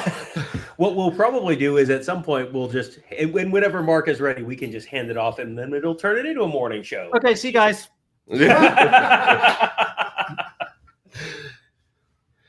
Morning show. Oh right boy! now. And I knew that morning show is hanging over my head like the sword of Damocles. I knew it was there, but I caught a major break. I didn't have to produce the post-game show. Tom and Tony handled their segment. They did all that. I was able to get all of the post-game video, on-field celebrations up on the YouTube channel, the Ohio State podium up on the channel, the Texas podium up on the channel. So working with really bad internet, we were still able to accomplish a lot. There's still no rest for the wicked, at least not anytime soon. I did put in for a late checkout. So we Probably have that later going. next Monday night, either later because everyone's in here celebrating and can't sleep and took the next day off of work, or later because it's going to be a group therapy session, one or the other. But we may break a record next week. Yeah, I think next week will be huge numbers. We'll probably even try to pre-promote it even before the game, just so people can bookmark it. That's one of the great things by watching us on YouTube. You can go in and put I think there's like a remind me or something like that, and you'll get a reminder of when the show is going to go on. And that's fantastic. But the best way of doing all of that too is hitting that bell and subscribing to the channel so you don't miss any of our great content. But again, I'm repeating myself, Dave K. You can cover your hotel with another pickle eating contest and all the super chats that go along with it. Sounds good to me.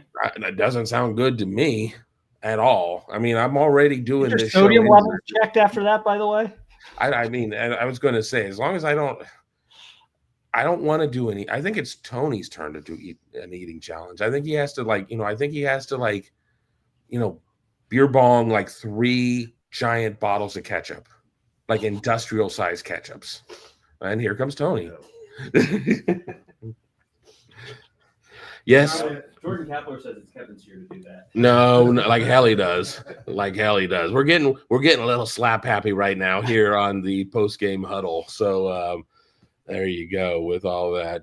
It's just me. Tim, don't eat those tiny bottles. I think Tony knows better than to eat the bottle. He's just going to eat the ketchup. You can't get that one by him.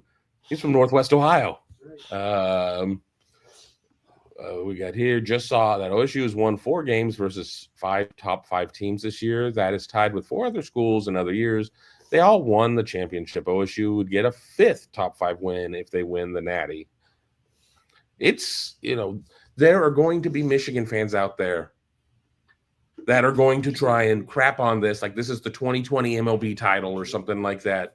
Oh, it's so fraudulent, blah, blah, blah, blah, blah. Don't bite the cheese. It's just rat poison. This is by far going to be the most difficult path that somebody has had to take to get to that point. And yes, there are still going to be people that are going to be fixated on the loss at the end of November. But again, don't bite that cheese. Don't bite that cheese. Don't let them steal your joy. Don't let it happen. Let me see. All right, I'm going to put out one more call for questions. Well, I mean, we're getting a lot of stuff, and again, we're one big happy family here. When the team wins, when it loses, I don't know if we're as happy, but it's one big happy family here, and I think we're just getting a lot of just catching up old home stuff going on, and everybody else is very excited. Bootzilla, if we beat Notre Dame, we'll beat 6 of the 12 playoff teams. That's yes, and it is going to be a tremendous run. Yes, you can. I think so. I think we're having even somebody from another site knocking on our door at this point. 6 of 11, technically, since you can't beat yourself. So somebody at the door was at somebody here. No, that was me realizing that I made bold predictions and gesturing towards Tom. Oh, well, I missed my 10-point on 3 shots by 1 sack. My 10-pointer was 5 sacks, a forced turnover, and a score by either the defense or special teams. 4 sacks. So you missed it. I missed it. Loser. Sounds like a 3-pointer.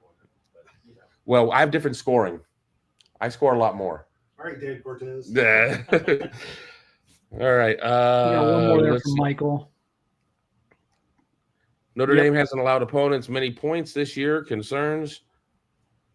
But Notre Dame hasn't put up a lot of points this year either. They got a good defense. They got a good defense. It's definitely going to be the toughest challenge for Ohio State in that game is the offensive component of scoring on Notre Dame. But I also don't know if I can see a reasonable path for Notre Dame of like where are the points going to come from for them.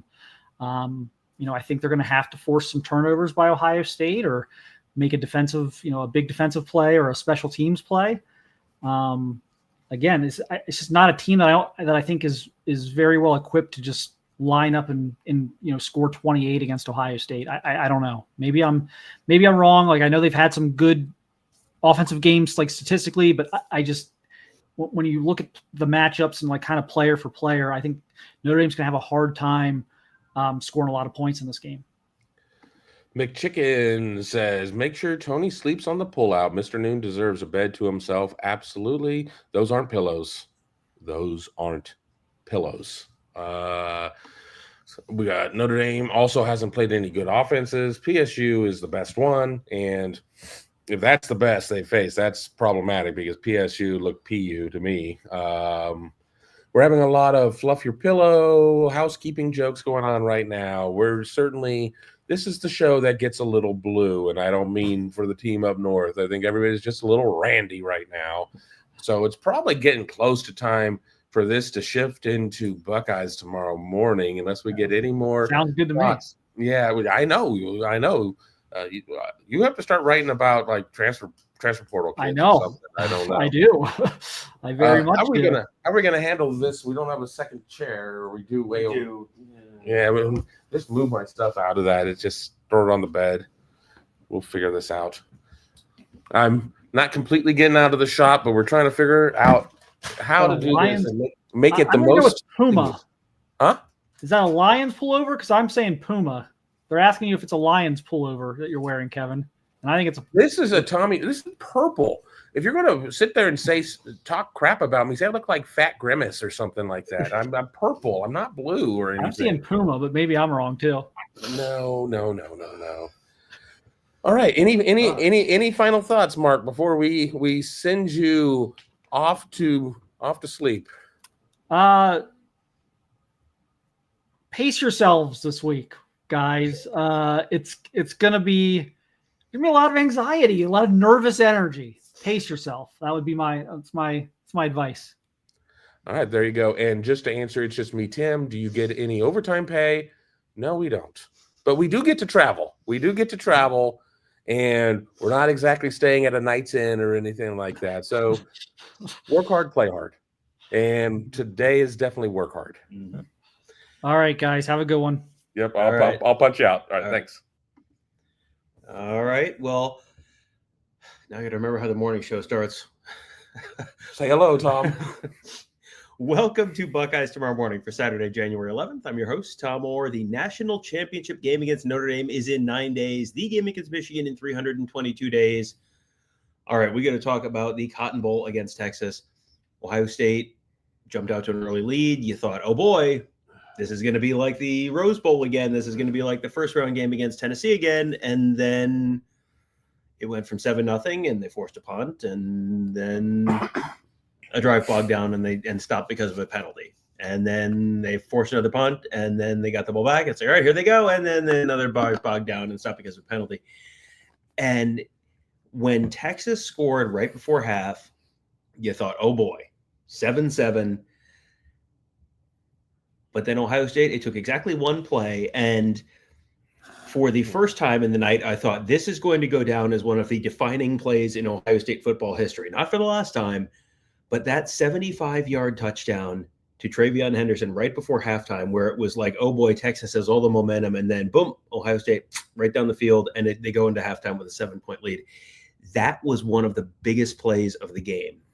And honestly, I'd already forgotten about it. And that's, I mean, and I'm not saying that to set Tom up for anything. It's God's honest truth. I had already forgotten about it. Yes, I was there. I witnessed it, watched the replays. I mean, it was amazing. Little screen pass. Texas decided to send more than 4. He had a convoy of 3 offensive linemen in front of him, and out the gate. Mm-hmm. And it was a great play. When Ohio State easily, here they go. I mean, they defer. They want to sit there and be able to control the middle 8, and they certainly were not controlling the middle 8 until that happened. And it's like, okay, well, all right, exhale. They've figured something out. But wait, there's more. Yeah, the middle 8 was so interesting because they got the ball with like 3.5 minutes left, and it's like, here it is. They're about to take control because Texas was very fortunate to be only down 7-0 in that first half. They had, Ohio State helped them out quite a bit with penalties that killed some drives. Texas also had some remarkable fumble luck in that first half. I think they put the ball on the ground 3 times. One time it was ruled not a fumble. Twice they got on it. One of the great hustle plays that you can remember, Caden Curry on that punt return. Incredible hustle play. We didn't even mention it during the post-game show that we did. That was, an hour and a half, whatever.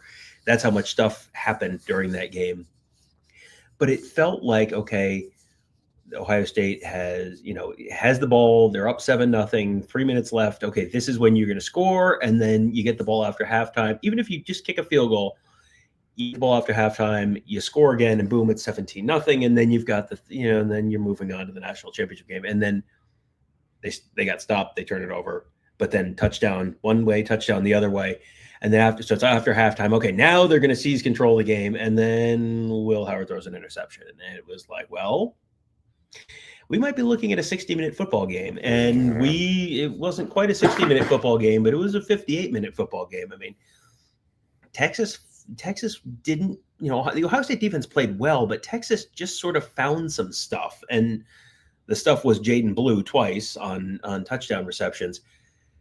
Texas deserves a lot of credit for how they hung around and kept that, a really close, dramatic game, and really swung the momentum 180 degrees on Ohio State a couple times. it just felt like Ohio State was going to just have to wake up at some point. But there was a game at the end of November where Ohio State never woke up. And, you know, it was like there are moments of where it seems like they know what they're doing. There are moments that it seems like they're completely lost. I mean, you look at a situation where Will Howard has a giant knot on his non-throwing hand. You sit there and you deal with the situation. Cody Simon goes off injured. You go off with a situation where JT Tuimoloau goes off injured. I mean, they were out there. They were hitting. There was a lot of adversity. And, you know, I'm not necessarily – it's always great to talk about adversity and overcoming it when you come out of the other side on a positive. Mm-hmm. Maybe Ohio State had kind of forgotten a little bit of what adversity felt like. Well, they got themselves a giant adversity sandwich. Yeah, and I mean, the last time they were in a close game, even in the second half, really, was against Michigan, and they fell short in that one. So when it was 14-14 and Ohio State had the ball and then went down and scored a touchdown, it was like, whoa, that was a heck of an answer. That was a drive where they started through the air, but the whole drive was not Jeremiah Smith. It wasn't really Emeka Egbuka. I think there was just one pass for Emeka Egbuka. It was incomplete. It was throwing to Quinshon Judkins. It was throwing to G. Scott. It was Will Howard picking up a really crucial third or fourth down, maybe fourth down with his legs. I mean, it was the one where he lost his balance and he should have taken it out. He turf monster got him. I think someone did really trip him, but it took a little bit of time. It knocked him enough off center that he was not able to run like a 22-year-old kid. But then they end up punching in another Quinshon Judkins touchdown to make it 21-14. It's like, all right, emphatic answer, very impressive. And then Texas just goes boom, boom, boom, boom, boom, right down the field. And it was like, oh Lord, they're going to have to do it again. And they're going to have to win this game with a drive with like 3 minutes left where the margin for error is like, well, if you don't do it, you're in a big spot. You're in a bad spot. I'm just looking up right now at the Quinshon Judge or the Travion Henderson screen for a touchdown. Boy, yeah, that was just a couple nice blocks and then out the house. That was a heck of a play. But so Texas gets the ball. They go back down the field. It's 1st and goal at the 1 after a couple of pass interference calls. It's 2nd and goal at the 1. And then one of the kind of low-key impactful plays of the game. And there's so many plays that are going to get lost here. One that really shouldn't is 2nd and goal at the 1. Sark calls a toss play. It was like a toss sweep. And they lose 7 yards. And it's because Caleb Downs strings it out. Lathan Ransom makes a sure tackle in space. That's going to get so lost to history. And but that was the play that set up 3rd and goal from the 7 and then 4th and goal from the 7. And that's when the play that will not get lost to history. Jack Sawyer, boy, Will Howard really did just straight up fall down. Oh, that's brutal. Jack Sawyer makes the play that is going to be the play that you remember from this, like you remember the Ezekiel Elliott 85-yard touchdown run against Alabama. Strip sack against Quinn Ewers. Strips it, sacks him, strips it, scoops it up, and runs it back 83 yards. Yeah. I mean, that was as big a play as you can. I can remember a Buckeye making in any game. I've already got a T-shirt idea. I mentioned this on the show earlier, maybe 20 minutes ago, but it's been a long show. And is that 83 or Jack Sawyer 83 yards through the 40 acres? Because that's and I mean, I not bad. I like it. I like bad. it. I'd wear it. Not bad. I'd wear it, but yeah, it was because Ohio State was running a bare front, and I mean that was forcing them to go outside, and that's why we saw. That's why it was that toss. That kind of that toss play, and Downs is always in the right position. And while he wasn't able to, he was able to slow him down enough that he ended up getting clocked by Ransom. Yeah, and they're showing the Sawyer and Sonny Styles is sitting there running interference enough as everybody else is going down there, Hancock and Tuimoloau and everybody else. Yeah, that was, and Sawyer thanked his teammates for blocking so well for him because he said he was running out of gas on that. That's a long run. That's also a heck of a block from Sonny Styles. That is a play-making block there. That very impressive. Yeah, you have to feel good for Jack Sawyer because you go back to the Michigan game and he had the play of the game there where you had the interception in the goal line to preserve the 10-10 tie.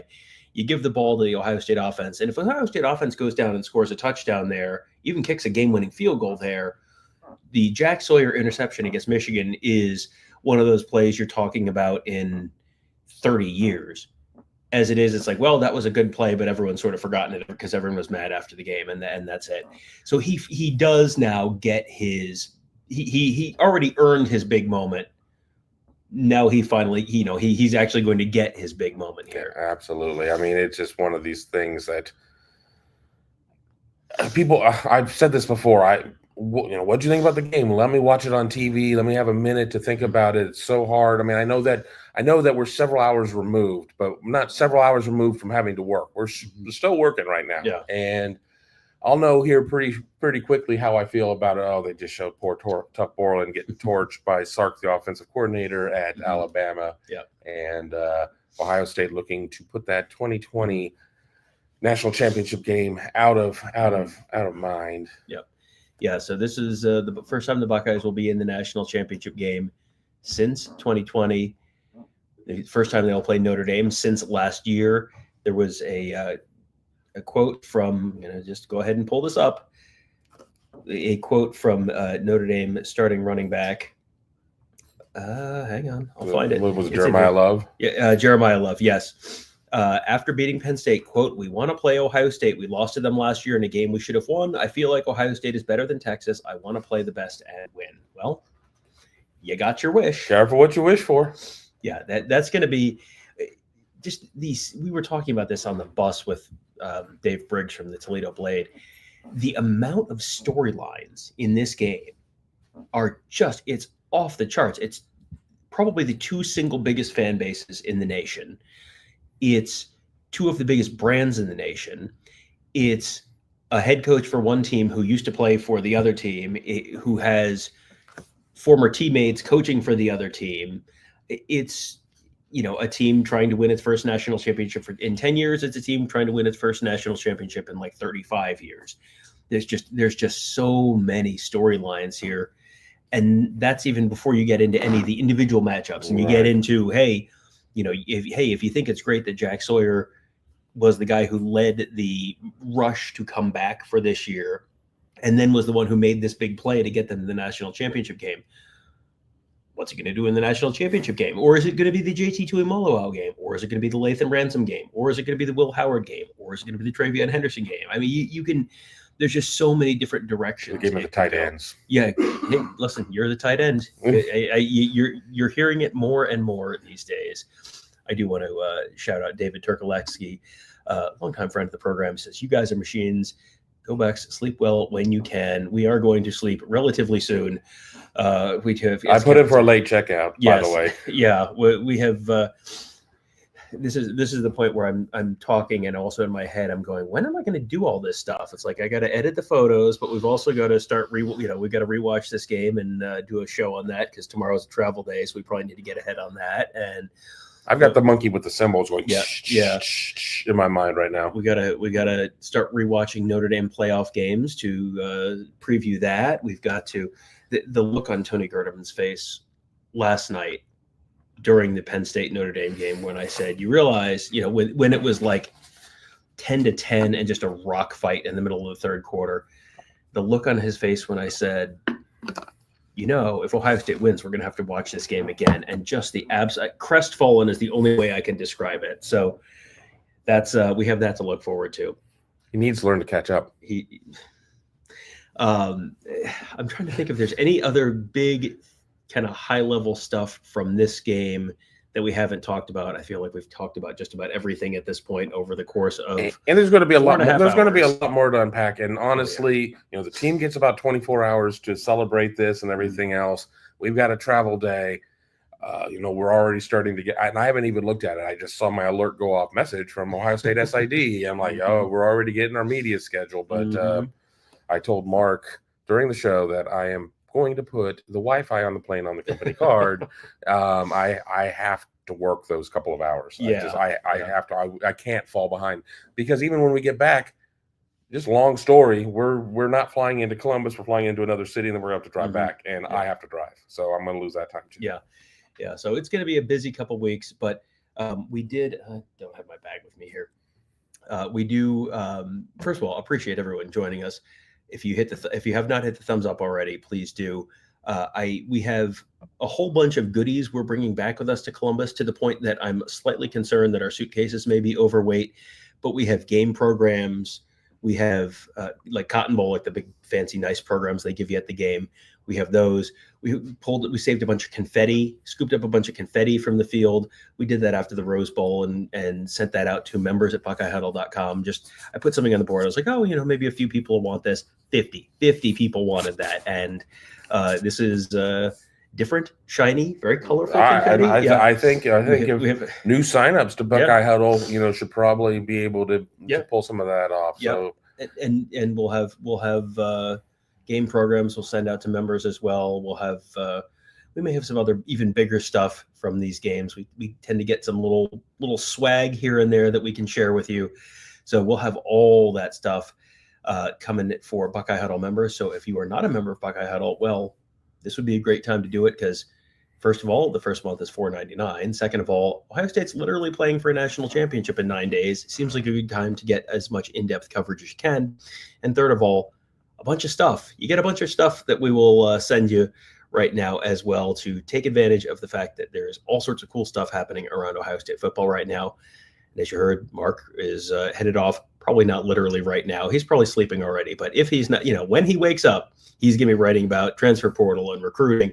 Saw a bunch of the new Ohio State recruits at the game on Friday night, as well as some transfer portal guys who are already with the Buckeyes. So lots of stuff to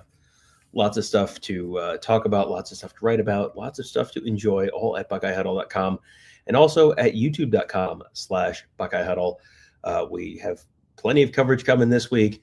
I have a bunch of stuff. I put up I uploaded the video of the team running out just because it was like a really cool thing. Had like a front row seat for that, and that will go up on the YouTube channel at some point on Saturday. It's just when we have time to put some stuff up. But lots. I was going to say tomorrow's Saturday. No, today is Saturday. Yes, today is Saturday. Yeah. I was like, this is going to stink. ESPN is going to flip over to like NFL coverage. Gosh darn it, and everything else. Well, and they probably will. No, I know. I need more. I need to watch this. When I came up, they were rebroadcasting the game, the Cotton Bowl game. Mm-hmm. I don't want to have to wait till I get home to watch it. Yeah. Probably going to have to. So thank you guys all for staying up late with us. It is 3:39 a.m. on East Coast time, which is late. So we appreciate you guys. 12:39 on the West Coast. It is. That's also pretty late. So thank you guys all for staying up late with us. We will have much more coverage coming for you on Saturday, coming up on Saturday for you, as we start wrapping up the Cotton Bowl win over Texas 28-14 and previewing the national championship game against Notre Dame in just 9 days. So for Kevin Noon, I'm Tom Moore. Thank you guys for joining us. I guess for Mark, for Tony, for our producer down in Florida, for everyone else, thank you guys all for joining us. We'll talk to you later.